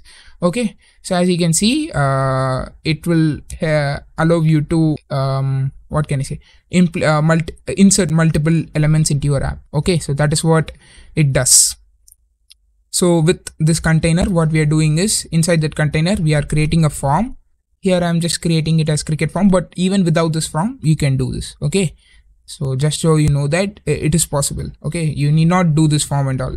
I'm just providing some variety with the videos. Okay, so in the previous video we done without form, and this video we are doing with form. Okay, so in here if you see user input, we are providing the placeholder stating that talk to your CSV data here. Okay, so you can provide your input there, and then once that is done, here there is a constraint. When you're having form, right, the button should be st.form submit button, not st.button. Okay, so we are also initializing that button with the label as answer, and if that button is clicked, this Cricbot would get this user input. As you know here, it will go to the query, and this retrieval QA chain will try to retrieve the most relevant context document from the face vector store, and then it will answer accordingly. Okay, so that answer is appended to output, and the user question is appended to the user input.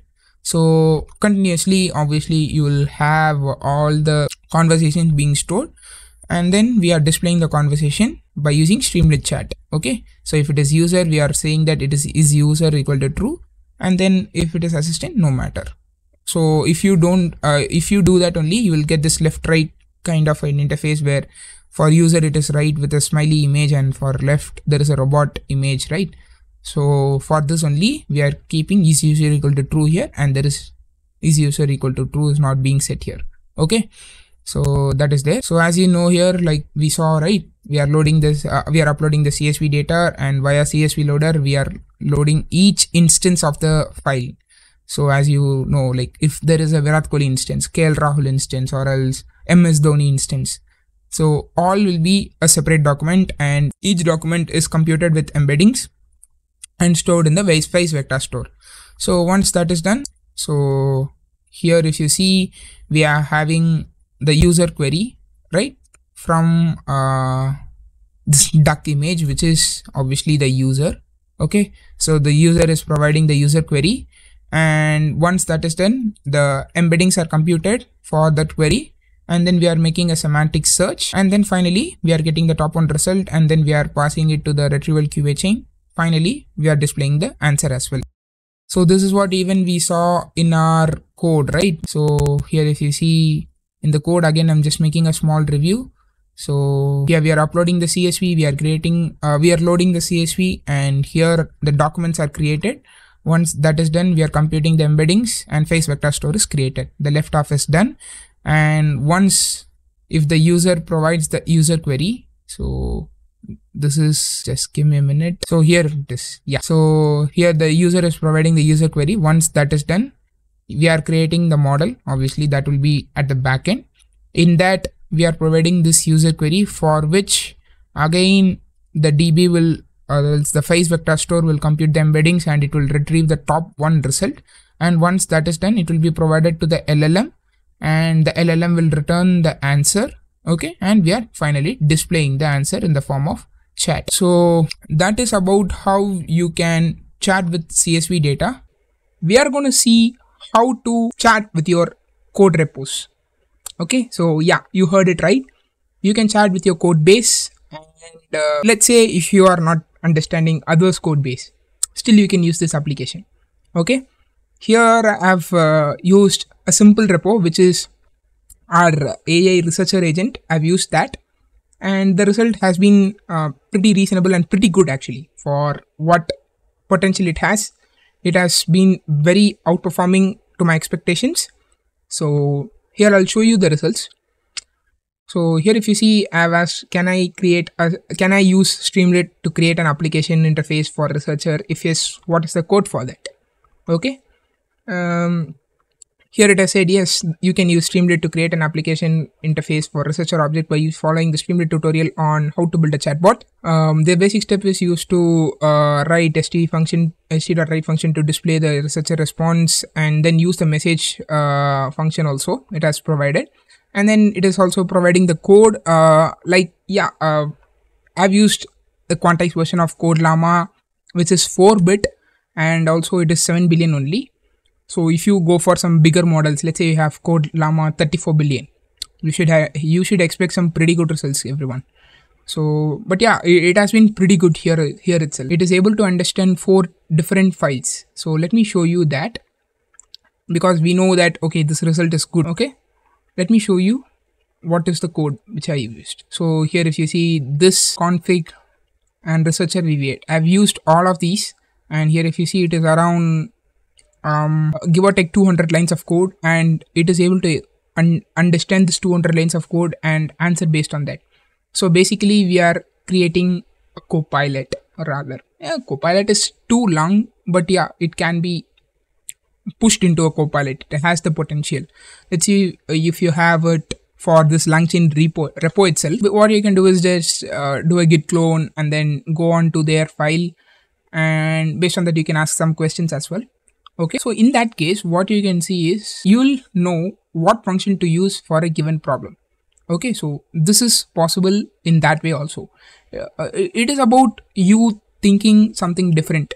Okay, so here I have just started this, where I thought, okay, is it possible for me to chat with my code base? Because in the previous video, previous videos we have chatted with text, we have chatted with PDF, we have chatted with whatnot. We have chatted with videos, we have chatted with real-time questions, everything we have done. So I thought, okay, why not chat with code bases by using Llama, because Llama has been pretty good. So that was the starting point, and I resulted in this. So yeah, guys, that is the introduction. So let me go on with the explanation now. Okay, let me go with the app.py file. We'll go for a top-down approach. Okay, so in this, I'm calling the message, and then from Codepal retriever, I'm calling create Codepal retriever. Let me go there. So here I've used phase retriever. Okay, but yeah, we have seen in previous videos as well. We can use VV8 if you want to, but there are some other options as well, like ChromaDB is there. And if you want a video on me making some project with ChromaDB, let me know. I'll also make that. Okay. Now, coming on to this, here the imports are going to be slightly different than usual. Okay. So I'll explain the imports one by one right now. First is language. Okay. So this language is an enum for all the programming language. So it will have Python, Java, or else C++, C#, everything will be there. Okay. So that is language. We would have used that here. I'll show you. Okay. And then we have in document loaders, we have the generic module in which we are calling the generic class, which is what generic loader does is we usually have this PyPDF loader, text loader, we have used CSV loader, right? This generic loader is kind of the parent class. It can load any type of files. Okay. So that is the advantage of generic loader. And we have the parser, which is language parser. What it will do is it will try to somehow separate the document in such a way that the top level function and classes, everything will be separate, and the inner level code will be there in another file. Okay, it will be linked obviously. So that is how they would have parsed this, and yeah, it has been pretty good. Okay, the retrieval has been very good. Okay, we have the recursive character text splitter, phase, and Hugging Face embeddings. These are not new, but the other three were.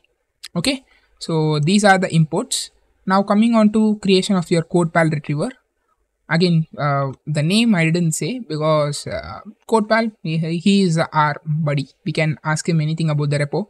So that's why I named it as Codepal. But yeah, you can keep whatever name you want. So now coming on to the generic loader, you should call the function called from file system. Okay.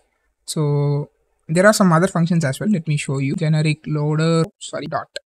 So here if you see, there is lazy load, there is load, there is load and split, there is everything. But we are using from file system. Okay.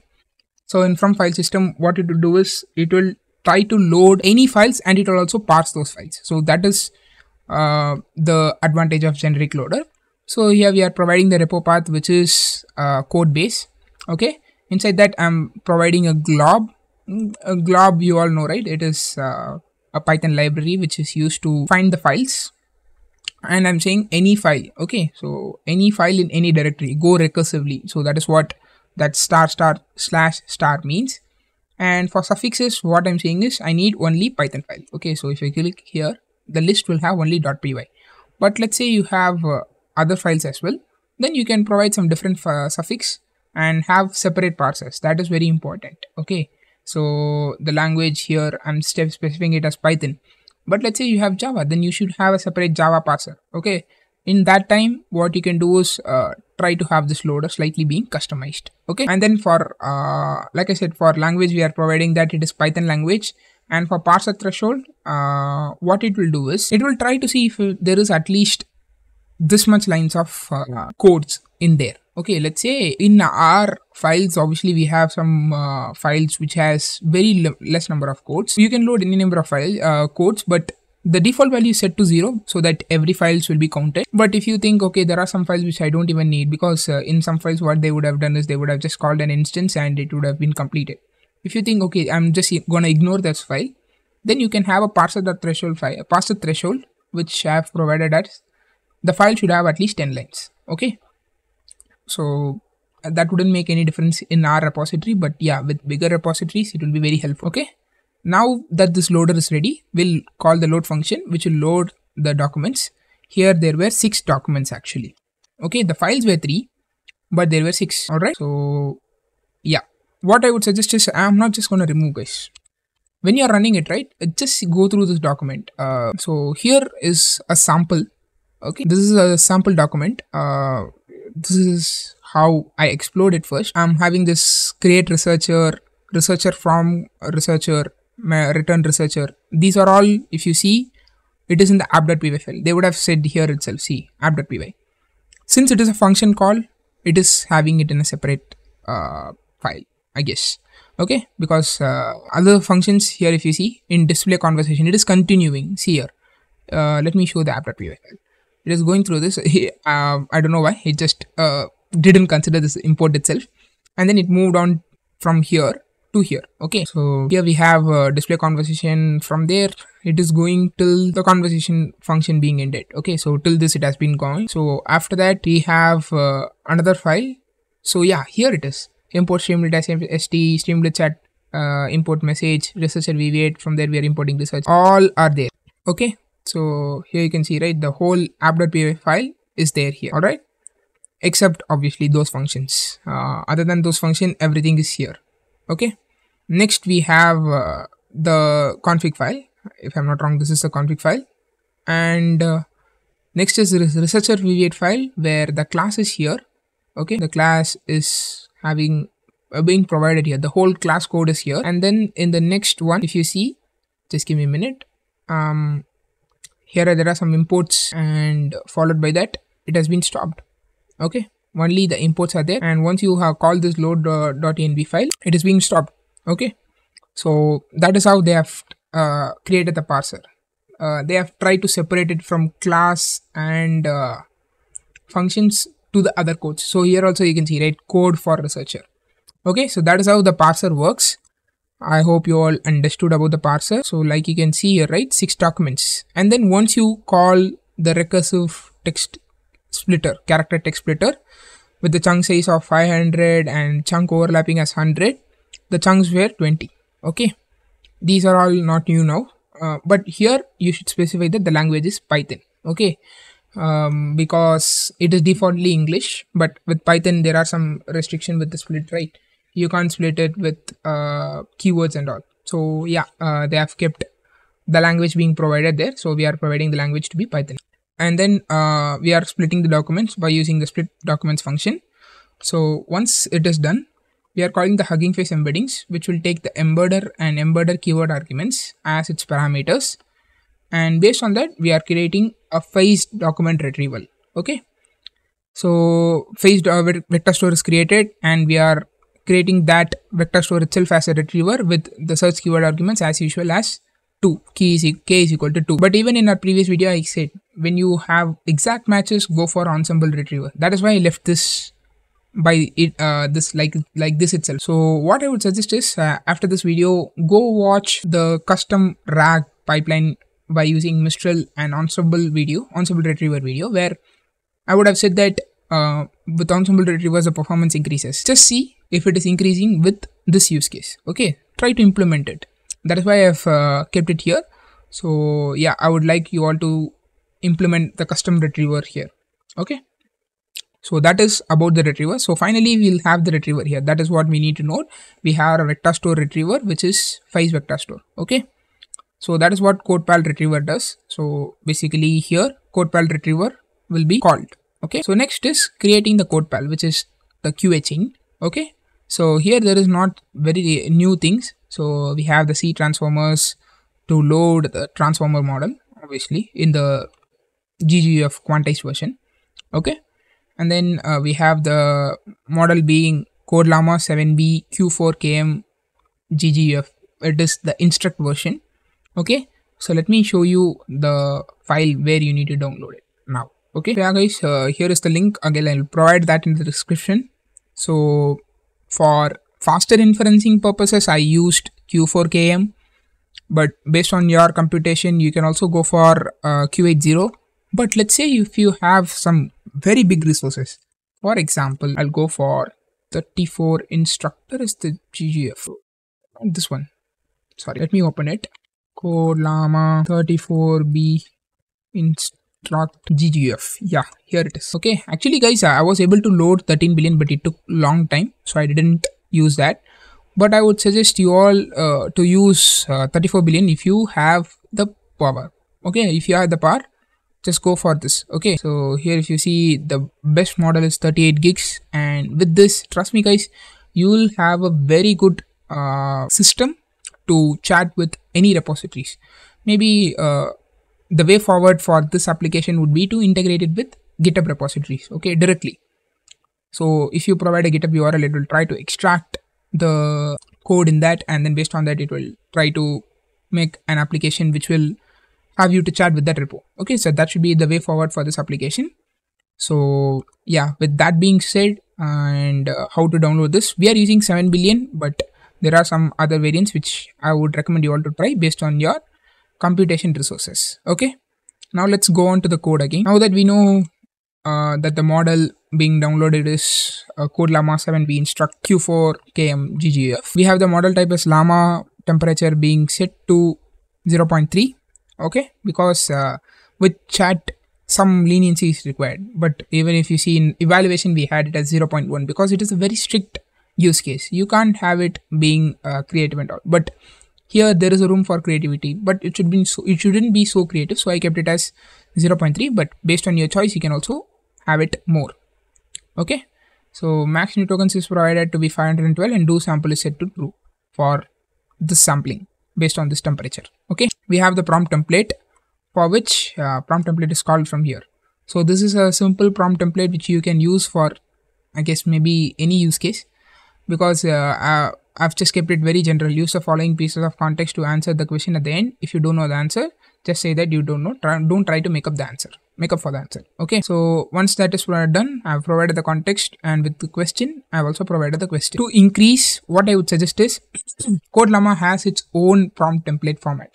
Okay, again, this is a room for improvement. Try to provide that prompt template inside this prompt template. Okay, so for finding that prompt template, you can see that in the Hugging Face itself, they would have said, okay, you can use this kind of prompt format for inferencing. Try to provide that prompt format here and see if the performance increases. Okay, and as usually we are saying the variables to be context and question, and chain type is specified to be stuff. Okay, so that is how the load QA chain is done. So once that is there, we'll have the final load QA chain. Okay, so it will be question answering with the documents. Okay, but if you want some better results, again guys, try with retrieval QA as well. Okay, so yeah, that is another thing which you can try to make. Okay, so yeah, that is about the Codepal bot. Now that bot is created, we'll go for this. Okay, so this function is created. Since it is a cache resource, first it will cache the retriever, then it will cache the bot. Okay, so we have this display conversation function. We'll come to that later. So here I'm just displaying the title being Codepal, your 24/7 coding partner, and a subheader which will say the description for it. Here we have two session states being maintained, user and apprentice, and user is saying hey Codepal, and apprentice is saying hey hello, how can I help you. Okay, just to start the session states. And then we have columns being used here, columns container, which will try to separate the page into two here. Okay, so it will be divided into 3 in this case, with 2 being provided to one container known as call2, and one part will be provided to one container known as call1. Okay, so in call1 I'm just displaying an image. You could have seen that robot image, right? So that is what is being displayed with call1. And in call2 I'm having an expander which will have multiple elements inside the container, and you can collapse it or expand it based on your choice whenever it is needed. Okay, so once you click that Ask Codepal expander, it will open you a text input box with query where you can provide your any query related to the repo.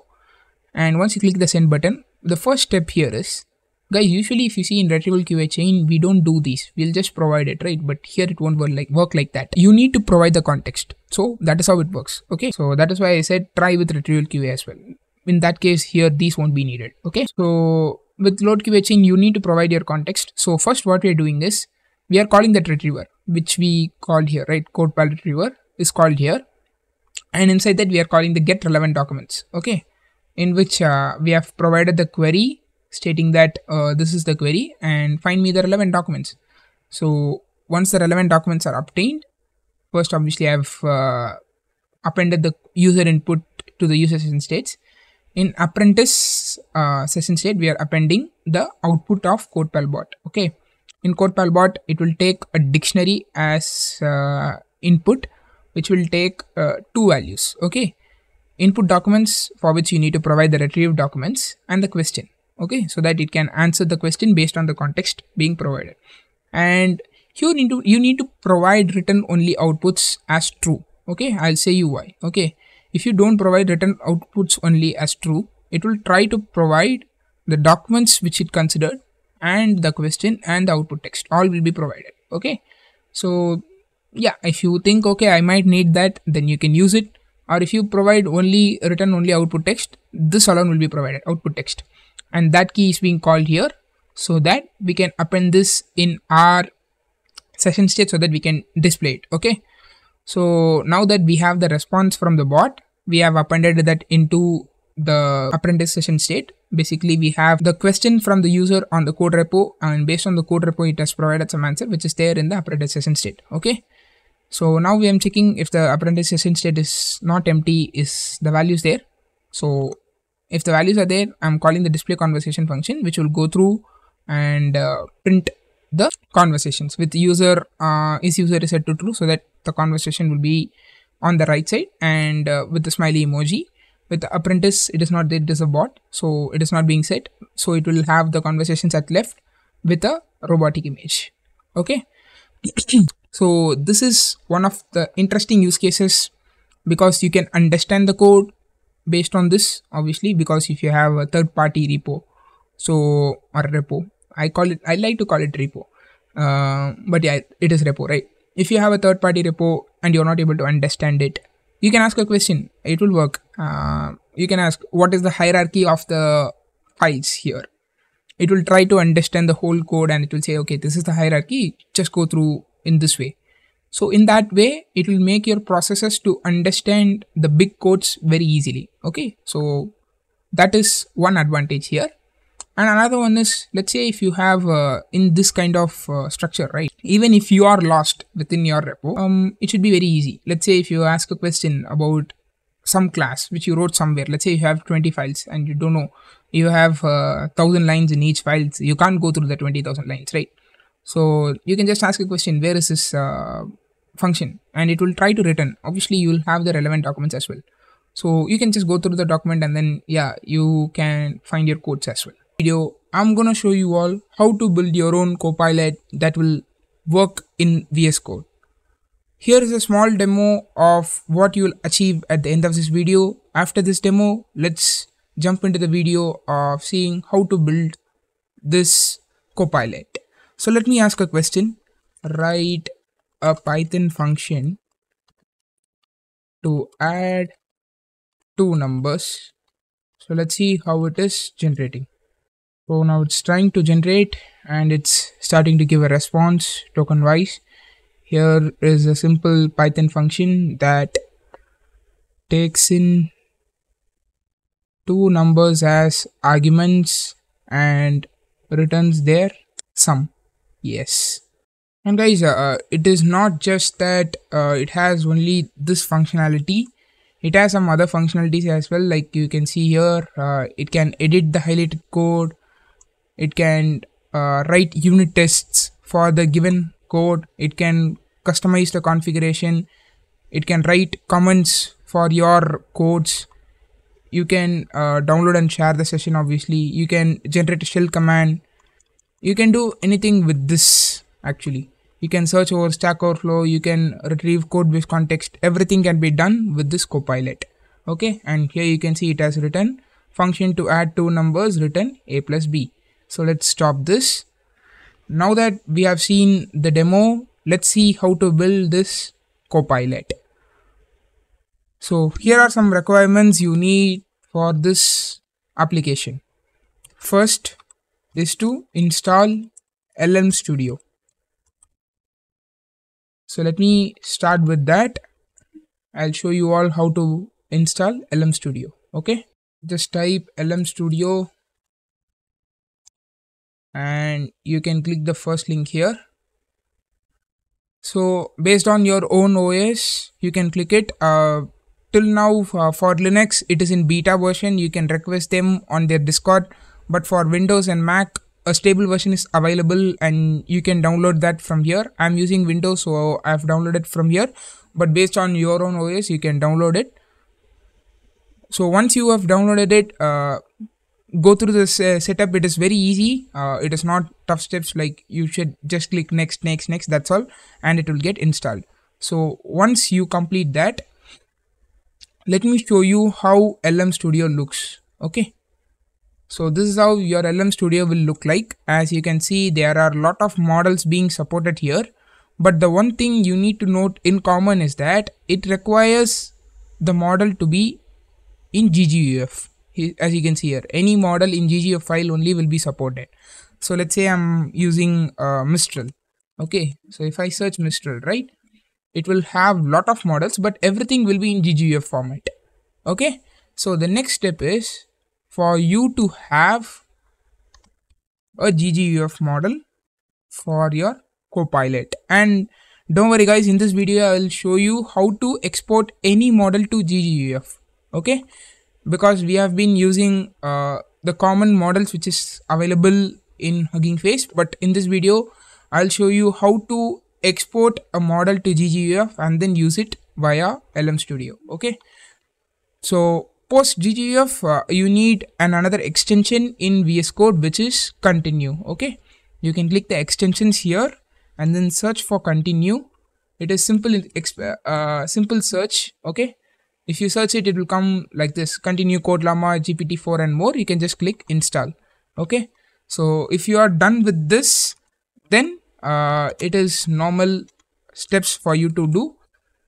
So I hope you would have installed LM Studio. So once you have done that, now you can try to export your model in GGF. So let me show you how is that. Okay, so the first step for you is to run this Google Colab notebook. This notebook will be uploaded in my GitHub, and then the link will be in the description, so you all can check it out. Okay, so you need to install Hugging Face Hub. You need to install Llama CPP, because Llama CPP is a requirement for you to export the model in GGF. Okay, so let me show the GitHub for you. So let me copy this, paste it here, and you can see here this is Llama CPP, and we'll be cloning this Llama CPP, and also we'll install the requirements of Llama CPP via pip install -r llama cpp /requirements. Why is that? Because if you run this, it will clone a folder known as Llama CPP, and then inside that you will have requirements.txt, and we are installing that. Okay, so and another thing is you don't need any GPU for this. Even with the CPU, you can export your model to GGF. Now once you complete the installation, the next step for you is to export the model to GGF, right? Because your installation is ready. But for that, first you need to clone that model to your local. Okay, so for this I have taken a model which I have used in one of the previous videos, which is to fine-tune code Llama. Because like I said, we are building a Copilot, which means we need to use our model, right? So I'm taking this. But let's say you are working with a model and then you have fine-tuned it, it is working very good, then you can also follow the same steps. Or if you think, okay, I'm not doing any fine-tuning, then also I've got you, wait for some time, I'll show you how to use any model. Okay, so now that I have fine-tuned Code Llama 2, if you want to know how to fine-tune Code Llama 2, the link is in the description, you can check it out. The model is ready in the hub, so first I'll take a snapshot out of it, and then I'll save it in the local. So as you can see here, I'm passing the repo ID, I'm passing the local directory, which is my Copilot HF, and revision is main, because as you can see here, it is in the main tree. Okay, so that is about snapshot download. So what it will do is it will try to download and keep it in the local. Okay, next what we are doing is we are calling the convert.py file from Llama CPP. Let me show you here. There should be a file called convert.py. As you can see here, here is the convert.py. It is a long file. but all you need to know is you need to provide two different parameters. One is your out file, which is the model name, which I have specified as my Copilot code llama.ggf, and out type, which is your quantization type. So to know about quantization type, I recommend you all to check the block. Okay, let me search for the block. Here he is. Let us take any of his GGF model. He would have specified that here, and here you can see I used Q80, but there are some other quantization methods as well, Q6K, Q5KM, and you can export it with any of these quantization type, but I chose Q80 because I was concerned more about the performance rather than the time taken or RAM, because I can afford 8 gigs model, but if you are using a RAM of 8 gigs, so I recommend you all to go for Q4KM quantization method. So once you run this, it will take some time. It took me around 2 to 3 minutes for the model to export. So now you have the GGF model ready. Next, what is the step is that you need to push this model to Hub.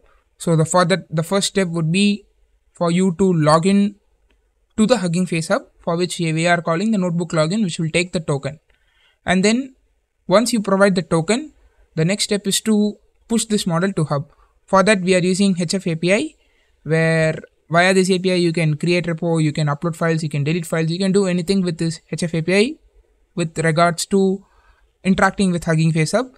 For this, what I'm doing is I'm creating a repo called as Vasan/Copilot code llama 7b ggef. That is the model ID. For based on that, I'm creating a repo. And if I'm saying that if there is a repo, it's fine. Just try to create it on top of that itself. And this repo type is model, because in Hugging Face Hub you can put datasets, or even you can put some evaluation metric and all, right? So I'm just saying that this repo is for model upload. Okay. Next, what I'm doing is I'm uploading the model file, where I'm saying that the repo ID is model ID, and then the path or file object is my Copilot code llama ggf. That is the file we saved here, right? You need to provide the name which you provided here.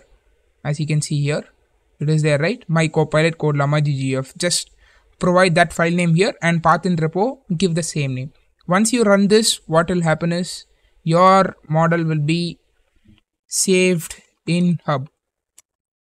Copilot code llama.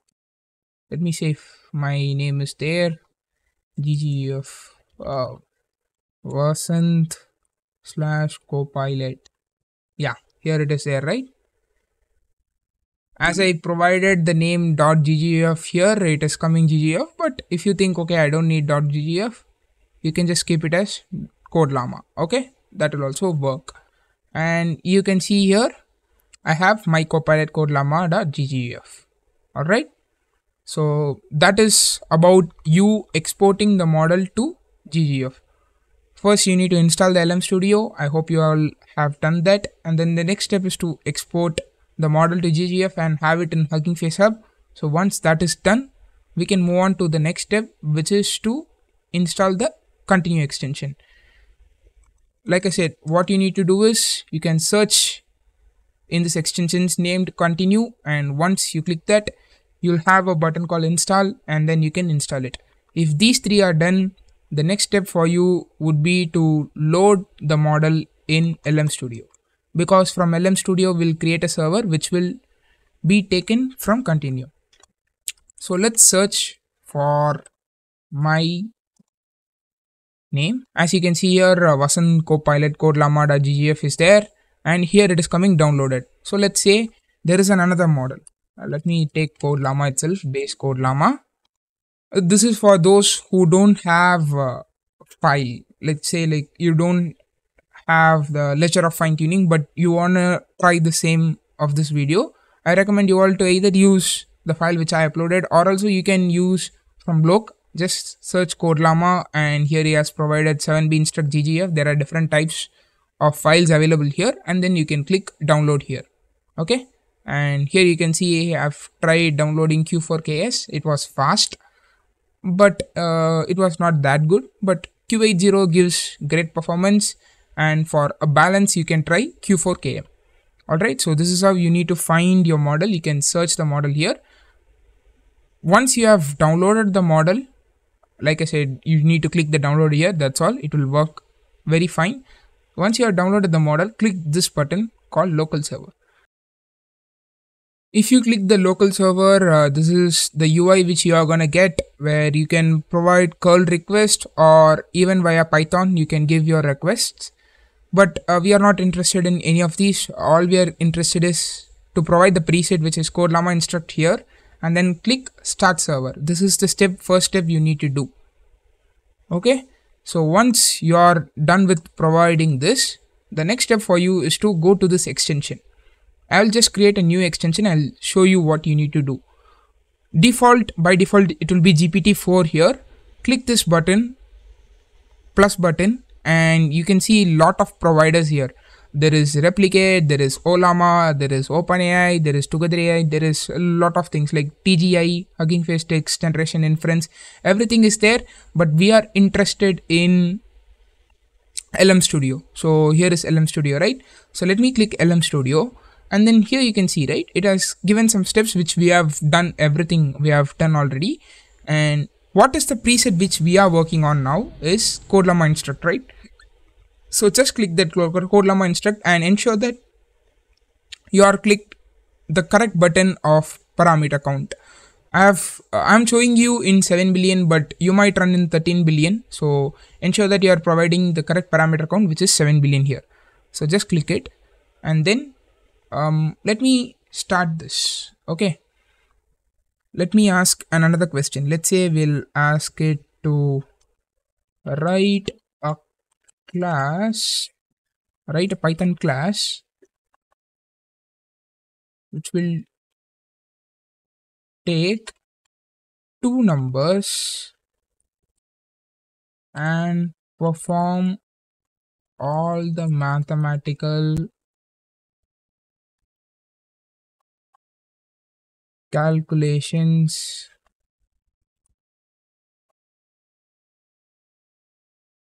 such as addition, subtraction, multiplication, and division, and will print it as separate functions. Let's give this hard task. I hope this is not that easy, because it should maintain a class, it should maintain the self variable, everything is there. So let's see how this is working. Alright, so now it will try to generate, and guys, as you can see here, it has given the answer pretty much correctly, that it is self.num1 plus num2. It has maintained it correctly. Even it has made an if else condition to check if the number, which is the denominator, is 0, number 2, and it has worked pretty good. But you might think, wasn't these are all not something very new, and we can do this with normal inference itself, right? Yes, you can do that, but there are some things which you will get via this one. So let's say I'm doing this. I'll highlight it, plus Control M, and then you'll have this highlighted code here, and click slash, and then do edit. Okay, what I'm editing is, instead of having if else condition,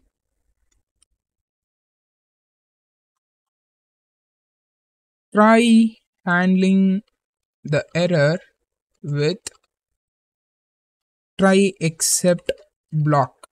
Let's give a task like that to it, and let's see what it is doing. I'm pressing continue here, and let's see what it is doing. And guys, as you can see here, whatever we have asked, the model has done it. It is trying to generate it, and here it is showing in a diff section. So it is saying here that the def divide, which is normal, and it is taking that, okay, I'll try to do self.num1 by self.num2, and if it is a 0 division error, I'll print cannot divide by 0. and that is what we expected from the model, right? So let's say you are happy with this. So what you can do is click accept all and the code will be changed. So basically you can do anything like this. Let's say you want to do some test cases for addition. Okay, so let's do Control M, and then again it will come to this dialog box, and then you can do /test, write 2 test cases with this add function. Still it is generating here, so let's click stop for that, and then we'll ask to generate this one. Okay, and guys, it was going on and on, so I thought let me stop here, but it has given a pretty good test case here. As you can see here, it is trying to check addition and it is checking if the value is 5. Same goes with subtract, -1, multiply 6, because the num1 is 2, num2 is 3, and then it is checking if there is error is being raised correctly, and then also it is checking if 0 division is possible. So yeah, it has been pretty good with writing test cases as well. So let me delete these and all. Okay, so what let's next do is maybe let's highlight all of these. Let's do a Control M, and then let's ask for writing a comment for it. Yeah guys, as you can see here, it has tried to generate some comments. I'm just giving accept all. After that, it didn't have the tokens because the max tokens got ended, I guess, probably. But whatever it has given, it has been pretty good. It is saying a class that represents a calculator with basic arithmetic operation. This is a constructor method for creating a new instance of calculator object. It initializes the 2 numbers that are to be used in the calculations, param number 1, type number 1, param number 2. It has given everything, and also it has followed the format in which the doc strings are to be generated. So yeah guys, this has been a pretty good Copilot, because this Copilot has the ability for you to generate comments, edit the code, generate test cases, write some commands. Everything can be done, and I have shown you how to do that without OpenAI by using your local model. I'm going to show you all how I created a bot that can be a replacement for ChatGPT. The name of the bot is InfoGenie, and now I'm going to show you all how at real time it can answer any query I ask by searching the answer over internet and answering accordingly. So let me ask a question like, what is direct preference optimization?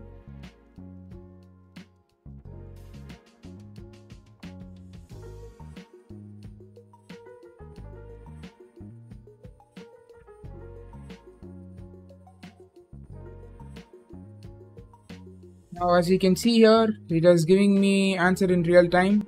Direct preference optimization is a fancy term, maybe a little hard to explain. Imagine you have a box of candles, also you might want to share with the friends, but you want to make sure that each friend gets their favorite candle.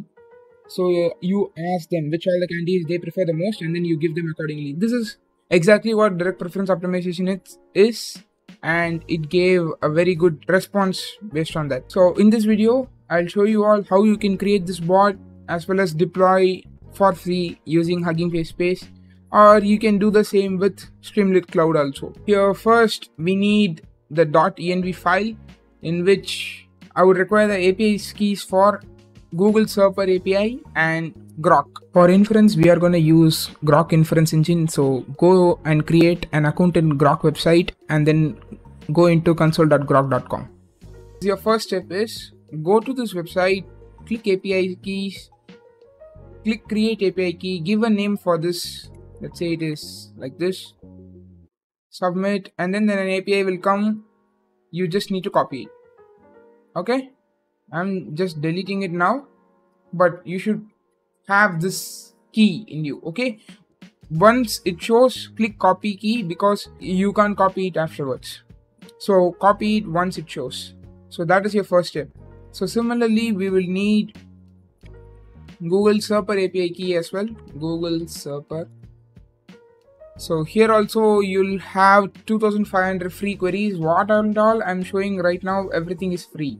So here you can just do a sign in. And from there you can copy your API key. Have these both in a .env file. We need a config file. So let's create a config.py file. So here I'm just saying that you're a great researcher with the context provided, try to understand and give the answer. Like that we are saying. And then we are saying that the input variables are context and question. Here we are giving a separator /n. The chunk size would be 10,000 because Grok can process up to 16,000 tokens, and 10,000 chunk size would be around, give or take, 2,000 to 3,000 tokens, and we are not going to generate more than 500 tokens. So you can keep chunk size as 10,000 or even more if you wish to. Okay, and chunk overlap is 1,000. And then we have the embedder. For that I'm using BG, base EN v1.5 because it is lightweight. And then for chain type we are using stuff, and once we search we'll take the top 3 results, for which I'm giving the k value to be 3. The next step would be to create the researcher. Requirements.txt will be there. Just do a pip install -r requirements.txt first. Okay, in this we are importing the following. We need the configuration, so from config we are importing everything. To process .env, we need to first find the .env and then load the .env file values. So for this we are calling these 2 functions. And to chat with Grok, we need chat Grok. So this is an integration with LangChain. And then we have recursive text character splitter to split the characters and make chunks out of it. Retrieval QA chain to create a retrieval QA chain, like it will retrieve the documents, relevant documents, and answer the questions based on that documents. And then we have the prompt template to format the prompts, and unstructured URL loader, because right now when you search through the internet, right, you will get the URL, and to process the contents of the URL you need this unstructured URL loader. And then we have the files vector database and Hugging Face embeddings to generate the embeddings and store in a vector store files. Let's create the researcher. Let me call the API keys first.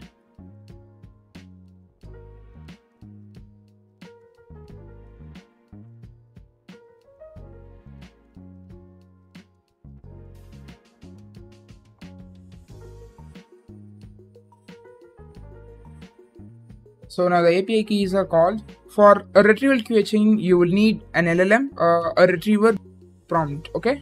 So for that, first we'll create the prompt template.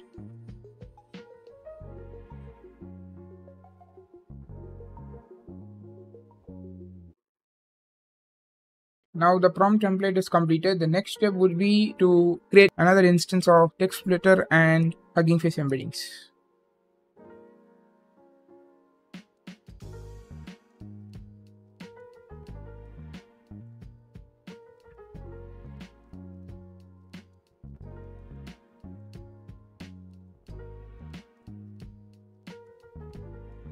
The next step for us is we have created a recursive character text splitter, which is used to create the chunks, where it will separate the lines based on /n. And then for chunk size, we are providing it as 10,000 characters, and here it will chunk it with an overlapping of 1,000, which means first 10,000 characters will be chunked, and then from 9,000 to 19,000 it will be chunked, and then 19,000 to 28,000. That 1,000 overlap will be there to retain some kind of a context. Okay, and then next we have Hugging Face embeddings, in which we are passing the model name as embedder. Here embedder we had it as BG base EN, that is being passed, and then we are saying that the model should run on CPU. Next we need to initialize our LLM.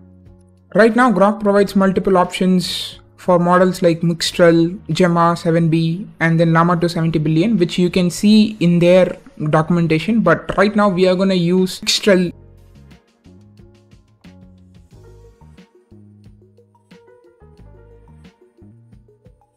Now our initialization is done. So the first step for us would be to get the URL. Let me create a normal function now known as def research.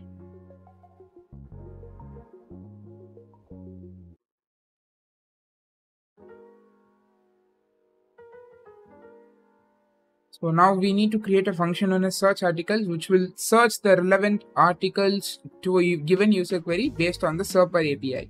So we need to now create a function which will call the SERPer API.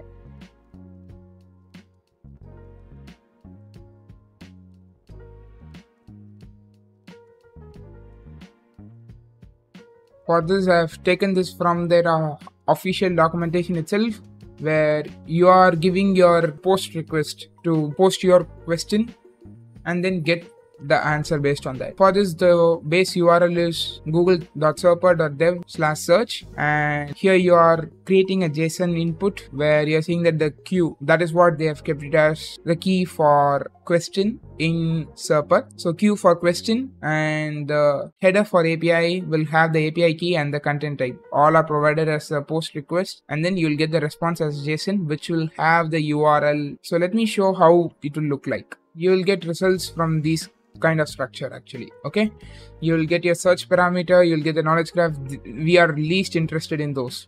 All we are interested in this is the organic, okay, in which only there will be links for us to extract. Okay, so we'll get the links from here, and then we'll just try to go into those, and then we'll extract those content. Okay, now the first step of us searching the articles is done. The next step for us would be to extract the contents from these articles. For that, you will need the URL, because right now you have this response. Okay, so from this you will need the URLs first, and then only you can get the contents, right? So first let's write a function for getting the URLs, and then we'll get the content from those URLs.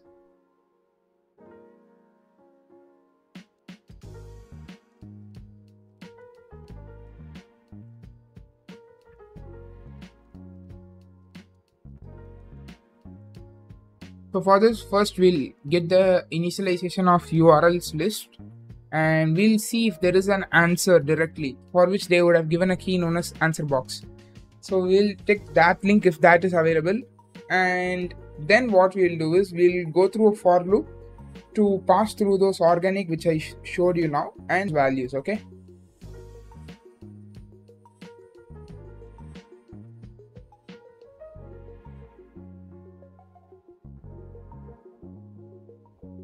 if there is an answer, the URL will be passed into the URLs at the top, and if it is the first step of us is completed, getting the relevant documents and creating a document list out of it, the first step is completed. The next step for us would be to create the vector store.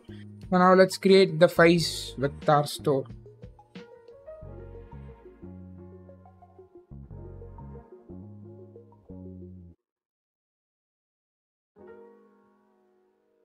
So for this, we are taking the research content, which be of the form of document, list of documents, which is LangChain document. Okay, so here first what we'll do is we'll split the document.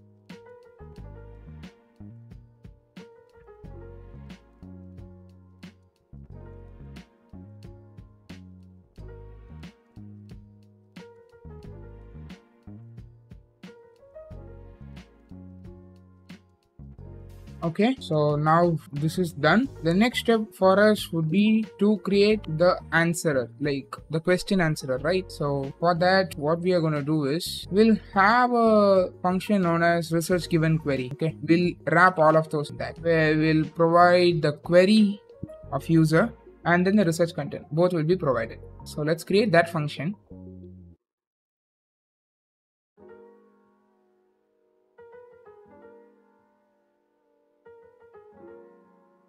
And first here we'll call the vector store creation. Okay, so for a given query, first a vector store will be created.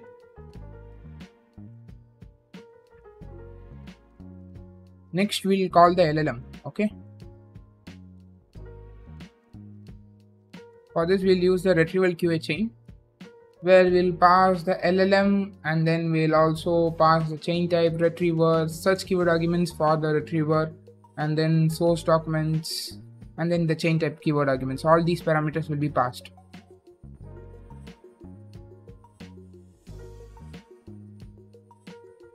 So here what happens is, in this retrieval QA.from chain type, what happens is, first in this chain the prompt will be created by using the prompt template, and then what happens is this prompt will be used for retrieval, where the given query will be computed with the embeddings, and then it will be performing a cosine similarity against the documents which we created in the files vector store, and then it will take the relevant documents and all of this would be combined, and that would be passed to the LLMs. And how to combine would be stuff. Okay, it will be like one after another, everything will be combined, and then it will be passed to the LLMs, and an LLM will be answering the query. Okay, so this is how this retrieval QA chain works. Now we'll get the answer. Now your bot is ready. Okay, this is the bot, and we created it around in under 100 lines.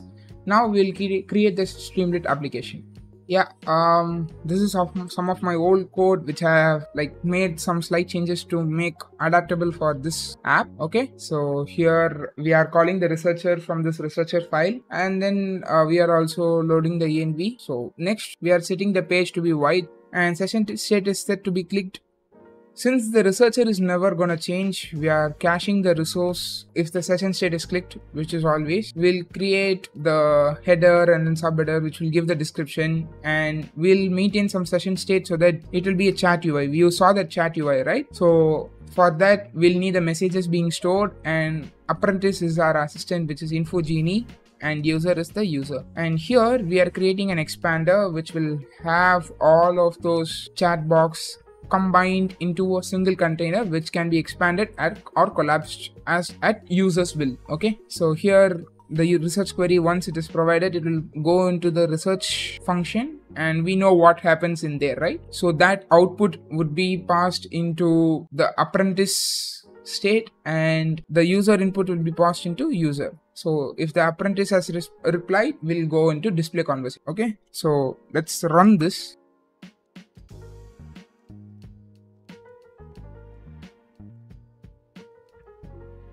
So let's see if it is actually working in real time, because for IPL 2024 it will work in real time. Okay, so it is showing me some other thing. Len off. Okay. So yeah guys, I made some changes in the file. Okay, it is like not big changes and all. Like I have just reordered it. There were some problems in the function call as well as the URLs getting function, and I have made those. Okay, so I have asked what is trending in IPL 2024, and it is said that SRH has signed the new jersey or unveiled the new jersey, which happened 2 days before, and it is saying like Pat Cummins, Jathwit Subramaniam, everything has happened recently. It is like more focusing on SRS right now. So let me ask some other question. What happened in the India versus England 2024 test series? These are just to check what happens in real time. So what I'm gonna do is I'm gonna copy the same and put it in ChatGPT. Like now we are testing our model or our framework against ChatGPT. Okay. See ya. As my last update is in January 2022, I can't say anything. But here our model says that it is a 5-match series and India won 4-1. Like it happened yesterday. Okay. And it is saying like in England won the first match, but India came back strong by winning the next 3 matches. It is very accurate. Okay, this is how it happened. And the final match we won by innings and 64 runs. This is like the best summary you can get for this series which happened recently. And now we are going to check about its coding knowledge also. Okay, so let me ask this. How to create a random forest classifier. Explain with code. Okay, so let me put the same in ChatGPT. What it is doing in here? Oh, okay. It is going section by section and it is explaining. I'll say I think ChatGPT wins in this specific context, I guess, because our model. Yeah, like I wouldn't say this is bad, because you can see here, like here everything is generated together. Okay, what they did was, this model, what it did was, it is generating like, okay, first import your libraries, then you do split, and then you can do a train test split, and then go for random forest classifier, and then make predictions. This is what even here is done, right? So I'll say like this is both equal. It's pretty good, guys, because now you can see like this is free. Okay, like you need not pay for anyone. Like this is for ChatGPT or something, because for ChatGPT to work at real time or like for recent update and all, you need to pay. some kind of dollars and all, but this is free. And now I'm gonna show you all how you can deploy this. Okay, so for this you can go into Hugging Face Spaces, click Spaces and click Create New Space. I'm creating it as Dummy Researcher because I have already created my own. You can put your license if you wish to. For example, if you think like I'm creating a super project, I don't want anyone to use it, click some probably CC by NC or something like that. Okay, like they shouldn't use this. Or you can also be somewhat like flexible and say like, okay, this is MIT, you can use whatever you want. Or go for Apache, that is like more like everyone will use Apache. And for this we are going to use Streamlit, and for this 16 GB CPU is very much enough. Like you can just click that, and if you want everyone to use it, click it as public, or if you want you to have this, click it as private. Right now I'm keeping it as private. Okay, click Create Space, and it is saying this is not useful. Okay, Dummy Researcher, you should not have space, it seems. Okay, so now what you need to do is you need to copy this function, git clone Hugging Face Spaces. Okay, so just copy this, go into your VSCode.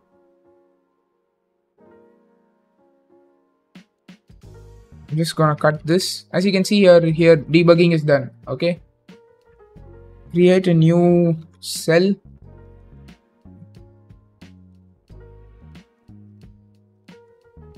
paste this, enter. So what you need to do is copy all these files, okay, including your .env file. Copy all these files into the Dummy Researcher.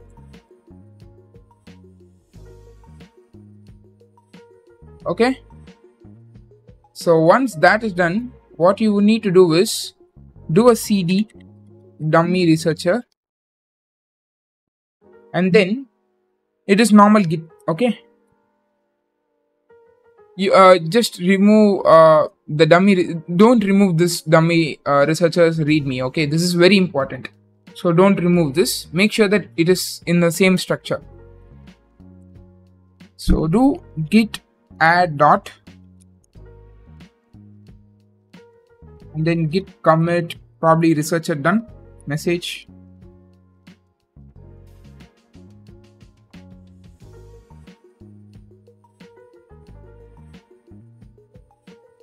As you can see here, it is committed. Then we'll do git push. And yeah, you are done. Now what you need to do is go into the Hugging Face space itself, and there will be some problem in here. Okay, if there is a problem, it will be shown in this. Okay, like right now it is starting and it will build a container. So let's do a time lapse here because it will take some time. Yeah, actually what happened is I think I have already like created once, right? So it has cached all of those files. Okay, I think that's what has happened. That's why I didn't get any log, but you will get logs. Okay, like installation logs, you will get it. So here it is deployed, and let me ask, what is direct preference optimization? Let's see.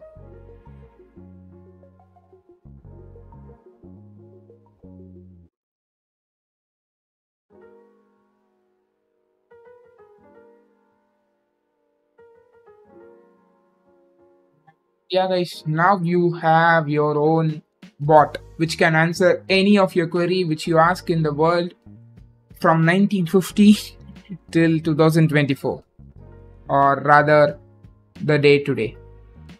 Okay, so and that is how you deploy. And what you can do is you can just copy this URL. Obviously you need to keep it public, and then send it to your friends and everyone can use it.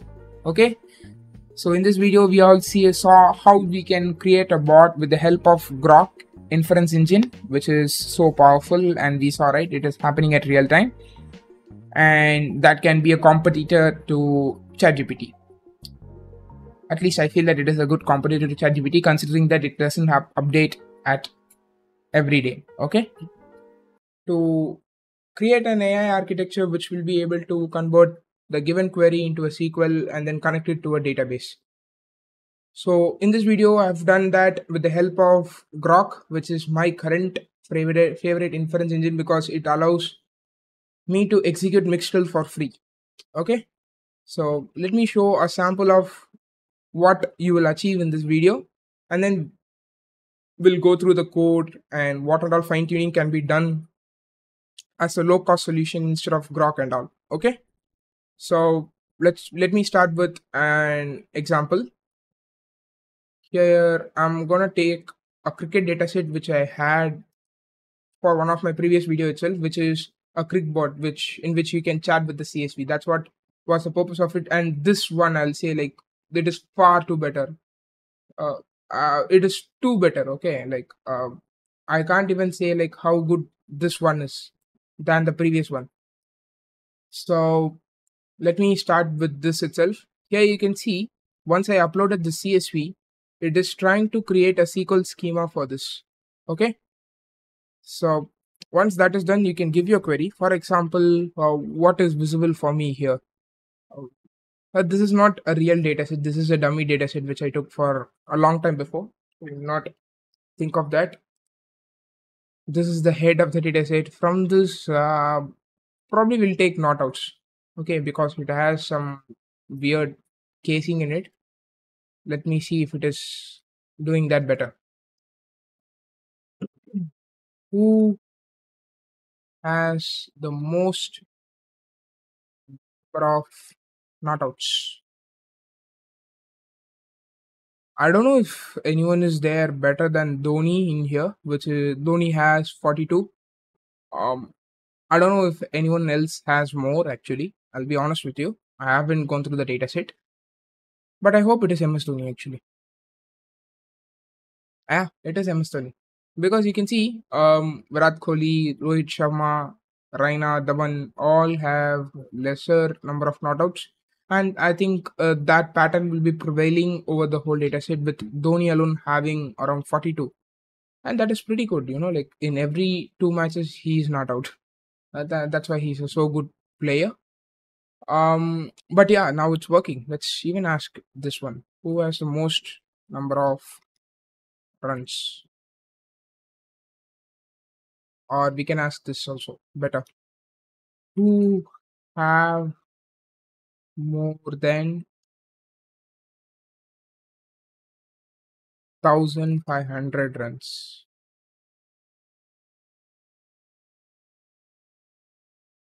I don't know if it is gonna fail actually. But yeah, it has given me, for some reason, it has given me a correct answer. Probably I'll put 1,000. Let's check it actually, if this is correct. Yeah, it is giving, guys. It is pretty amazing. It has given me the answer. And if I put this now, I think KL Rahul would be here because he's a legend in IPL. But yeah, it is working pretty good. I'll say, like, it can execute some queries in database. Okay, now I'll also show you the queries it executed so that we can know if it is working correctly or not. Let me stop the application, and here you can see select player from DF, order by notouts disk DESC limit 1, which means it will say the only player who has the most number of notouts. But when I said I need players who have more than 1,500 runs or 1,000 runs, it gave me all the players, and that's pretty good. Okay, and now we can say, okay, it is working, right? This is Grok, and for this application I've used only Grok inference engine in which I'm running Mixtel. But now I'm gonna first say you my experience of fine tuning Gemma YI. E, which is touted to be the current best model, and then Mistral, which is personally my favorite. Okay, all of those I fine tuned, and I'm going to show you the results of the fine tuning. Okay, so let me start with that. Let me go into the Google Colab first for that.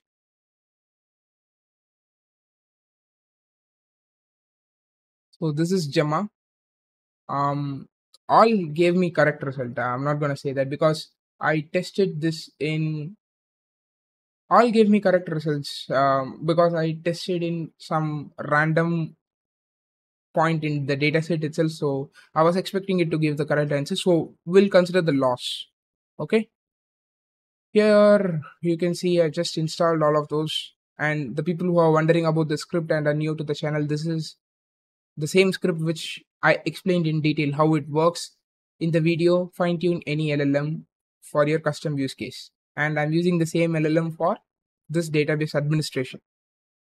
Okay, so in which I'm giving a LoRA config, I'm attaching it to the model where I've done that here. I'm loading the model, I'm loading it in 4-bit, I'm loading it in CUDA and setting the torch type to be float 16 and then attaching the LoRA adapter and setting the tokenizer SPAT token to be US token. All of these are done. And then we are also giving the training arguments and then the trainer is created. Okay.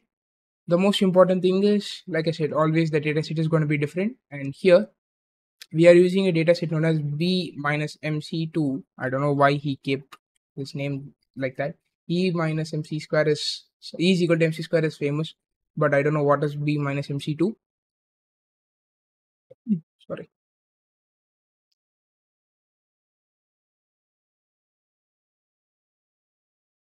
Paste that here, and this is the dataset which is being used in our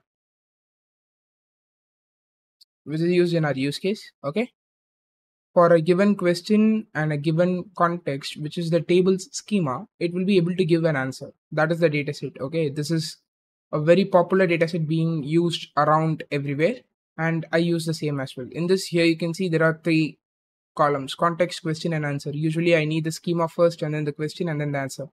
So here you can see the question is given, and then the context, and then the answer. All can be done based on your thoughts. But here you can see it makes sense, right?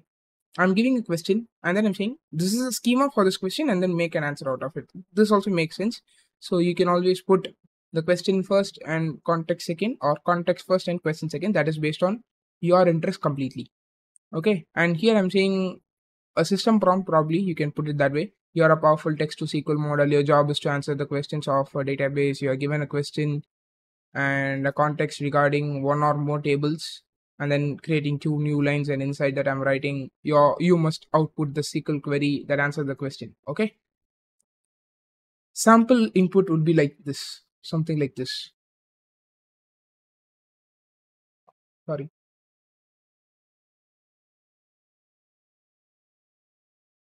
I hope this would be visible. Here you can see, right, input, context, response, everything is provided, and finally somehow we'll process this. Here you can see the loss graph. Zoom it. Finally, after 1400 steps, in which in each step I used how much?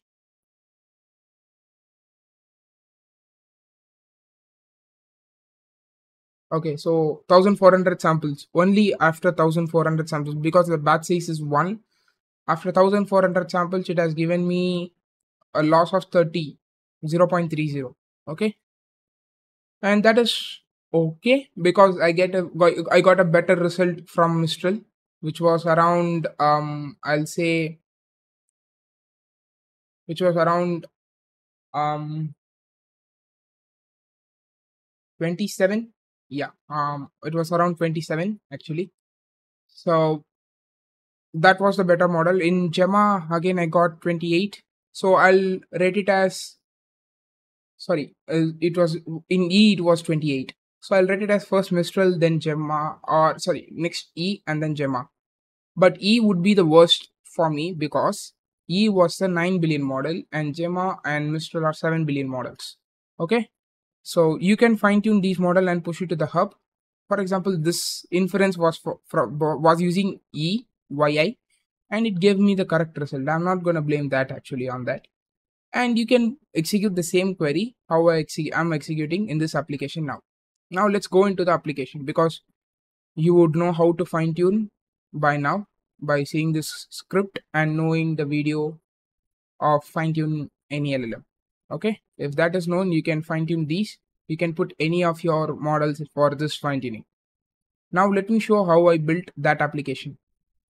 So yeah guys, this is the code which I used, where I'm using find.env and .env to first find the .env file and then load the .env file, and then OS, pandas, streamlit. These are all conventional imports. From LangChain prompts, I'm using prompt template because I want to provide the database schema at runtime along with the question. And then this is very important, pandas SQL. Okay, pandas SQL is a package which will use SQL DF in it, and SQL DF has the capability to convert a pandas data frame into a SQL kind of schema actually. Okay, so even if you set a SQL database, this is going to be the same. And finally, I'm also importing Grok. Okay, I think you all would know Grok. I'm not using Grok from LangChain. I'm using Grok from original Grok API itself. So here I'm creating the same template of what I gave to the models there. And then I'm saying, okay, the prompt template that, okay, this is your template man, create a template based on this template which I've given. And in client, I'm creating a Grok client with the API key of Grok API key.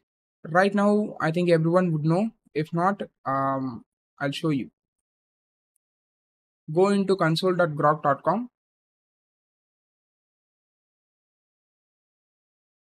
Click API keys.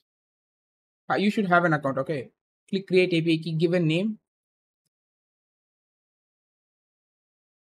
and you will get an API key here. Just click copy because it is not going to show again hereafter. So here it is also specified clearly, right? Copy it now as we will not display it again. Copy it, paste it in your .env file. I'm going to delete this. Okay, so that is done. So now you have your API key ready. So put that API key here. Now let me not go into this grok info function now. Let's go into it later. Next we have the main function which will execute. First we are setting the page config to be database administrator because we are creating a database administrator, right? This can probably ask your query for the database. So I'm putting it as database administrator, but you can give me a better name if you want. Like Devin, probably the world's first AI software engineer. Yeah, it was a cool architecture, right?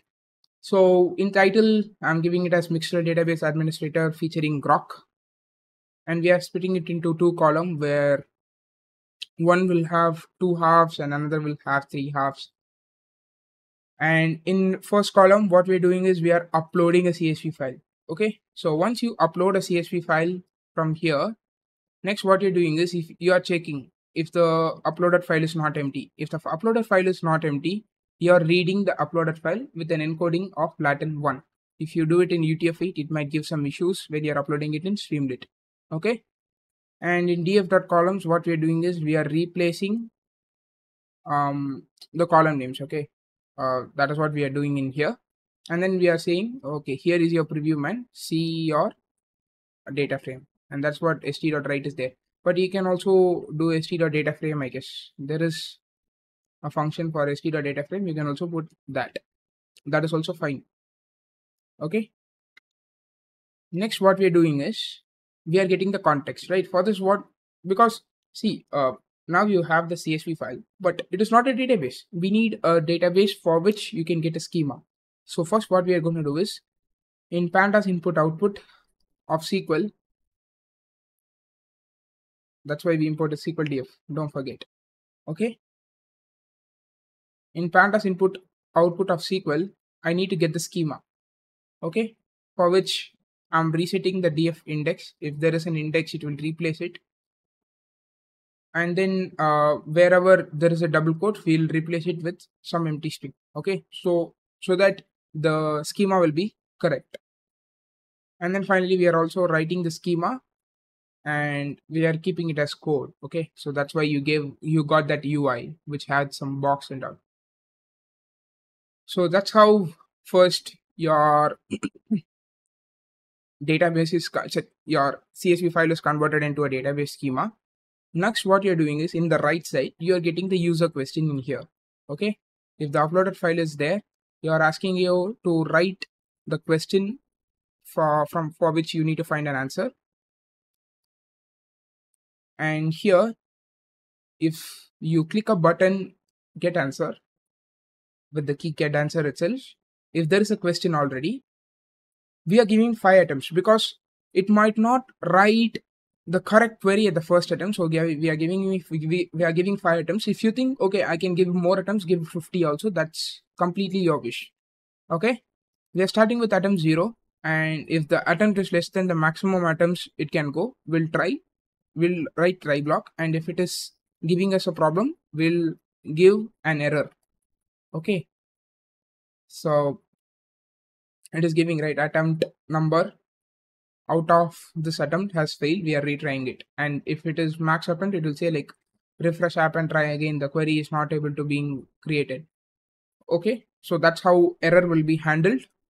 And if you are going correct, right, what happens is the input will be created with the context and question which is given to the prompt template. Now what you will do is you will call the grok info function. Grok info function will take the prompt, and for completing, obviously we are completing the given question.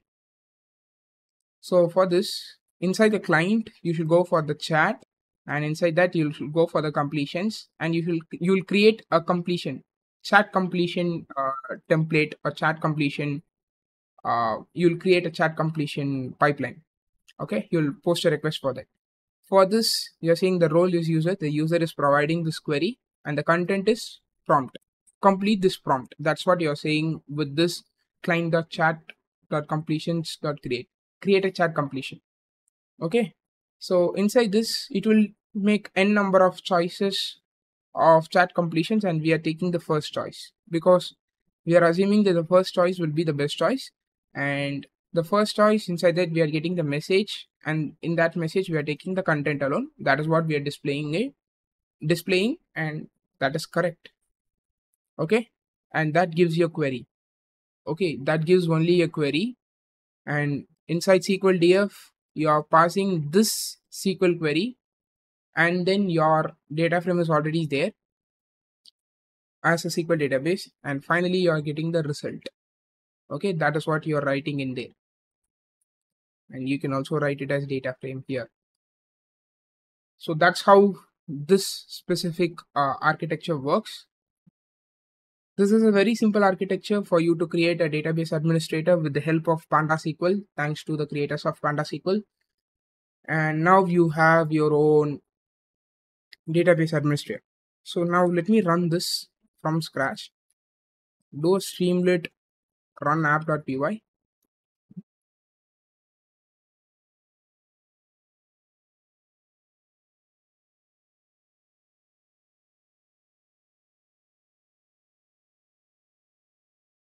Now it's loading the Chrome. Let's go into the Chrome.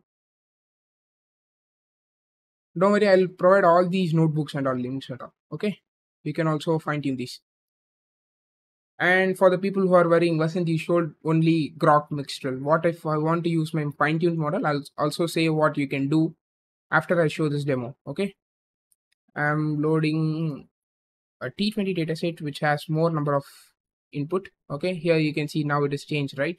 Unnamed and all is there, which we don't need, but the player name, the matches, everything is provided. Now we'll ask,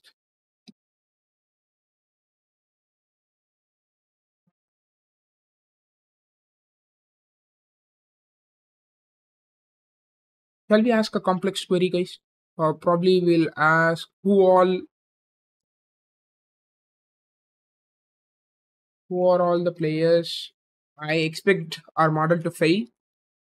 Let's see, who are all the players who have a span after 2010.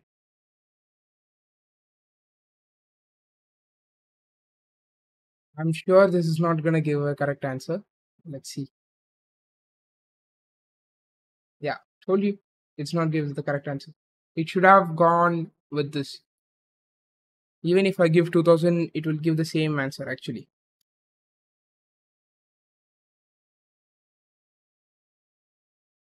I'm at least happy that it didn't give an error. Yeah, told you. This is what is slightly advanced for the model, probably. Okay, so let's ask something like who has the highest strike rate? Give me the top 10 players with the highest strike rate. Let's give something like this. And now it's giving the top 10 players with the highest strike rate. Okay, and now it is the correct answer. And for us to create this, right, if we want to do this with the previous bot, Cricbot, it is not going to work. But this is pretty amazing. Okay, so yeah, guys, that's how you create this application. Now, don't worry, I didn't forget. Now, let me say how you will attach all of these with your specific pipeline. Okay, let me go into the VS Code again. Here you can see the queries are there. Let me stop this. What you need to do is replace this template with your format prompt function, which we had there, right? Replace it.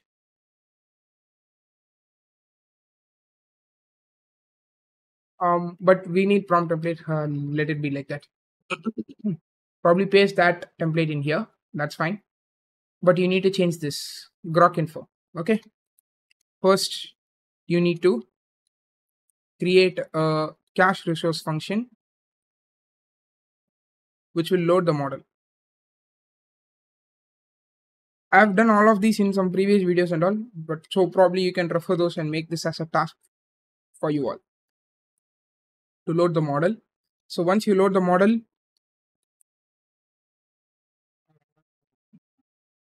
what you can do is create a infer function in which first the prompt should be completed. That's what is going to be an input. Use pipeline, Hugging Face pipeline, and do first create an instance of pipeline and then do pipe off, and it will work.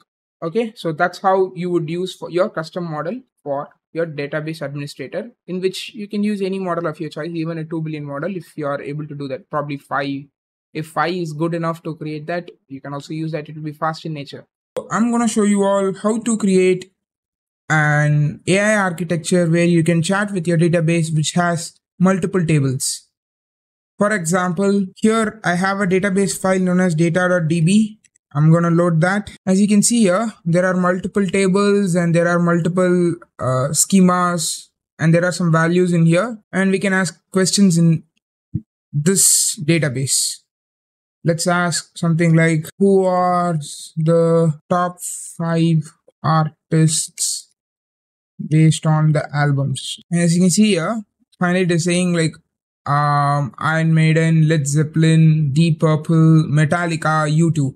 It's not even returning the database, it is giving an answer because I have given a 2-step process to generate this answer. And in this video, I'm going to show you all how you can create an architecture like this. Let's start with the coding now. So let's start with the imports first. And here are the imports which are required for this specific architecture. You need SQL database because we are working with SQL database. You need SQL database. And for that, you need to have LangChain community package installed, in which inside the utilities module, there is SQL database. You need to have Grok. I think the people who are following the channel might know that Grok is the favorite inference engine for me because it is free and it is fast in nature. But if you don't, please create an account in console.grok.com/playground website and get your API key there. Next, you have LangChain prompts, in which you need the prompt template. And we are also importing LLM chain and create SQL query chain, because you need to provide the SQL query to the database. And LLM chain, it is for a different reason, which I'll show later. And to get the .env and then load that, we are importing find.env and load.env functions. Finally, OS is imported along with Streamlit. The first thing would be to load the database. Let's do some helper function and then write the main function. Okay. First is to load the database, for which you can follow this function. Okay. So from SQL database, from URI, where it will create an engine, SQL Alchemy engine from this URI, where it will be SQLite and 3/ along with the DB name, which we'll provide via the UI. Okay. So you have your DB. Next, what would you need? Since you have your DB, the next step would be to create a SQL query chain so that you can give your query to that DB. So let's create chain create DB. And in here we have chat grok, in which the model name is passed to be Mixtral 8x7b38 32768, because 32768 is the context length of the model. And we are also providing the API key from the .env file. So for .env file, just go create the .env file. No extension needed. Just click new file and write the name as .env and put your API key as grok API key equal to the API key name. And if you pass this LLM and this DB, which we'll get as parameter here, the SQL query chain will be created. So this function is to create a SQL query chain to execute queries. Okay. So now this is also done. What is the next step? See, you are having your SQL query chain, which means you will get the relevant data, but to answer based on the data. For example, when I asked something like, who are the top 5 run getters in the IPL? It will give top 5 run getters complete data, but we need only the name. For that, we need another chain which will answer based on the retrieved data. And for that, we'll write another function known as SQL Info. So for this, we'll have a function known as SQL Info. And here you can see there is parameters DB, chain, and user question. So what are those? DB is nothing but your DB here, and chain is your query chain. Like you are executing your query onto the database, right? That chain. Along with that, we are also having the user question. Okay. So what happens is, when a user provides a question, once you give the question, the Mixtral model, which is running on the Grok inference engine, tries to write a SQL query based on it. For example, if I'm asking who are the top 5 singers in the current world, it will see, like, if I'm not giving any other parameter, obviously it is gonna go alphabetically in the database. So it will say A, B, B, C, something like that, right? So for that, it will write a SQL query. That is an expected answer, and it will write a SQL query for it. So once it writes a SQL query, which happens in this chain.invoke function, where you are passing the parameter of question to be user's question, which also will get in the UI, you are running this in the database. Okay, so this database is your SQL database, and you are running in that with your query, which you get from the chain.invoke function. If you get that, you'll get your result. And if you wanna see your like what is your result just by querying, you can do print result and print type of result. And if you don't want that, just remove it. Okay. Now you have your retrieved data, but if you want it to be a chat, it should respond, right? Not like just give answer, a retrieved answer. So for that, what we are doing is, here we are giving a prompt template from template, given the following user question, which we'll provide inside, and the corresponding SQL query and result, generate a proper reply to the user. So you have the query, you have the question provided, and the result. So based on this question and generated query and the result, we are expecting the model to give an answer to the question. Okay. So that is the idea of this prompt. So for this, again, we are using ChatGrok, in which we are providing the same parameters. And here we are using a normal LLM chain. Okay. It is probably the base class of all other chains, even the SQL query chain and all. It will be slightly adapted for running SQL queries. Sorry, creating SQL queries rather. Okay. So here we are providing the model and the prompt as well. And here to that LLM, we'll be providing the inputs. Question, for which we are having user question. Next, we have query here. So for this query, we'll provide the SQL query which was generated previously by using the SQL query chain, which we initialized in here, chain create, okay, which was passed as parameter again here. Next, we'll provide the result which we got when we are running this SQL query in the database. All three are provided to the LLM, and the output will be in the name of text, and we'll return that from this function SQL infer. Okay, so these are the helper functions which are required for the application. And now let's start with the main function. Helper function completed, starting with the main function. So here what we'll do is, here we'll set the page config with page title to be, page icon to be this one, because this looks something like analytics. So I thought, okay, this should be better. Okay. And for layout, we'll use it as wide because we'll use columns in this. And then next we have page title as well, for which we'll provide it as database administrator. Okay. So next we'll give a title. Since we are using Mixtral and inside Grok, and this works with a database, we'll provide it as, Mixtral database administrator, feed Grok, featuring Grok inference engine. I love Grok actually. It enables me to do a lot of creative applications which were always my imagination. Due to computation issues, I was never able to create that kind of application. For example, InfoGenie, which is an application where you can give any question to the model and it will be able to answer to all of those questions. So those all were possible. That too for free, only by using Mixtral database. Grok. Even I created a stock analysis company, and that was also by using Grok. So if you are wondering what these are all, I'll give the link in the description. You can check it out. Okay.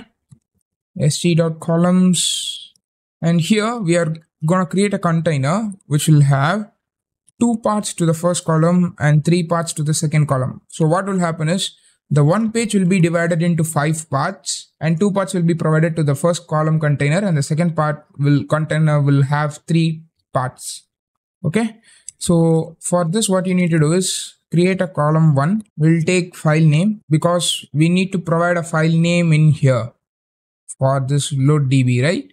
So for this, what we are going to do is give a file name st.text input, where we'll ask to enter a name of a DB file. Okay. So here we'll give a button. If they click this button, load database, what we'll do is we'll load the database with this file name provided, and we'll also create a chain using the chain create function with this database. Okay. So now we need to know what are the tables available in that, what are the schema of the table. So for that, what we can do is call st.subheader function to just show this is table names, and inside that you'll have st.code function. So why we need this code instead of writers? It will create a beautiful box. Inside that there will be some coloring and all, which will be very good to look actually.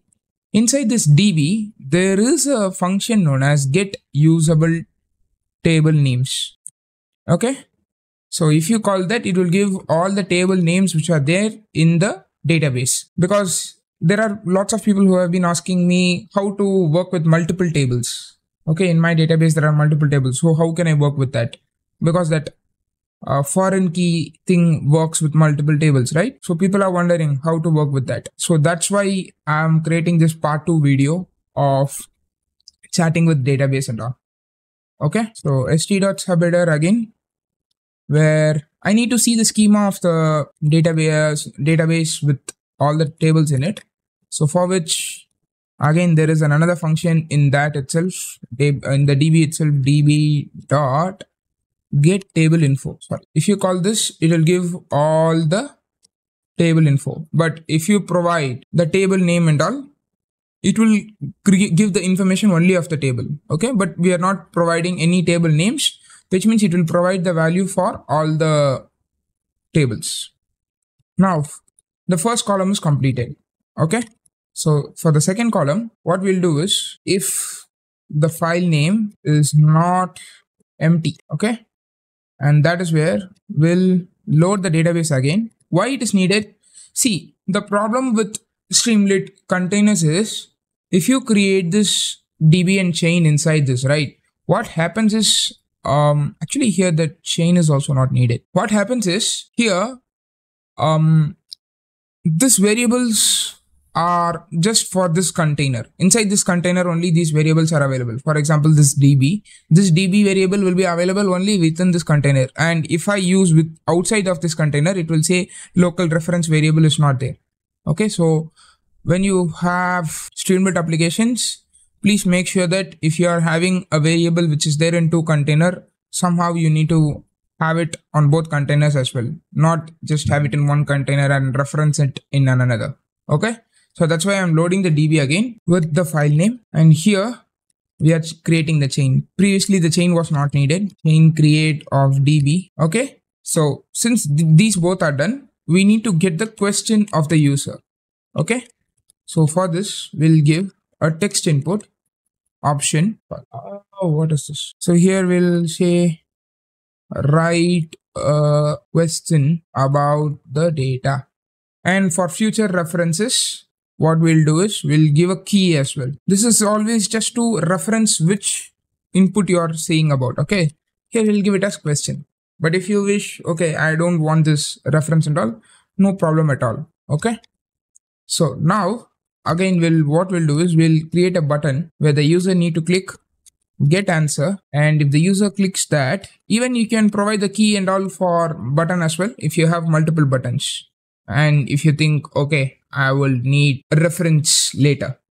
Okay, so here it is not always you will get the correct query at the first attempt, so we'll give probably 5 attempts for the model, 5 chances. Okay, so if the question is there, we'll create an attempt variable to show which attempt is this now, and the max attempt is 5. Okay, while the attempt is less than the max attempts, we'll have a try catch block. Okay, for the try catch block, what we'll do is in try we'll call the SQL info function, because if you see in the SQL info function only, we are providing the database, we are providing the chain and the question, where once you provide the question, the SQL query is generated against the database, the query is run here, and then based on the returned results, the model answers the question here. So all happens in the SQL info function. So what we are going to do is we'll get the out in here with SQL info function with all the parameters provided, DB, chain, and then question. In subheader, we'll write it as probably answer, and we'll write the output. Don't forget to add a break statement, because if, for example, you're lucky and you got the answer in the first attempt itself, you need not run it again and again, right? Or else it will write again and again. So have a break statement, and for exception as st dot error of e. Okay, so here what we'll do is we'll add these. Okay, so here what we are doing is, since you're going into the except, you're increasing the attempt, right? It is starting with 0. Here you're making it as 1, so it will be 1 by 5. So we are just trying to see which attempt it is failing, and that's what shows here. And if you have reached the max attempt, it will just, like stop. That's all. Until then it will just continue. Okay, so that is done, and finally we'll have the main function called, all the main function. So for this, it is if name equal to dunder main, and inside this we'll call main function. Okay, since we don't have any parameters, that won't be needed, and that is how you create your own SQL database agent. Okay, I hope this would run now. Now I'm running, so let's see. Here it is asking a DB file. Guys, I have provided a DB file already in the repository as well. You can download it from there, the same database. Okay, data.db, and here we'll load the DB. And here there are a lot of table names in it: albums, artists, customers, employees, genres, invoice items, invoices, media types, playlist tracks. Okay, so let's ask a question: list the top 5 playlists. Hopefully it should work. Yeah, it's working. That's great. Okay, so here it is saying, but what I'm not able to understand is it is saying music, movies, TV show, audiobooks, 90s music. So let's see what result it is returning here. And now I have added a st.code of SQL query inside that code itself, so that we'll be able to see what is the code being generated in this specific application. Okay, so now let's go into the application again and let's give some query. Okay, so for example, here let's give this one: give the top 5 employees birth on top 5 employees based on. So let's give a parameter here. Support rep ID. Probably we'll give it as support rep ID. Now it is not giving an answer here. And yeah, in the second attempt, it gave the answer. Select star from customers where support rep ID is not null, limit is 5. Okay, so it's working. And now let's give some other questions as well. For example, okay, let's give this: what are the top 5 invoices based on the invoice ID? Give the invoices in ascending order based on the invoice ID. Since it is a large database, I think it will take time here. Let's see. There's a list of all invoices sorted. This can be used for viewing. What? Okay, let's see the result also now, like whatever result it is returning. Let's add a code in there. Okay, what we are going to do is we'll add st.write of result. Okay, we'll add this result as well. Now let's see how it is working. Rerun. We'll get the answer as well now. Oh yeah, this is too huge. No wonder it is. Actually, it is able to identify that this is in an ascending order. That's good actually. So what we'll do is we'll try another query. Okay, so here we have tracks, right? Give the tracks in ascending order based on.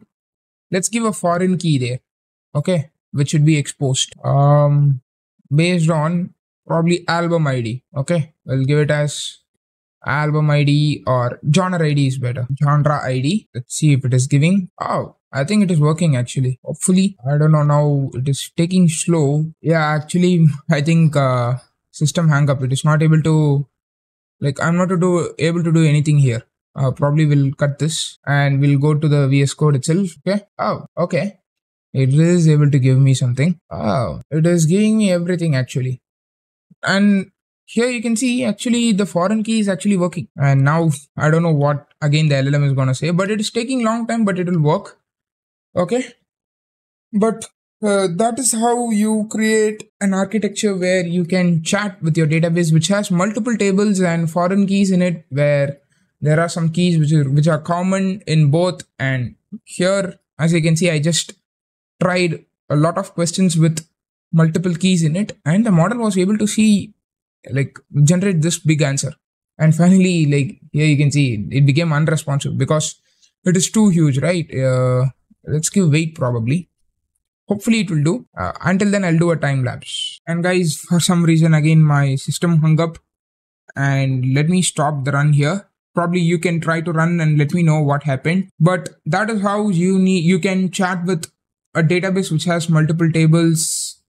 And now I'm gonna stop this execution. Okay, I'm stopping that. I've deleted it, deleted this, and this is the code for you all. Okay, new app.py, which has all the functions in it. And the good thing is we have created this big application, that too within 100 lines of code. And I hope this would be very useful for you all in your whatever things you are doing. Okay, I have ideas for expanding this application, and I'll let you know of those very soon. Okay, so guys, recently our channel got membership being enabled, And in that membership, I'm going to do a lot of things exclusive for those. Still, I have my own ethics to give free content. The contents will be free, but based on the tier, I'll give some exclusive things for them only, where it will be a personal training where I'll give a personalized training for them, like not just giving a roadmap. I'll be following them. I'll give some tasks. I'll give completion date. I'll follow up with them. Everything will be done. A personalized one-on-one discussion, personalized training. Everything will be done in one slab, which is $5.99. And then the second slab, which is, I think, value for money slab, $159, where I'll go membership only live a lot of times, where once I do preparation for a video, like for example, I have an expansion idea for this to become a big startup kind of an idea. I have a big startup kind of an idea, which this is the base, and I'll build that kind of a startup in live itself, where you will see like me facing the errors, how I solve it, how I reference the resources, so that you'll be able to do along with me and all. Instead of just watching the video, you can ask me questions, whatever you have, everything will be there. I will create an exclusive WhatsApp group for those people. So these are something which you will get something very exclusive in membership. And if you have any doubts on these membership, please DM me via Telegram. I'll be more than happy to answer you all. And that's it for this video, guys. I hope you all got something in this video. If you all think, okay, this video was very helpful, please hit the like button. It is free for you all, but does a lot of wonder for me. So that will be very helpful. I hope you all hit the like button by now. And please hit the subscribe button, because 70% of my viewers are not subscribed, and it is free. Whenever you feel, okay, he's not providing good content, you can unsubscribe me. And most importantly, share it with your friends and communities who you think this might find this videos useful.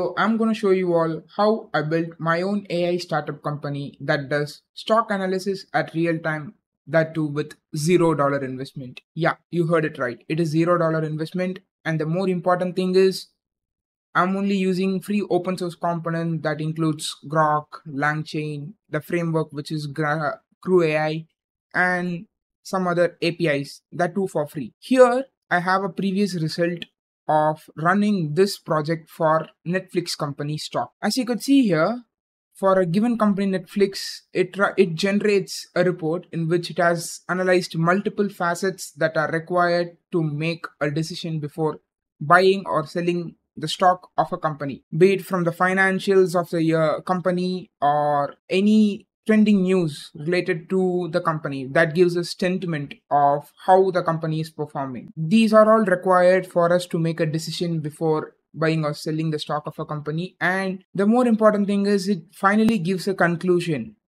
of if you can buy the stock. And it has said here that in terms of investment strategy, I would recommend a long-term approach, holding a stock. And it is saying like you can buy the stock and hold the12 to 24 years. And that is what interests me a lot, because it is saying that you can hold the stock for some reason. Okay, so this is what we are going to generate in this video. We are going to create an AI company which will generate reports like this for any company you create. First, I'll explain about the components which we are going to use, and then we'll move on with the coding part. Let's start with an introduction to Crew.ai, which is the framework we are going to use to create this company. Crew.ai is a framework that enables you to create role-playing autonomous AI agents, that too in an environment. Here it tries to create multiple instances of a same AI model for multiple roles. Let's say I'm using an LLM known as Mistral. I'll create a content writer with a Mistral. I'll create a marketer with Mistral. I'll create a report writer with Mistral. So each Mistral will have its own role to play. Usually Crew AI uses OpenAI as its LLM, but here I'm going to show you all how you could use Grok integrated with LangChain as our LLM, so that it will provide the closest performance to OpenAI, but it will be faster and more importantly free to use. In Crew AI, there are multiple components for us to start with. Here you can see there is agents, crews, tasks, tools, processes, and we'll start with crews. A crew in a crew AI represents a collaborative group of agents that are working together to achieve a set of tasks, which is its goal. A crew, you can consider that it is the company which has n number of employees to do n number of tasks. It is a collaborative group, which means there will be interaction between them. Next, who are all in the crew? They are all agents. What is an agent? An agent is an autonomous unit that performs tasks, makes decisions, and conveys the same to the other agents. If it makes a decision, it will also communicate the same with the other agents, and it will help the other agents to complete its task, like how other agents helps to complete its task. Okay. This communication helps it. If you are wondering what is an agent, like I said before, just assume it as content writer, marketer, reporter. Each has its own goal to achieve in the company, where the company has its own end goal. For this agent to do its task, we are having a separate components known as task, which will provide the individual assignment that the agent needs to complete. When you are specifying a task, it is very important to specify to the LLM about how you can execute this task and what are all the tools required for you to complete this task. And all are provided by using this tool component. Next, the most powerful yet the underrated component of Crew AI, which is collaboration. Collaboration in Crew AI is the key to creating this company kind of an environment where it enables communication between the agents, sharing their knowledge and assisting each other to complete the goal, like how it happens in the real world as well. In real world, we help our friends and our friends help us. So similarly here also, each agent helps one another. Now, there are some other components which we are going to use, and let me show all of those now. First, let's start with LangChain Grok. Instead of OpenAI, we are going to use LangChain Grok, and Grok, in simple words, is the fastest inference framework in the world right now. And in that, we are going to run Mixtral, which will run at 400 tokens per second. At a second, it will generate 400 tokens, and the performance comes to close to GPT-4 level performance. And right now, it is free as well. Okay. So it offers the best of all the worlds. It is free. It offers close to GPT-4 level performance. It is the fastest right now. Okay.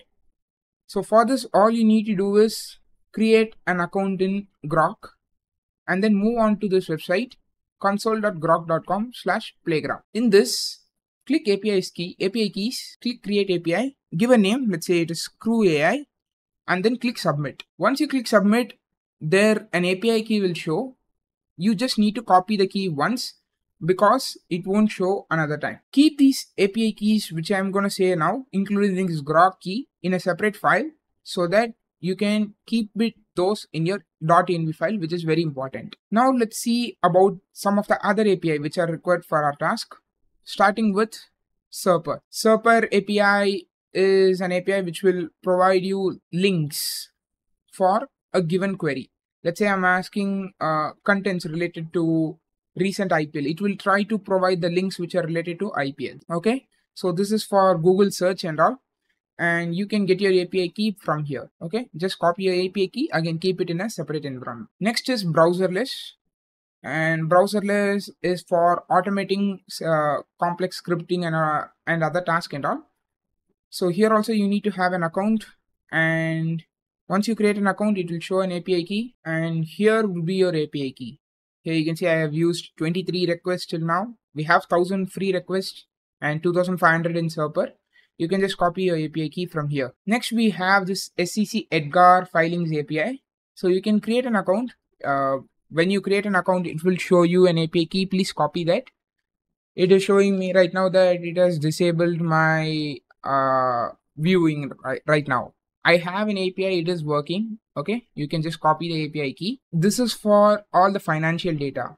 Here you can see it provides the financial data of a given company from a given date to a given date, along with how much is the company's revenue at the year end, fiscal year end. Okay, so keep all of these API keys in a separate file. And now let's start with the demonstration. For this, first go into my GitHub repository. This is what is the link which you will find in the description. Go into this folder known as Building Startups with Crew AI and click Stock Analysis Company. And here you have this stock analysis, right? You need to download this folder. Okay. So for this, you can, what you can do is you can just probably clone this repo or fork this repository and then download this stock analysis folder. Okay, so keep it in your local and go into that repository now. Let me show it in my VS Code. So here I am in my VS Code and this is stock analysis in here. Okay, so in this there are a lot of files which you can see. There is tools which we all will see right now. But the more important thing you all need to see is first creating a virtual environment for this to execute. For this, what you can do is go into your terminal and create a virtual environment with the help of Conda. For this, go into first pyproject.toml and do Conda, sorry, not here, Conda create -n stock -analysis -crew Python equal to 3.10. This is very important, guys. Python 3.10 is a dependency in here, so keep it Python 3.10 and -y. So here you can see there are all the dependencies in there. Now how you are going to install that is first activate this environment, Conda activate stock analysis crew, then go into the folder stock analysis, cd stock analysis, and write this command poetry install -no root. If you see here, it will show poetry is not recognized. So what this shows is there is no poetry and we are going to install that. Pip install poetry. Since poetry is installed now, run the same command, poetry install no root. You can see it is seeing all the dependencies which are there and it will try to install all of those. So to check, what you can do is do pip list and take some of the name in this. For example, Y finance is there? Yes. Then the environment is ready, which is your first step. All the dependency packages are ready in your environment, and the next step is to create the .env file. So for this, add all of those API keys which I said you to create in a separate file and add it into it in a file known as .env, where keep these as keys. For example, your super API key is 1 to 3. Just replace it as 1 to 3. For the key names only, I have created this folder known as content.txt and replace these key values with your API key. And once this is ready, you are ready to run the script. So first, let me run the code. It will run for some time and simultaneously I'll explain the code. Now let's run this, for which all you need to do is just run python main.py. So yeah, it wouldn't be there. Langchain grok wouldn't be there in your environment. So do pip install Langchain grok. Okay. Now it is asking what is the company you want to analyze. Previously we asked Netflix, and that is what the report which was there. Now let's ask it for Apple. So let it run. We'll keep it. So for you guys, I'll keep it minimized in here so that you can see it is running. Now let's start with the code. We should all start with main.py, and this is the file where everything is combined together. First, from Crew AI, we are importing Crew, and Crew is what is gonna integrate all of these agents with its task to do along with the tools together into a company. So you can assume that Crew is your company. And then we have from text, we are importing didn't, and what it will do is it will just remove any common white space, leading white space. Let's say I'm writing A and 5 spaces, then D. It will become like A space D. That's all. Okay. For that, we are having didn't. And then from stock analysis agents file, which is from here, we are importing stock analysis agents class. And then from stock analysis tasks class file, we are importing stock analysis task class. And as the name suggests, stock analysis agents has all of the stock analysis agents, whatever agents are required to achieve this task of analyzing the stock. And stock analysis tasks has all the tasks which the agent needs to complete. Okay.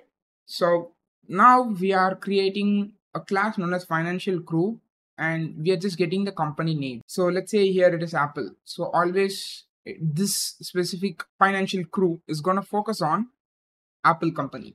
Okay. Here you can see it is input what is the company name you want to analyze. We are going to keep Apple, and then it will just give the Apple alone in here, and then it will start to run.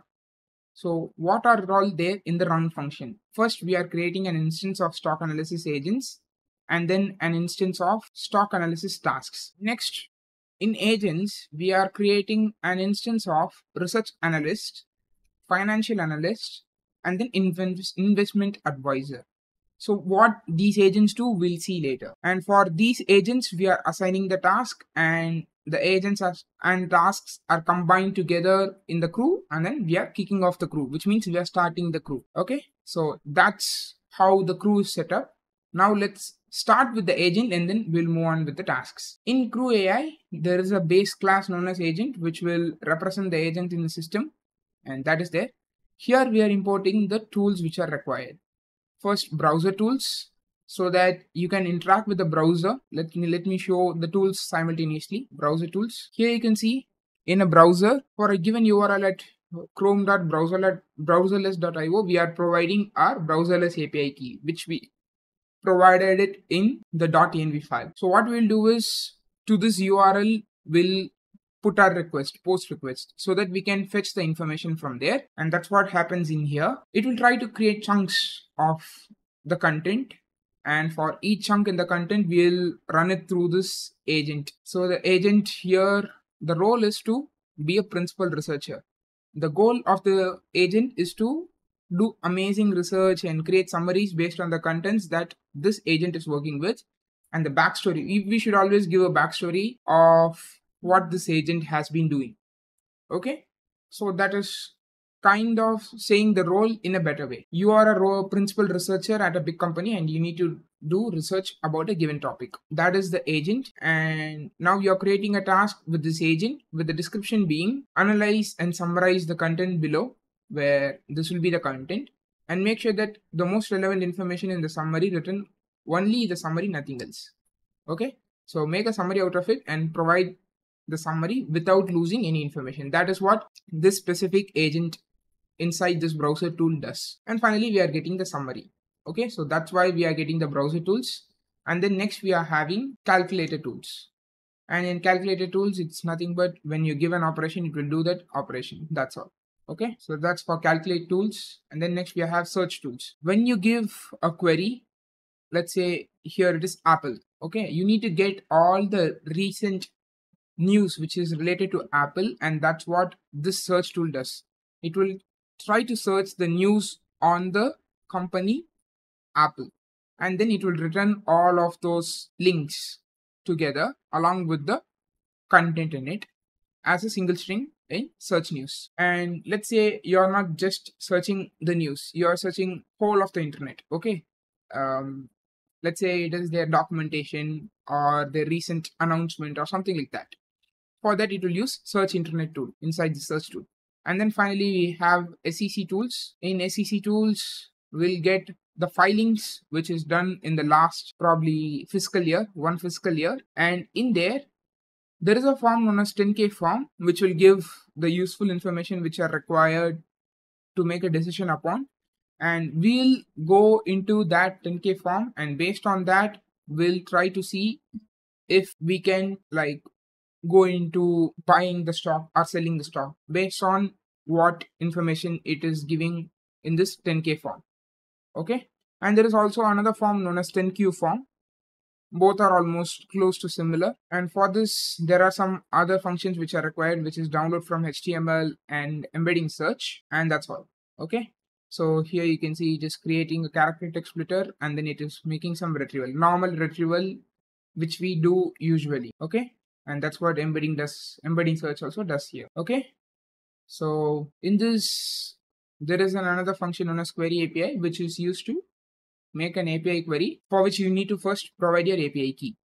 Okay, so that's about the SEC tool. All those tools are imported here, and now we are creating the analysts or analysis agents which are present in our company. Let's say for a fun way, I'll put it as I'm creating my employees. First employee is to analyze the financials. Okay, when he's coming into the interview, I'll say him impress all the customers with your financial data and market trend analysis. That's his aim. Okay, The backstory of this financial analyst who we are hiring now is that he's a very seasoned financial analyst who has a lot of expertise in stock market analysis and investment, which will be very helpful for our customer.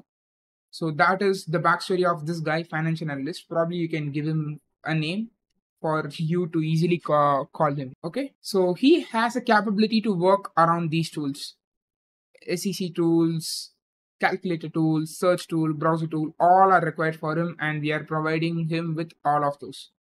Okay, you can just consider this to be a company environment itself. You're hiring a person who has very good expertise in analysis, and now he's saying, sir, I need the following things. I need a calculator. I need an access to internet. I need an access to some scraping and all. And I also need to access some filings in the last year.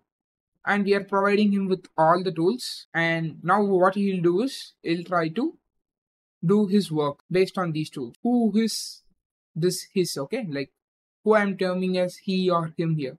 That is our LLM, which is Chatbot. In Chatbot, we are providing the Grok API key.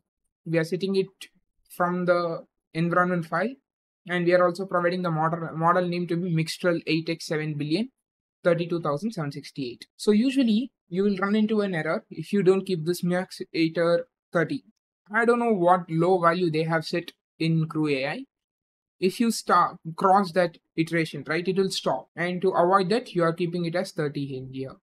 Okay, so for our company, we'll need 3% financial analysis who will analyze the filings and stuff like that.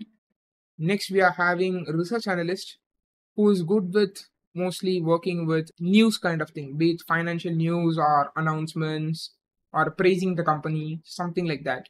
Mostly good at internet research, something like that.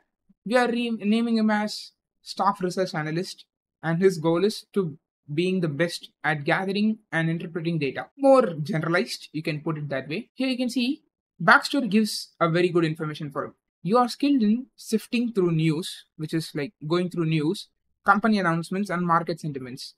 Once you know that, you will know, okay, I can work with this company, like I can buy or sell with this company. Now we are analyzing the financials of the company. We are analyzing what is currently going on with the company. If there is a merger, there will be a lot of improvement in the stock. If there is a new investor, that will also make a huge impact.